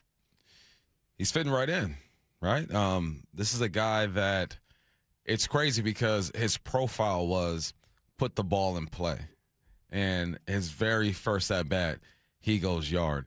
He's gone yard twice now, right? Yeah. So, no, it's funny to see or to view him a certain way and have him do the complete opposite. Like, no, I'm going to go yard twice. Yeah. I think he gives you exactly what we'd all been wanting and complaining about for a few years, which is, okay, you can't just have one or two guys that you really like and then not supplement that roster with other really good pieces. And now you look at a team that is near the top of the league right now in home runs, and Cal and Naylor don't have one. Julio, does Julio have one? Did he already get one? No. Cal, Julio, and Naylor haven't done a ton of anything, and you're still hitting home runs. That's what it looks like when you get complementary pieces, and Brendan has absolutely been one of them. Here's what Dan Wilson said about Donovan on Sunday. He finds a way. I think his uniform's dirty every single night. And that just shows you the type of player he is, and just how much of a gamer he is. He's going to leave it all out there every single night, and that's not only a testament to what he does, but it also is something that the clubhouse appreciates and respects, and he's a player. Uniform's dirty every night shows you what a gamer he is. Or does it show you how often he falls down? It could be one of He's either. getting dirty. No, he's a gamer for sure. It's been really cool to watch him be implemented into this team. I used to, when I was in high school, I had a teammate who never played. He never played. Why? This wasn't good enough. Oh, got it. I thought it was like he didn't like us. No, he just never played. At the end of each game, he would run and slide on his stomach to get his jersey dirty. Oh, I respect it. Yeah, I respect it too. Yeah. What's funny? I'm looking at early stats. These mean nothing, right? I'm looking at home runs. Mariners got 8, second in the game right now. Runs batted in 21, third in the game right now. Strikeouts 47, quality stars 3. I love this time of the year when the squad is balling because it's like these are fake stats. You know what I mean? Like this can be who they are, but we don't know if this is really who they are. They're fake stats, but I really like I said, that this is where they are. We're only 4 games into the season. I get it. I shouldn't even need to say we're only 4 games in. Like, we all just universally understand this. However, I mean it in that there is no doubt in my mind that Naylor, Julio, and Cal will have good seasons. That they haven't yet and everyone else is contributing is a good thing. Mm-hmm. I don't want to not be able to read into that. I'm not going to read too much into it, but I'm going to take a little bit of something from it because that was one of your goals. One of your goals is like, hey, our pitching's going to be better. They're going to be healthier. And, hey, all the pieces around our core guys, they're going to contribute too. We're not just going to, throw in a platoon at 4 different positions here because we don't want to spend. No, we're going to add pieces all over the lineup, and it's going to be deep, and you're seeing that. And it's with Cal getting a single and a double, and, Julio and Naylor not being able to do much of anything either. You know what I'm going to ignore, though? Strikeouts. Oh. Fourth most in the game right now. Byproduct of power. I'm going to ignore that. Strikeouts. But no, you're right. This team has produced some runs without your big dogs being big dogs, so that is encouraging. Donovan, a guy who you expect us to put the ball in play, going yard. We like that. Dom starting off the season hot like the way that he's been. We like that. And the rotation. We got to see Emerson Hancock. It's opportunity. We see guys get opportunity and taking advantage of it. Speaking a little bit more about what Brendan Donovan brings, I liked this from Jason Benetti this morning on Brock and Salk. I love Brendan Donovan for this team. I think it's a really good get. I think his level of care about the really small things in baseball is enormous for this team. And I said it last night, but the Cardinals couldn't have used him like the Mariners can use him. And I just think he's got a little bit of that, forget you sort of in him about the game of baseball. You know who that kind of sounds like? Who? Josh Naylor. Yeah. I was talking so much this offseason about how I can't wait to get a full season of Josh Naylor, especially, outside of just the final 3 months of the season, because it feels like he brings an edge. He brings an edge and a competitiveness, sometimes a fieriness, and like a really high baseball IQ. And it's so cool to have that. And I didn't know a ton about Donovan. I knew of Brendan Donovan. We all knew of Brendan Donovan. We talked to Michelle Smallman about him, and she was just like glowing praise about the kind of person and the kind of player he is. And maybe I should have been paying more attention to like, oh, how nice to have two of that guy. Yeah. Bring more fieriness. Way more what? Bring more fieriness and competitiveness. No, I like his intensity. If you intensity, that's a much better word. You look at his headshot, it screams intensity. Staring you down. Yeah. I saved just a split second because I did want to tell you why I'm really disappointed. Did you already tell Matt and Curtis what you did? It's not official. It's not official. So I'm just saying, you were bragging about being able to find the games. Yeah. Why might you have had to find the games? Oh, because you weren't watching on TV. No. He was watching on TV because he was at the game. Michael Bumpus can't be at the game. He's already lost his media credential. Wow. And we're going to be there on Wednesday. Will we? Maybe it'll just be the Stacy Show. Arlene! You're going to get in so much trouble. She hooked me up, though. She gave me a day pass, so I got in. It's not official. How far could it have gone? I think it's somewhere. It's either in my truck or in my spot. But Bump, are we going to hit the air Wednesday? Are you going to be there? I'll be there. I might have to sneak in, but I'll be there. Calling from the parking lot? What's jacked up, like this has been since I was a kid. I lose stuff. I lose. So when my kids will lose stuff, and I can't even get mad at them. I'll be like, yeah, got that for me. What are you going to do? Got that for me. What we liked, loved, disliked from the Mariners' first series coming up next. It's the biggest development yet since the Sonics left for OK. Wait a minute. You better watch your mouth, sunshine.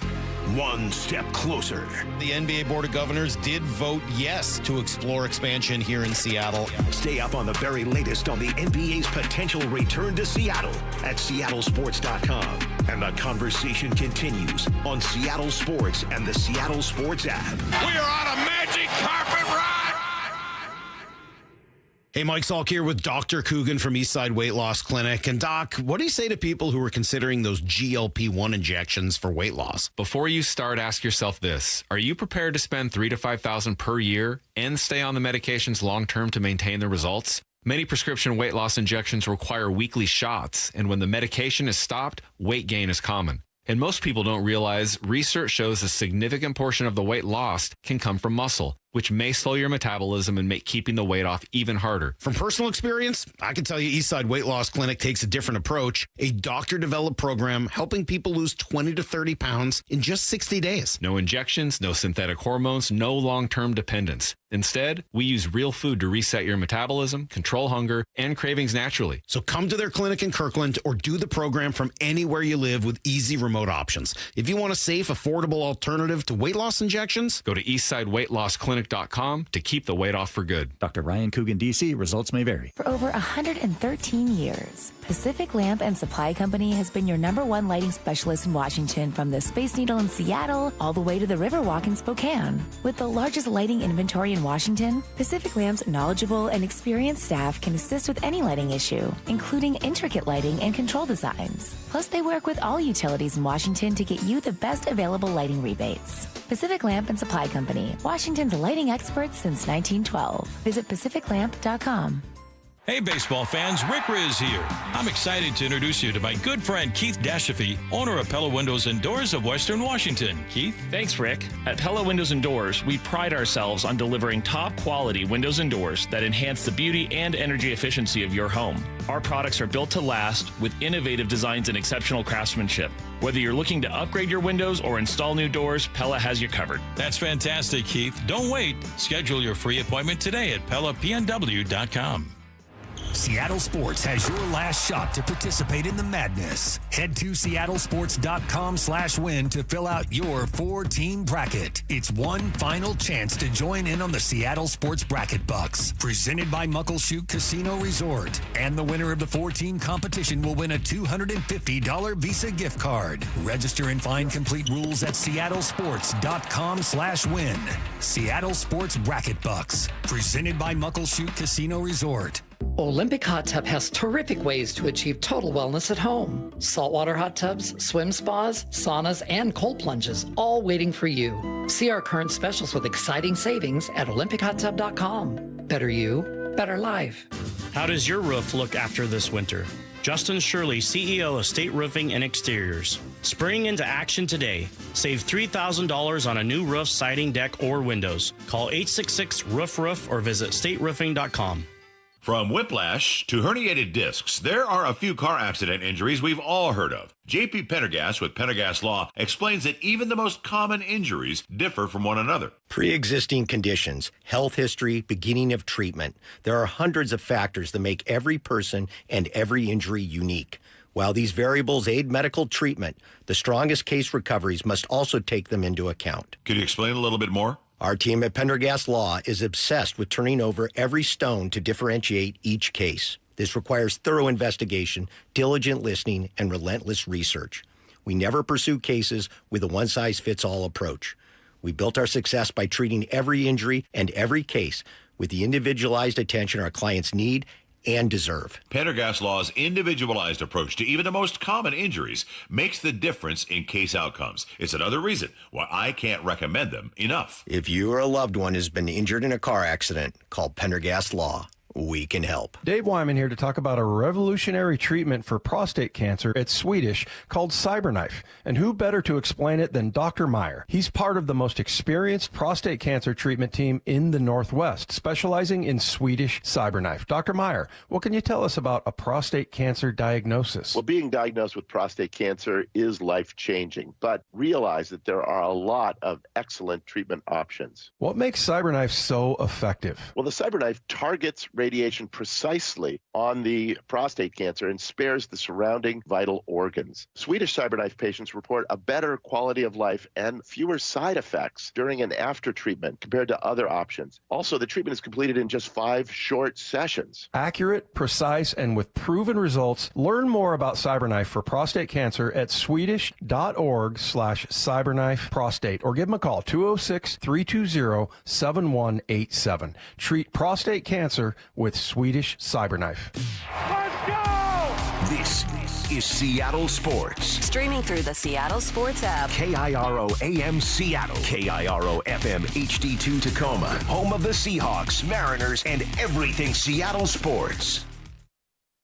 Seattle Sports Snapshot. Odell Beckham Jr. remains a free agent and could land back in a familiar spot. New Giants head coach John Harbaugh told reporters today he'd be open to signing Beckham Jr. Quote, "We've maintained a really great relationship," Harbaugh said. "He's one of my very favorite people in the world." The Mariners open a series against the Yankees tonight at 6:40 p.m. Luis Castillo on the mound, 5:30 p.m. pregame right here on Seattle Sports. Snapshot, brought to you by Miller Lite. When it's game time, it's Miller time. From the Quantum Fiber Studio, this is Bump and Stacy on Seattle Sports. Streaming through the Seattle Sports app and at seattlesports.com. Now, here are your hosts, Michael Bumpus and Stacy Ross. Here we go now. What we liked, disliked, and loved from the Mariners' first series. I shouldn't need to constantly say it's only one series, but I am going to say it. And that I also mean it this way. It's okay to talk about what you liked, loved, and disliked. It doesn't mean you're making some huge declaration about the season or about a player. It's okay to just talk about what was pretty cool to see. For instance, I thought it was pretty cool to see Emerson Hancock going 6 no-hit innings. 1 ball, no strikes. Here's the pitch to Quan. Swung on, hit hard on 2 hops, right to second base. Cole Young has it.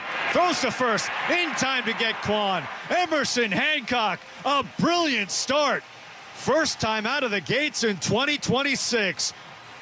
Magnificent today. 6 scoreless innings, a career high 9 strikeouts for Emerson Hancock. In fact, I think starting with what we liked, the starting pitching overall looked really solid. I know that Gilbert didn't go through 6, and it was one thing that people were complaining about him last year, and I get it. But he went through 5 1/3, 3 earned runs, 7 strikeouts, 9 strikeouts for Wu. A great day as well, just 1 earned run for Kirby. It's a good way to start the season. Yeah, it is. You want to see your strength come out and look like exactly that, right?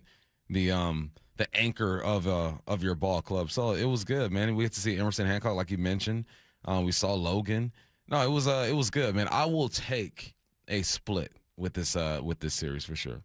Text your answers, what you liked, maybe what you loved, what you didn't like. 866-979-3776. Bump, what's something else you liked from this opening series? What did I like? I liked the production from the other guys, right? From Dom Canzone, from Cole Young. Dom is not an other guy, but we wanted to see, what he's going to look like. No, that's what I appreciated the most, honestly, is that you got production from guys that you're not leaning on because you want to see them pop every now and then. So we saw exactly that. 360, I like that they answered the question, how are they going to replace the power they lost? I don't like that they didn't answer the question about whether the pen is deep enough. Yes, but one thing I'll say about that last one, if it's influenced by Friday's game, is I think there were just some bullpen decisions that probably wouldn't be made exactly that way in a postseason game. That's just kind of like, because I like the bullpen overall. I don't think we've seen quite enough of it, but I think that was like an order of bullpen type decision. Interesting, though, 360. I'll table that one, get back to it. Curtis, what about you? What did you like or what did you love from this opening series? Well, I really liked from this opening series. To me, it was great to see the starting pitching, not just Emerson Hancock. He was great. 6 no-hit innings, sure. But Brian Wu, 6 strong, 9 Ks. George Kirby, 6 strong, 6 Ks. Logan Gilbert left with the Mariners tied through 5 1/3 innings pitch. Great to see 4 guys get off to a really good start to the season. And then you got Luis Castillo tonight. It was interesting when we all kind of saw the rotation set up. At the start of the season, it was kind of like, why is Emerson Hancock going game 4 and Luis Castillo going game 5? Everybody views Hancock as the number 5 guy, but it makes a lot of sense, especially with the Yankees coming to town tonight. You're going to have a much better option in game 1 in Castillo than it is with Hancock there. But, yeah, no complaints whatsoever from the starting pitching. Would like to see more out of the bullpen. I thought, Saturday's game got away from them, but all in all, pitching has more than met the moment so far. What'd you guys think of our first glimpse of ABS in action during a regular season? Loved it. Me too. Love it. I think I guess I can understand if people were not, if there is a crowd that isn't excited about the ABS, they kind of want to keep, the Blues doing their thing, but why not get it right? No, I loved it. And I'm interested to see the different approach when it comes to that, like how people call, like Randy did it in a way that was like, yeah, you're wrong. You know what I mean? I don't think you're supposed to. It was disrespectful, looking like, yeah, you're wrong. No, and I like that because now the umps, they just got to eat it. Like, yeah, I got this one wrong. That's what I'm saying. The only person that doesn't like it is it's one of 2 people. One, someone that just doesn't like a change in a product they already like. Fine. That's your opinion.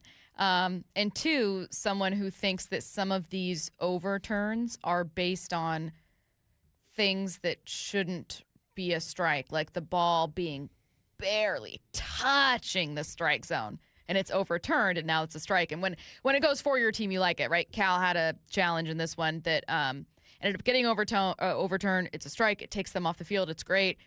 Barely touching the strike zone. There was an even more, I think some people felt, egregious strike that was a ball call overturned, called a strike in an Orioles game.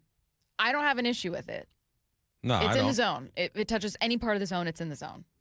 No, you only don't like it when it's against your team. I have no problem with it. Let's just let's get it right. Let's be efficient, and let's use the technology to our advantage, or sometimes your team's disadvantage. So what? I'm all for the ABS. What we loved.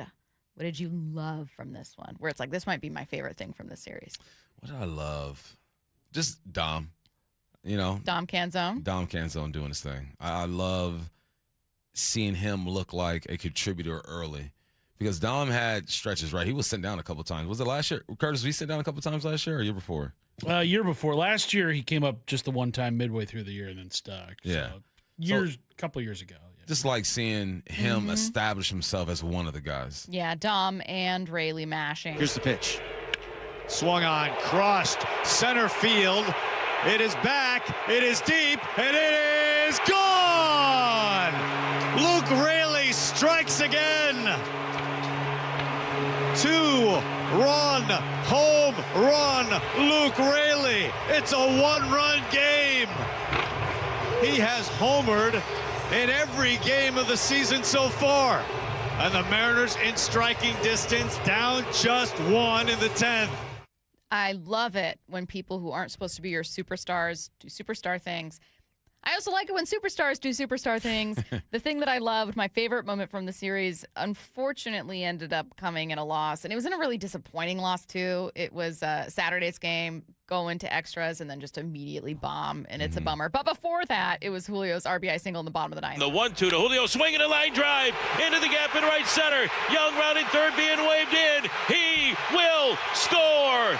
Mariners down to their final strike, yet tie the game at 3-3 here in the bottom of the ninth inning on an opposite field single off the bat of Julio Rodriguez. What an at-bat. That's just fun baseball. That is an objectively clutch moment. Yeah. And it's a bummer because it happens in a game they lose, and it's a game that you immediately want to flush. You go into extras, you immediately give up 3 runs, you're done. You're over this game. It's a bummer. But they end up pitting 2 on, so it's like, God, if you just wouldn't have allowed 3. But down to your last strike, and here we are with Julio, who is like cool-ish to start the year. It's not like he's like super hot or anything to start. But these are the types of moments that he's been critiqued for not meeting. And it was just fun. A Rosa Reina's out there. Like, it's just it was a fun moment. I really liked it. I was standing. I was like walking in my kitchen when this was happening. And so it was just immediate like running back over to be like, wait, what happened? Yeah, I enjoyed it. It was my favorite moment from the series. No, I loved it. It's cool to see Julio be relied upon and for him to show up. Yeah. All right, there are going to be times where he doesn't. That's just athletics. That's sports. Things are going to happen like that. But for him to have his first moment of the year to show up and come through clutch, I think in the back of his mind, that's going to stick. And this is what athletes do. Is like you put those moments in the memory bank. So then when you get in these situations again, the moment isn't too big. So yeah. Good for Julio. All right, so we've got bombs from Dom and Luke. We've got Julio coming up clutch.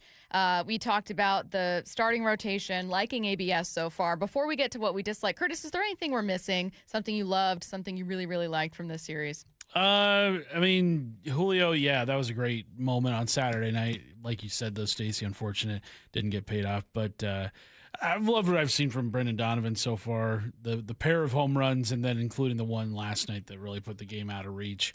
And put it out of reach early, the 3-run shot, making it 4-0. Mm-hmm. You can't be mad at what Donovan has given you so far to start the season. He's been as advertised. Let's go to what we disliked with, again, the caveat of it's 4 games. But I don't love that some of the players that we're all most excited to see, Cal, Julio, and Josh, didn't really do much of anything. Now, as the game progressed, obviously I mentioned that clutch single from Julio. There was a double from Cal to send in another run, and he ended up getting another single, so he's got 2 hits. And then you're just waiting for Naylor. I have no doubt these guys are going to have amazing seasons. I'm also impatient to see them start, which is not how baseball should be viewed, but here we are. Yeah, Naylor's batting zeros. Well, so is Tiger Woods. But no, look, he's still got on base, 3 or 4 times this series. I'm not worried about him, but yeah, you want to see your guy come out there and have success early, especially after coming off of the WBC where he got some reps right there. I'm not worried about it, but no, obviously you want to see Josh Naylor do his thing. But like you mentioned, oh man, are we gonna say this? Keep saying this? It's early. It's early. No, I think we just drop it. Like, it's early. Yeah. I think it's like I'm leaning into it. If you're ready to text in and go, what are we complaining about? I'm just gonna say, man, do you want us to not talk about baseball until June? No. You're watching this game with your friends. Yeah.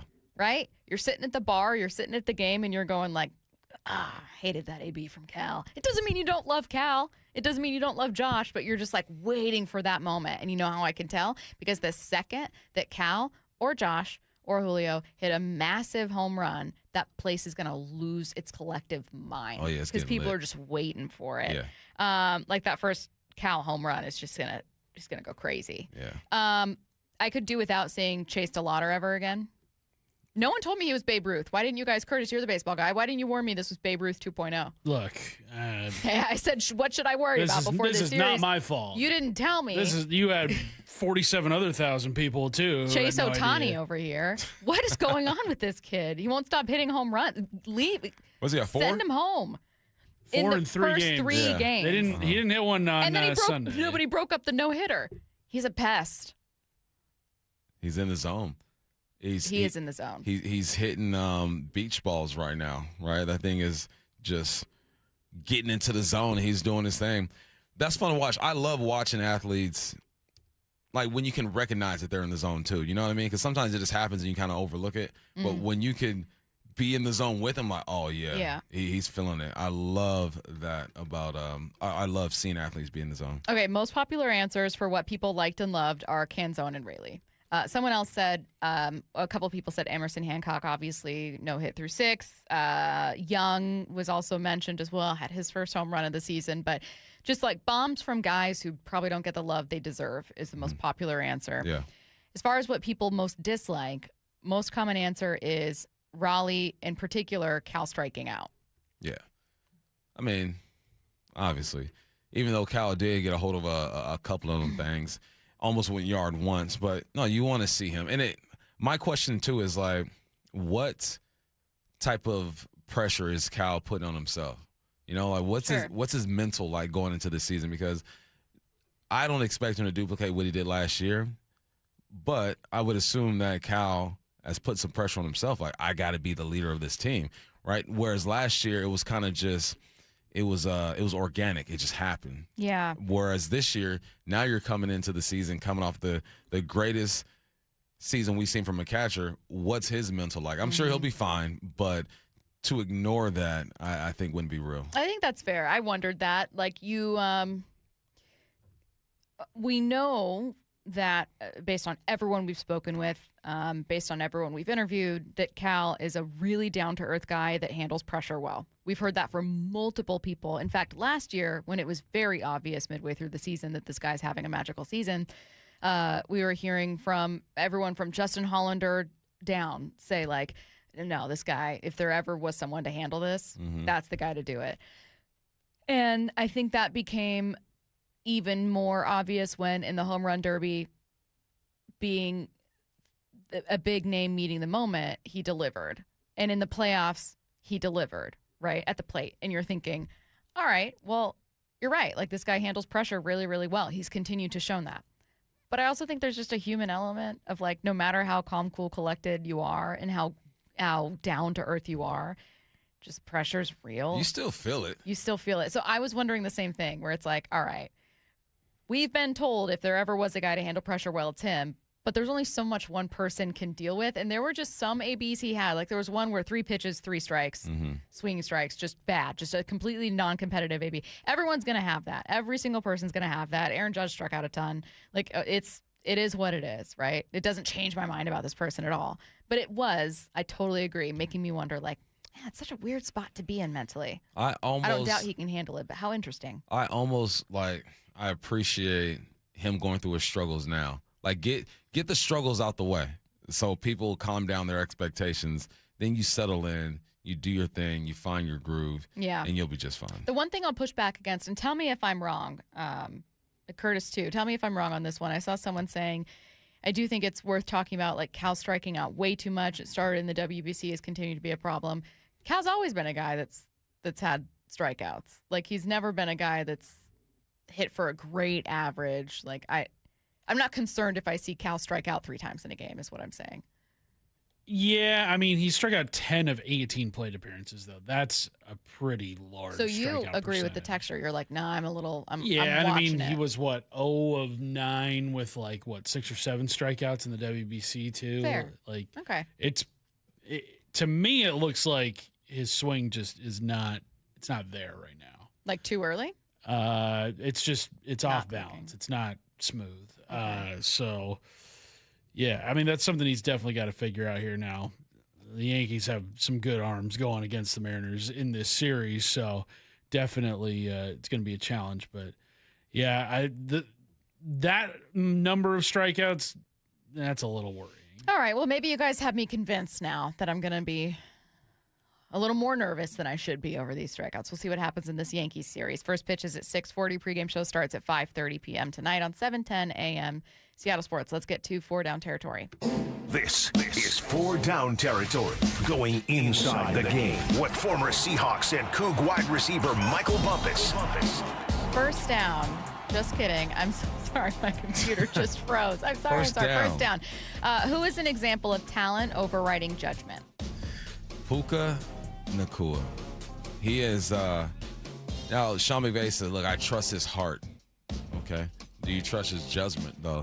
That's what's I am concerned with Puka. I think that sometimes you get caught up in situations, right? You're hanging out with your boys, you're doing things you probably shouldn't do, yet how do I Puka in general is, I feel like to his core, he might be a good dude.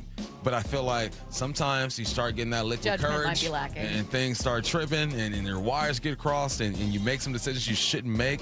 But the Rams are going to pay this dude. They have to pay him. Mm-hmm. It's almost like you're watching a car wreck and you're going to go, well, I still have to pay him. I still have to do this. So I'm just concerned, man. I want Puka, man, get your life together. I hope it all works out for you. And maybe the allegations are false. Who knows? We'll figure out more as this goes along. But I'm just looking at what the Rams have to do. They're in such a tough spot because they know that this guy is talented, but they've also seen his behavior off the field kind of put him in some weird situations. So he is the perfect example of talent overriding judgment. Like, if this was any other dude, they're not signing him. They're kicking him off the team. He's done. But because he went for 1,700, 1,600 yards last year, they're like, we have to pay this dude. Yeah, I don't know if we trust him. I like the way that you said it earlier, which is how many times has JSN been in TMZ? I was like, yeah, you're right. Because it's whatever your ruling as even a Rams fan might be on, like you can be a Rams fan and be like, oh, this guy's a gamer. I love this guy, though. Yeah. It's just been like, 2 bad mistakes. Okay, but we're talking about, $40 million a year for someone. Like, when you're talking about investing that much money, you do kind of want someone to have pretty perfect PR. Mm-hmm. And so that does require a level of sacrifice that whatever is going on with Puka, he's clearly not quite making. Yeah, so maybe he will. Puka. I don't know. Come on. Second down. What has Coach Macdonald said that has you intrigued? He keeps talking about this running back room, and he sounds extremely confident.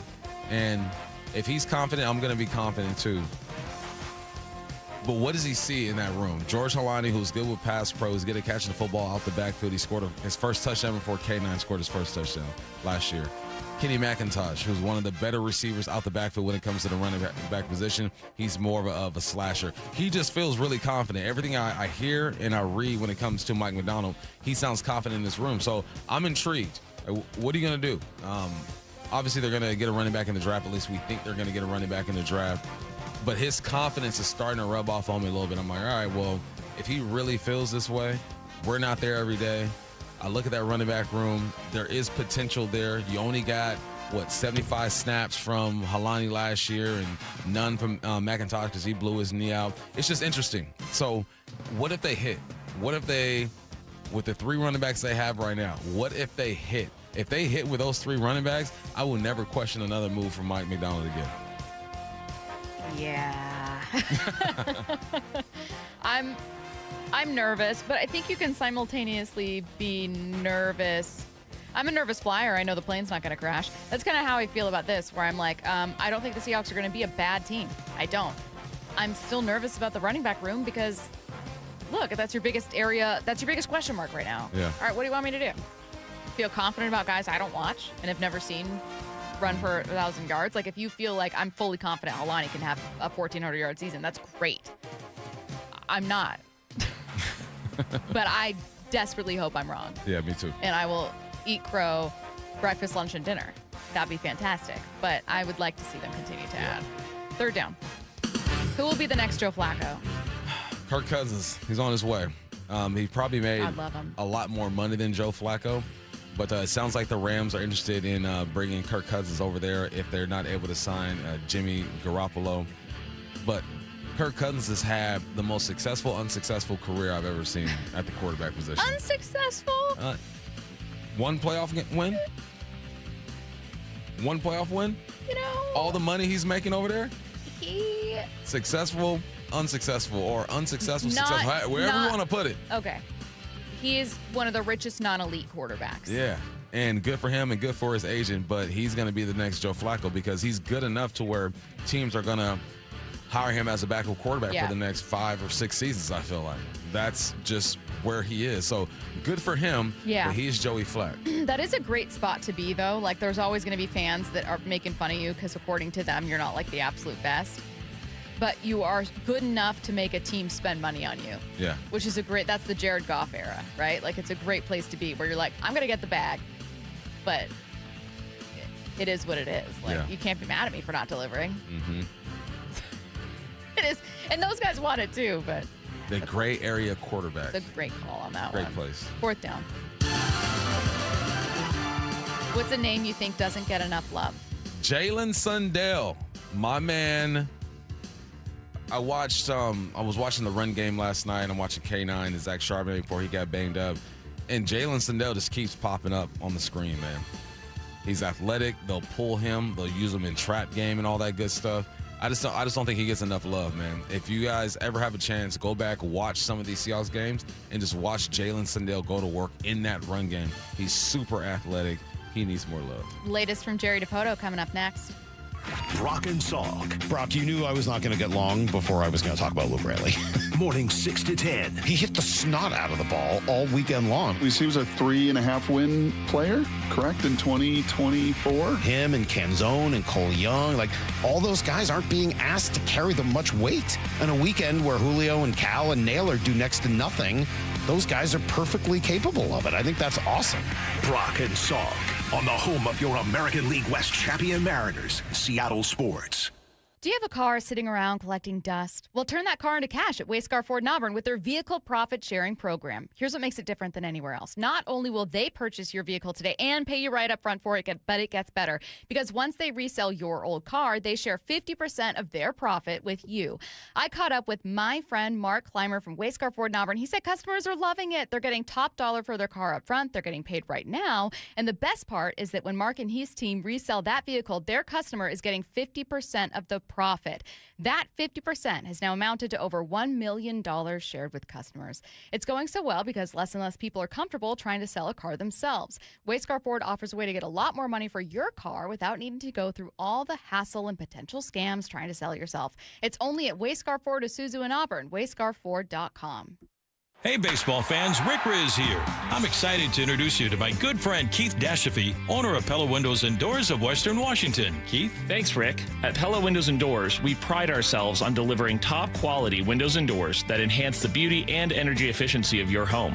Our products are built to last with innovative designs and exceptional craftsmanship. Whether you're looking to upgrade your windows or install new doors, Pella has you covered. That's fantastic, Keith. Don't wait. Schedule your free appointment today at PellaPNW.com. By texting 64,000, you agree to receive recurring automated marketing messages from IQ Bar. Message and data rates may apply. No purchase required. Terms apply. Available at eatiqbar.com/policy/terms of service. I've got good news and bad news. Here's the bad news. Most protein bars are packed with sugar and unpronounceable ingredients. The good news? There's a better option. I'm Will, and I created IQ Bar plant protein bars to empower doers like you with clean, delicious, low-sugar brain and body fuel. IQ Bars are packed with 12 grams of protein, brain nutrients like magnesium and lion's mane, and zero weird stuff. And right now, you can get 20% off all IQ Bar products, plus free shipping. Try our delicious IQ Bar sampler pack with 7 plant protein bars, 4 hydration mixes, and 4 enhanced coffee sticks. Clean ingredients, amazing taste, and you'll love how you feel. Refuel smarter, hydrate harder, caffeinate larger with IQ Bar. Now you can get 20% off all IQ Bar products plus free shipping when you text radio to 64,000. Text radio to 64,000 to get your 20% off. That's radio to 64,000. By texting 64,000, you agree to receive recurring automated marketing messages from Real Success. Message and data rates may apply. No purchase required. Terms apply. Available at ourrealsuccess.com. Do you want to learn how to make money flipping houses and acquiring rental properties right here in Seattle without using your own money? You'll learn to flip houses and secure rental properties in your spare time to get on track towards real wealth building. We're offering a handful of motivated individuals the opportunity to attend our workshop right here in Seattle for free. That's right, we'll give you 2 free tickets when you text INVEST to 64,000. Seattle is the perfect market to flip houses and build rental income. Don't miss this opportunity. Come to a complimentary live 2-hour workshop next week right here in Seattle and learn how to start making money flipping homes and building long-term wealth with rental properties. To get 2 free tickets, text INVEST to 64,000. Text in the next 10 minutes and registrants will also receive a free copy of our Funding for Deals guide. Text INVEST to 64,000 for 2 complimentary tickets. Text INVEST to 64,000. Home of your Super Bowl champion Seattle Seahawks. They are bringing the Lombardi back to the Northwest. Seattle Sports. This is the story of the one. As a procurement manager for a hospital system, she keeps every facility in her network stocked and ready. That's why she counts on Grainger to be her single source for thousands of products, from disinfectants to lighting, air filters, and more. And with fast, dependable delivery, Grainger helps her keep every facility stocked, safe, and running smoothly. Call 1-800-GRAINGER, click Grainger.com, or just stop by. Grainger, for the ones who get it done. You could file your taxes on a basic free service, which is fine. But are you okay with fine? Because when it's your money on the line, do you really want to guess if you missed a credit or hope the math is right? Get the confidence of TurboTax for free right on the Intuit Credit Karma app. Free Fed and free state for simple 1040s only. Around 37% of filers qualify. See details at turbotax.com/free. No schedules except for EITC, CTC, student loan interest, and Schedule 1A. When you're hiring, have you ever felt like you're missing out on meeting truly great candidates for your roles? It seems impossible to find them, but they have to be out there somewhere, right? Well, they're not hard to find when you know where to go, and that place is ZipRecruiter. And right now, you can try ZipRecruiter for free at ZipRecruiter.com/radio. ZipRecruiter helps 10 million people with their job search every day. And because these people are actively looking for jobs just like yours, it's easy to find the right person right away. In fact, 4 out of 5 employers who post on ZipRecruiter get a quality candidate within the first day. But if you're not using ZipRecruiter, you're missing out. So see what it's like when the impossible is easy. When you go to ZipRecruiter.com/radio right now to try ZipRecruiter for free. Once again, that's ZipRecruiter.com/radio. ZipRecruiter.com/radio. Never miss out on great candidates with ZipRecruiter. From the Quantum Fiber Studio, you're listening to Bump Stacy. Weekdays 10 to 2. On Seattle Sports and 97.3 FM HD2. Coming up in 15 minutes, it's What I Need to Know. So get your questions in now. 866-979-3776. Again, 866-979-3776. Collecting those questions, any question over the next 15. Right now, let's talk about Jerry Dipoto on with ESPN Radio previewing this Yankee series. We got out of the chute. We've done a good job of finding our way on base. We've done a poor job of hitting with runners in scoring position. And, you know, what I do know about the Yankees, they're unforgiving in those moments. Mm-hmm. They've got big strikeout stuff. We have punched out a little bit too much. And you know, when you face the Yankees, there is an elevated sense of urgency anytime you face them. They are really historically one of the best teams in baseball year after year. And if you can't figure out a way to generate energy to get into a 3-game series with the Yankees, I don't know how you're wired. Our guys will be energized. All right. So Seattle Mariners, 44 strikeouts to start the season. 4th in MLB behind the A's, Guardians, and Angels. And then, as Jerry notes, the New York pitching staff also generates a lot of those strikeouts. So a weakness meeting a strength. You have a sense of urgency anyways, Bump, because, look, you're trying to win a World Series, okay? This is another playoff team. You want to look good. And, look, I'm going to be honest. I think there's a petty part of me that also wants the Mariners to just look better in a broadcast where Yankees fans are going to be watching, like rooting for Cal to look horrible and Judge to look great. Like, you just know that that's going to be a thing. So, yeah, I would love for any time to stick it to the Yankees, but especially early. Why not? Coming off a great series against the Giants, they are. But, yeah, what'd you make of Jerry Dipoto saying, like, look, there's an elevated sense of urgency wanting to play well against a contender, but also kind of do improve with something that's an early weakness. Yeah, whenever you play against a team that's considered to be elite, you want to look a certain way. Like, even if you lose a couple ball games, which you probably are, right? You'll lose one or two, maybe. Maybe they sweep them. Who knows? Not if you're a good team. Maybe, who knows? Hey, the Dodgers won the World Series and won, 3 or 4 more games than the Mariners last year. You know what I mean? Like, you're going to go through it, but you want to feel like your team is capable of stepping up to the challenge and swinging with the big dogs. So, yes, I'm with that. I'm with that. And I hope that Cal gets out of his slump. Hope that Julio's like 1 for 15 or something like that. I hope that he gets going. Mm-hmm. But it's early, but it's still a measuring stick. But you're going to take more from wins than losses, though, because you're going to say, all right, well, if you win, we can hang with them. If we lose, all right, we're still figuring some things out.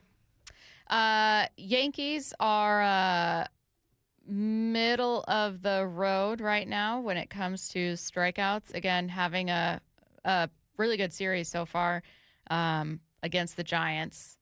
Guess which team has the fewest amount of strikeouts without Toronto. looking? That's your guess? Yeah. Curtis, guess which team has the fewest strikeouts right now? In all of baseball? All of baseball right now. Fewest strikeouts. The Reds? Dodgers. It's the Dodgers. Yeah, it's the Dodgers. Toronto's 28, though. The Reds are 9th. So, again, maybe a look at, like, it's not always gauging, like, something to be overly concerned about yet, but you guys are right. You guys have kind of convinced me over the last 20 minutes. I was like, nah, I'm not too worried. Comes with power. They're getting home runs. I'm not panicking. And then we have you and Curtis and Jerry Dipoto going, nah, I don't like seeing it. Well, and it's not the amount of power that the Mariners have been generating. It's kind of like who has been generating it. Where it's kind of like, is this sustainable? Or is Dom Canzone, or will Dom Canzone and Luke Raley be the biggest suppliers of offense for your team throughout the entire season? I'm going to guess no. I feel pretty safe in making that guess. So now it's kind of like, if those guys cool off, where's that offense going to come from? And what's cool is the Seattle Mariners pitching staff has generated the second most strikeouts. Okay. There's that. All right. Okay. So you're still packing a counterpunch there where your pitching staff is, solid to start the season. But yeah, it's I hate to say an early test because, everyone has a lot of faith in both of these teams to be very much a part of the American League playoff conversation come September, but an early test. I stamp it. It is an early test. No, it is. And it should be embraced. My buddy texted me. He said the atmosphere at T-Mobile Park was just electric. So, yeah, keep the vibes up. Like, we're going to be able to not, like, kind of figure out it's early. Try to figure out exactly. When do we stop saying it's early? I don't know. June? Yeah. But you get to size yourself up. And that's what you want, though, too. You want to be able to look at a team that's projected to win 90-plus games and have the star power that they have and feel like you're able to step into the ring with them and throw your hands. So, yes, it's going to be a test. And what was it? Remember when we first signed Castillo, and Castillo's first start was against the Yankees, I feel like, in the Bronx, I want to say. And the feeling, right, just being able to compete with some of the best, it reassures the fan base. So you could lose this series, or is it 3-game or 4-game? 3, right? 3-game series. 3-game. All right, you could lose this series but still feel good about your team walking out of here. Sure. All of this being said, so we just heard that come from Jerry Dipoto. We just talked about where these two teams are right now after the first 4 games of the season. What are you watching for? Maybe the answer is now obvious, but what are you watching for in this series against the Yankees? You guys can answer also by text, 866-979-3776. Bump, I can guess, but what or who will you be watching for closely in this 3-game series against the Yankees? All right, pick one. It's Cal or Julio. Sure.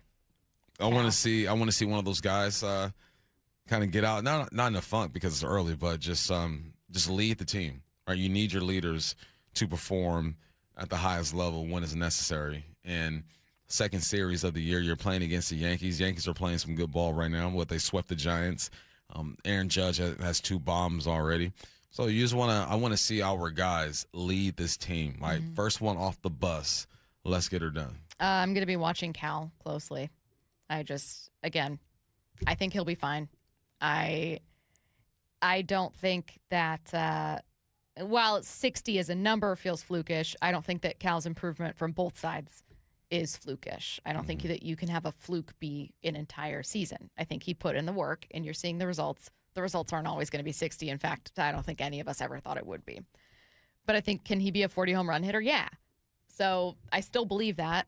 That being said, tough start to the season. There have been some non-competitive appearances he's had where you're just like, look, you want a challenge. I know what you care about. You're catcher first, defense first kind of guy. But I don't know, man. It's just, how do you not watch Cal? How is that not who you're watching in this series, especially knowing Aaron Judge and the Yankees are on the other side? No, that's his profile now, right? Yeah. Everything's amplified. Everyone's going to be looking at his ABs and seeing where he's at and what he does. I mean, we've been doing that for Julio. Damn, this is Julio's 5th year? Right? Yeah, debuted at 20. 5th year? Goodness gracious. So we've been doing that with Julio forever now, and Cal has finally entered that realm. So, yes, the pressure and the expectations are deserved and earned. Julio, says Pete, looking for Julio not swinging low and away. I know, and it just getting base hits. That always gets him, that low and away. Look, he ain't never seen a low and away he didn't like. Sometimes, we make the same bad choice over and over. And that's Julio low and away. He'll figure it out, though. It gets the best of us. Let's see. He said, I'd take Julio batting around 300 over hitting 30. Yeah, I'll take Julio batting over hitting over 300. You Absolutely. Think? But I get what you're saying, Pete. I totally get what you're saying, and I agree with you. I still want those 30-plus home runs, though. What else could I be watching for in this one? Continued production from your starters. We, over the offseason, talked about, hey, what if the answer to replacing home runs lost from Polanco or Cal or whoever isn't just home runs gained somewhere else, but is also like your pitching being even better. So I think in staying consistent with that, watching pitching for sure. Especially against these bats. First look at Castillo this year. So let's see what he looks like. Very cool to see. All right, get your questions in for what I need to know. Any question, text it now. 866-979-3776. That's next. Wyman and Bob, every afternoon at 2. I come into this with a lot more confidence. I know who this team is. I know who this management is. I know what they're going to do. Much higher expectations of this team. Yeah, no question. I just feel like we talked about this during spring training, that there's some question marks, but there's no holes. There's no excuse not to make the playoffs. Yeah, that's an absolute expectation, not a hope. Wyman and Bob on the home of the American League West champion Mariners, Seattle Sports. Hey, Brock Hewitt here with my buddy Dave Taylor from First Mark Insurance. So glad, so thankful that Molly and I made the call. Had heard so many First Mark Challenge victories, we needed to take that challenge. What does happen from your perspective when that caller, when that email, when that person reaches out to you for a First Mark Challenge victory? That's a great question. So there's several steps we go through in the process. The first step is we're going to gather information, find out all we can about that client and what their needs are. The next step is we will go out to the market. We have dozens and dozens of carriers that will compete for the business. At the end of that process, we will then bring those findings back to the customer, show them what we found, and who the eventual winner was in that competition. And it may be who they're with. It might be, yes. And sometimes that's the best we can do is recommend they stay where they are, but maybe modify a few coverages to put them in a better position. So go take that challenge today. Go be the next First Mark Challenge victory. It costs you nothing, and they will be there with you every step of the way. FirstMarkInsurance.com. FirstMarkInsurance.com. Home is more than a place to live. It's where the best of life unfolds. where possibility sparks, where community grows, where lives take shape. At the Master Builders Association of King and Snohomish Counties, that belief drives the work our builders, remodelers, and tradespeople do every day. Because when we build more homes, we're building so much more than housing. We're making room for what matters most. Learn more at roomforwhatmatters.com. At Big Trees, you don't have to shop alone. Certified arborists are available to help you choose the right trees for your yard. Plus, each tree Big Trees installs offers a 1-year warranty and a free aftercare visit from our board-certified arborists. Come visit the nursery, no appointment necessary, and see our wide selection of species. You'll find the perfect fit for your landscape needs at Big Trees in Snohomish, or visit us online at bigtreesupply.com.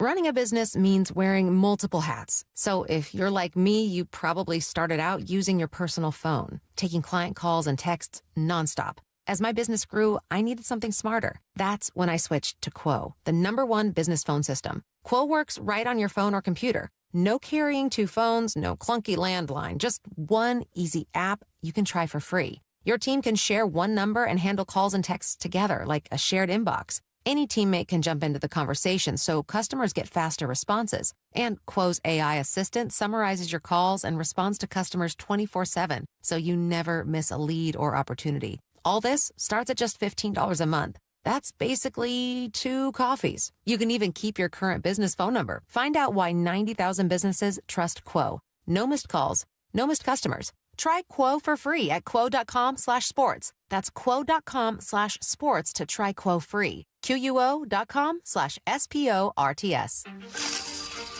There's nothing better than having a big fish on your line. Make this the year you take that unforgettable fishing trip to Queen Charlotte Lodge. Time is running out for summer bookings. Experience a luxury resort and amazing fishing with your buddies, family, father, or son. King salmon runs, halibut, and lingcod are always plentiful. Book your stay at fishqcl.com and use code ESPN. Experience fishing first class. Experience fishqcl.com. Home of your Super Bowl champion Seattle Seahawks. They are bringing the Lombardi back to the Northwest. Seattle Sports. Finding great candidates to hire can be like, well, trying to find a needle in a haystack, but not with ZipRecruiter. Its powerful technology actively finds and invites qualified candidates to apply to your job. So while other companies might deliver a lot of hay, ZipRecruiter finds you the needle in the haystack. See why 4 out of 5 employers who post a job on ZipRecruiter get a quality candidate within the first day. Try ZipRecruiter for free at ZipRecruiter.com/free. That's ZipRecruiter.com/free. ZipRecruiter. Making an impact. Sponsored by Grainger. We know about boxed wine, but what about paper wine? One California winery is going greener with paper wine bottles. Here's Shannon Baladeras from Monterey Wine Company. It's better for the environment. It reduces the carbon footprint by 6 times that of glass. For the ones who get it done, Grainger offers the professional grade products you need delivered when and where you need them. Call, click Grainger.com, or just stop by. Free consultations, no fee guarantees, 5-star reviews. J.P. Pendergast with Pendergast Law explains the importance of going beyond these familiar offerings. Accident victims want an attorney, Tom, that satisfies their needs. Someone who handles those needs with the highest degree of care. Pendergast Law offers the no-fee guarantees and free consultations, but these only scratch the surface. Okay, explain more. We make sure that every member of our team is genuinely passionate about helping others. Customer service and communication are our top priority. It's how we take care of our clients so they always feel one step ahead of the insurance companies. Our strong reputation for high standards provides comfort and confidence when it's needed most. Pendergast Law offers the free consultations, the no-fee guarantees, and, of course, they are 5-star rated. But what really makes them different is their genuine passion for helping others. I can't recommend them enough. If you or a loved one has been injured in a car accident, call Pendergast Law. We can help. That's PendergastLaw.com. From the Quantum Fiber Studio. This is Bump Stacy. Weekdays 10 to 2. On Seattle Sports and 97.3 FM HD2. Get your questions in for What I Need to Know. 866-979-3776. What I need to know. Bump and Curtis, if you got a passive-aggressive note on your car windshield, but it has really friendly and nice handwriting, would you cut them some slack? No. I got a note on my my truck the other day, actually. What did it say? Did you crumple it up before even reading it? So, where my facility is, there's a back, like, office. And we own both of them. Mm-hmm. So, we put no parking on the back facility. Mm-hmm. And there's Napa that's next to us. And I parked where it says no parking. And it says no parking for a reason. I'm like, I own this thing. What you talking about? Right. So was it someone from your facility? no, it was someone from Napa. Oh. So then I grabbed it and I saw someone peeking out the window and I just threw it in there. It's like, can I also say I'm getting a lot of flack from the text line about leaving a note. Now, leaving a note was very passive aggressive, and I get that. This person purposely blocked me in because they were annoyed that I parked where they wanted to park. That's what this was. Why didn't you say that? Not once did you say they purposely blocked you in. There's no other way that they're definitely purposely blocking me in. Yeah, all right. There's other spots, but they chose that spot because they were probably annoyed that I parked where they normally do. Why you do that? That's what I thought. I was like, that's really passive aggressive. Like, no, why did you park there? Oh, because no one was there when I got there. I know, but it's like, like you see that car parked there every day. There's no assigned spots. I know. Okay, you're not paying for this spot. This isn't assigned. I'm sorry that you're mad because you want to park here. You don't have a spot like no. Where you typically No, it's open parking. No, so I know it's open, but you don't have like a spot where, all right, this is where I typically park. No, I park in a general area. Okay. Like, okay, I want to be within walking distance of this elevator. All right. There's 20, 30 spots near the elevator, much less further away. You don't own this spot. It's not assigned to you. You should have wrote a letter. No, I wanted to be polite, but then everyone decided to make fun of me. And now everyone's mad at me. 866-979-3776. Have you ever rolled a car? No. Tiger Woods, man. My guy, Tiger. Here's the thing about rich people. DUIs are nothing to them. They'll pay that $10,000 and just move along with their lives. How long could you go without showering if you got paid $100,000 per day every day you skipped? My deodorant is pretty good. It probably lasts I can probably go like 2 days. 2? Yeah. You're only making $200,000 off this? What? Another $100,000 just to not shower? What if it's a Friday? You could go without showering to a point where you would never have to work again in your life. Yeah, I mean, you'd be disgusting, but think of the money. Yeah, but have you ever smelled yourself before? Bro, have you ever seen 6 zeros in your bank account?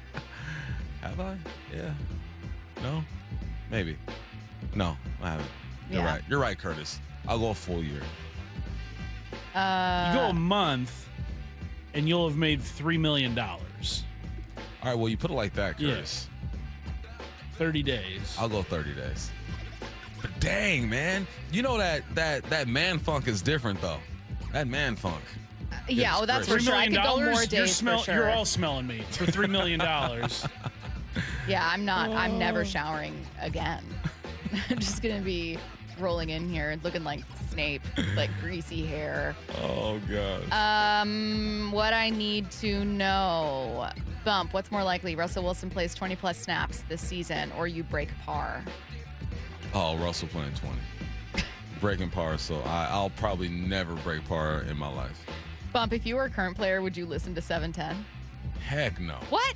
No. How dare you? Why would I listen to you guys talk about me? Because you're a fan of the show. It's fun, youthful, and entertaining. You know what? I listened when I was with the Hawks. I listened to it once, or some radio station, and Clayton was on, just ripping me, and I was like, I'm never doing this again. Yeah, that's tough. What I need to know: how do you like your steak? Rare, medium, well done? Medium. Medium. Yeah. Sometimes medium rare, depending on how much they overcook it. Yeah. Not rare, though. Totally rare is a little much. Yeah. Well done is dry. Still twitching. You're wasting your money if you're going well done. What I need to know, cake or pie? Apple pie. So you're going pie? Mm-hmm. Curtis, Matt? Cake or pie? There's more variety. You said you're going cake? Yeah, cake. Yeah, I was going to say, Matthew, you seem like a a cake guy. Okay, well, that's an insult. I don't know how, but it is. Yeah, you definitely seem like a cake You like guy. ice cream cake? Yeah. That What's counts. wrong with That's that? in the Exactly. cake I family. know my that? best friend. You I tell me would what's wrong judge with people that. if they didn't like ice cream cake. That's fair. I'm going pie, though. I am. Look, all of it's good, but I think, yeah. What I need to know, they said, what's the tipping procedure here? You receive a bill. Do you tip an even amount and then just add it? Or do you always tip it to make sure the total ends in 0? I always tip where it ends in 0. Oh, see, I'm not a math genius.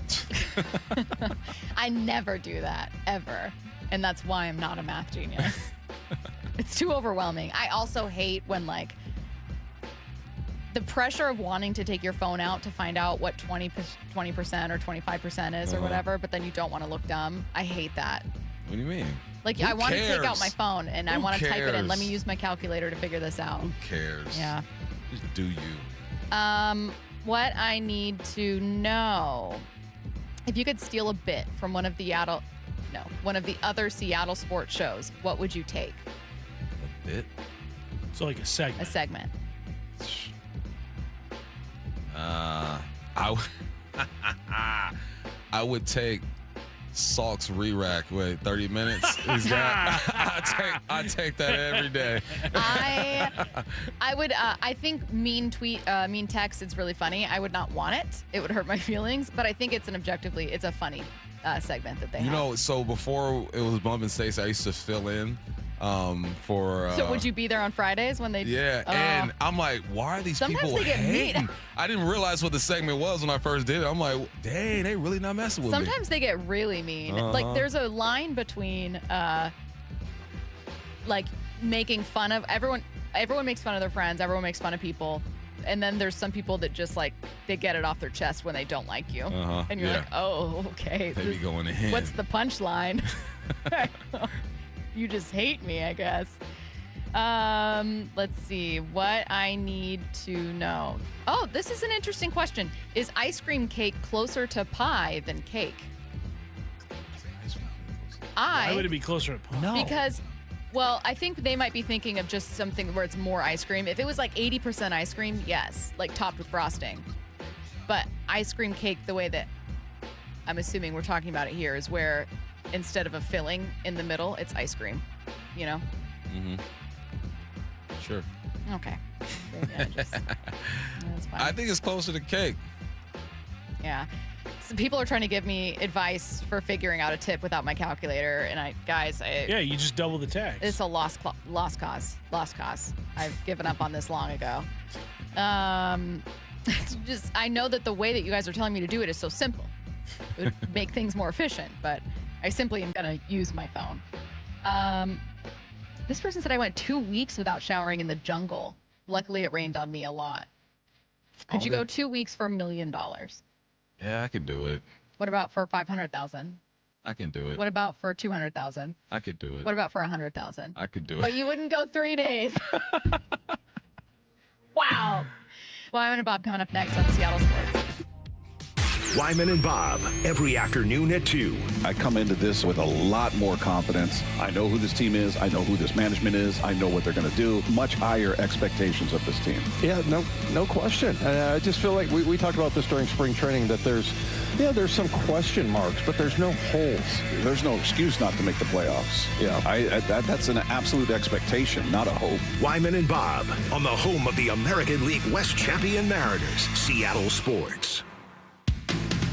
Hey, Brock Hewitt here for my friends at People Come First, or PCF Construction Group. Spring and summer, it's right around the corner. So if you haven't called PCF about getting started on your new deck, well, right now is the time. With a patio cover, heater, and fireplace from PCF, you can enjoy your outdoor deck or patio all year long. And right now, you can get up to $6,000 off your entire project, plus no payments and no interest until 2027. Save an additional $1,500 when you bundle your deck and patio cover. Some restrictions do apply, but do what we did. Contact PCF for all the details and start planning and designing your dream deck now so you're ready to build by the spring. Planning and permits, they can take a little time, so please don't wait. Get started today. Get project ideas, browse photos, and find all the offer details at PCFgroup.com. That's PCFgroup.com. Making your outdoor door space with people come first. We've all been there. Sleepless nights, mind racing, wondering if your business's security service is really protecting what matters. At Bay Alarm, we can put your security insecurities to bed. Video security, burglar alarms, fire alarms, access control, 24/7 monitoring, and more. Our advanced technology and personalized support ensure you can rest easy, knowing we're here for you, your people, and your business. Visit bayalarm.com to talk to a local security expert. Bay Alarm, we got you. If you've gained 20, 30, or even 40 or more pounds over the past few years and nothing seems to work anymore, listen up. I'm Dr. Coogan with Eastside Weight Loss, and our completely medication-free program has helped thousands in Washington lose 20 to 30 pounds in just 60 days. No drugs, no weekly shots, no muscle loss, no side effects, no forever monthly costs, just food, but the right type, in the right amount at the right time. All part of a detailed plan with expert coaching every step of the way that helps you reset your metabolism and burn fat. Schedule your free phone consult at eastsideweightlossclinic.com. Yeah, Mike Salk here, and Dr. Coogan is right. I can attest to losing 35 pounds with Eastside Weight Loss Clinic. It works. It's safer, less expensive than alternatives, with no injections or pills, and no scary side effects. Schedule a free consult and find out for yourself. Over 4,000 people have lost 20 to 30 pounds or more in just 60 days. Come to our clinic in Kirkland or do our program from anywhere you live with our remote options. Schedule your free phone consult online at eastsideweightlossclinic.com. Dr. Ryan Coogan, D.C. Results may vary. This is a test of your emergency alert system.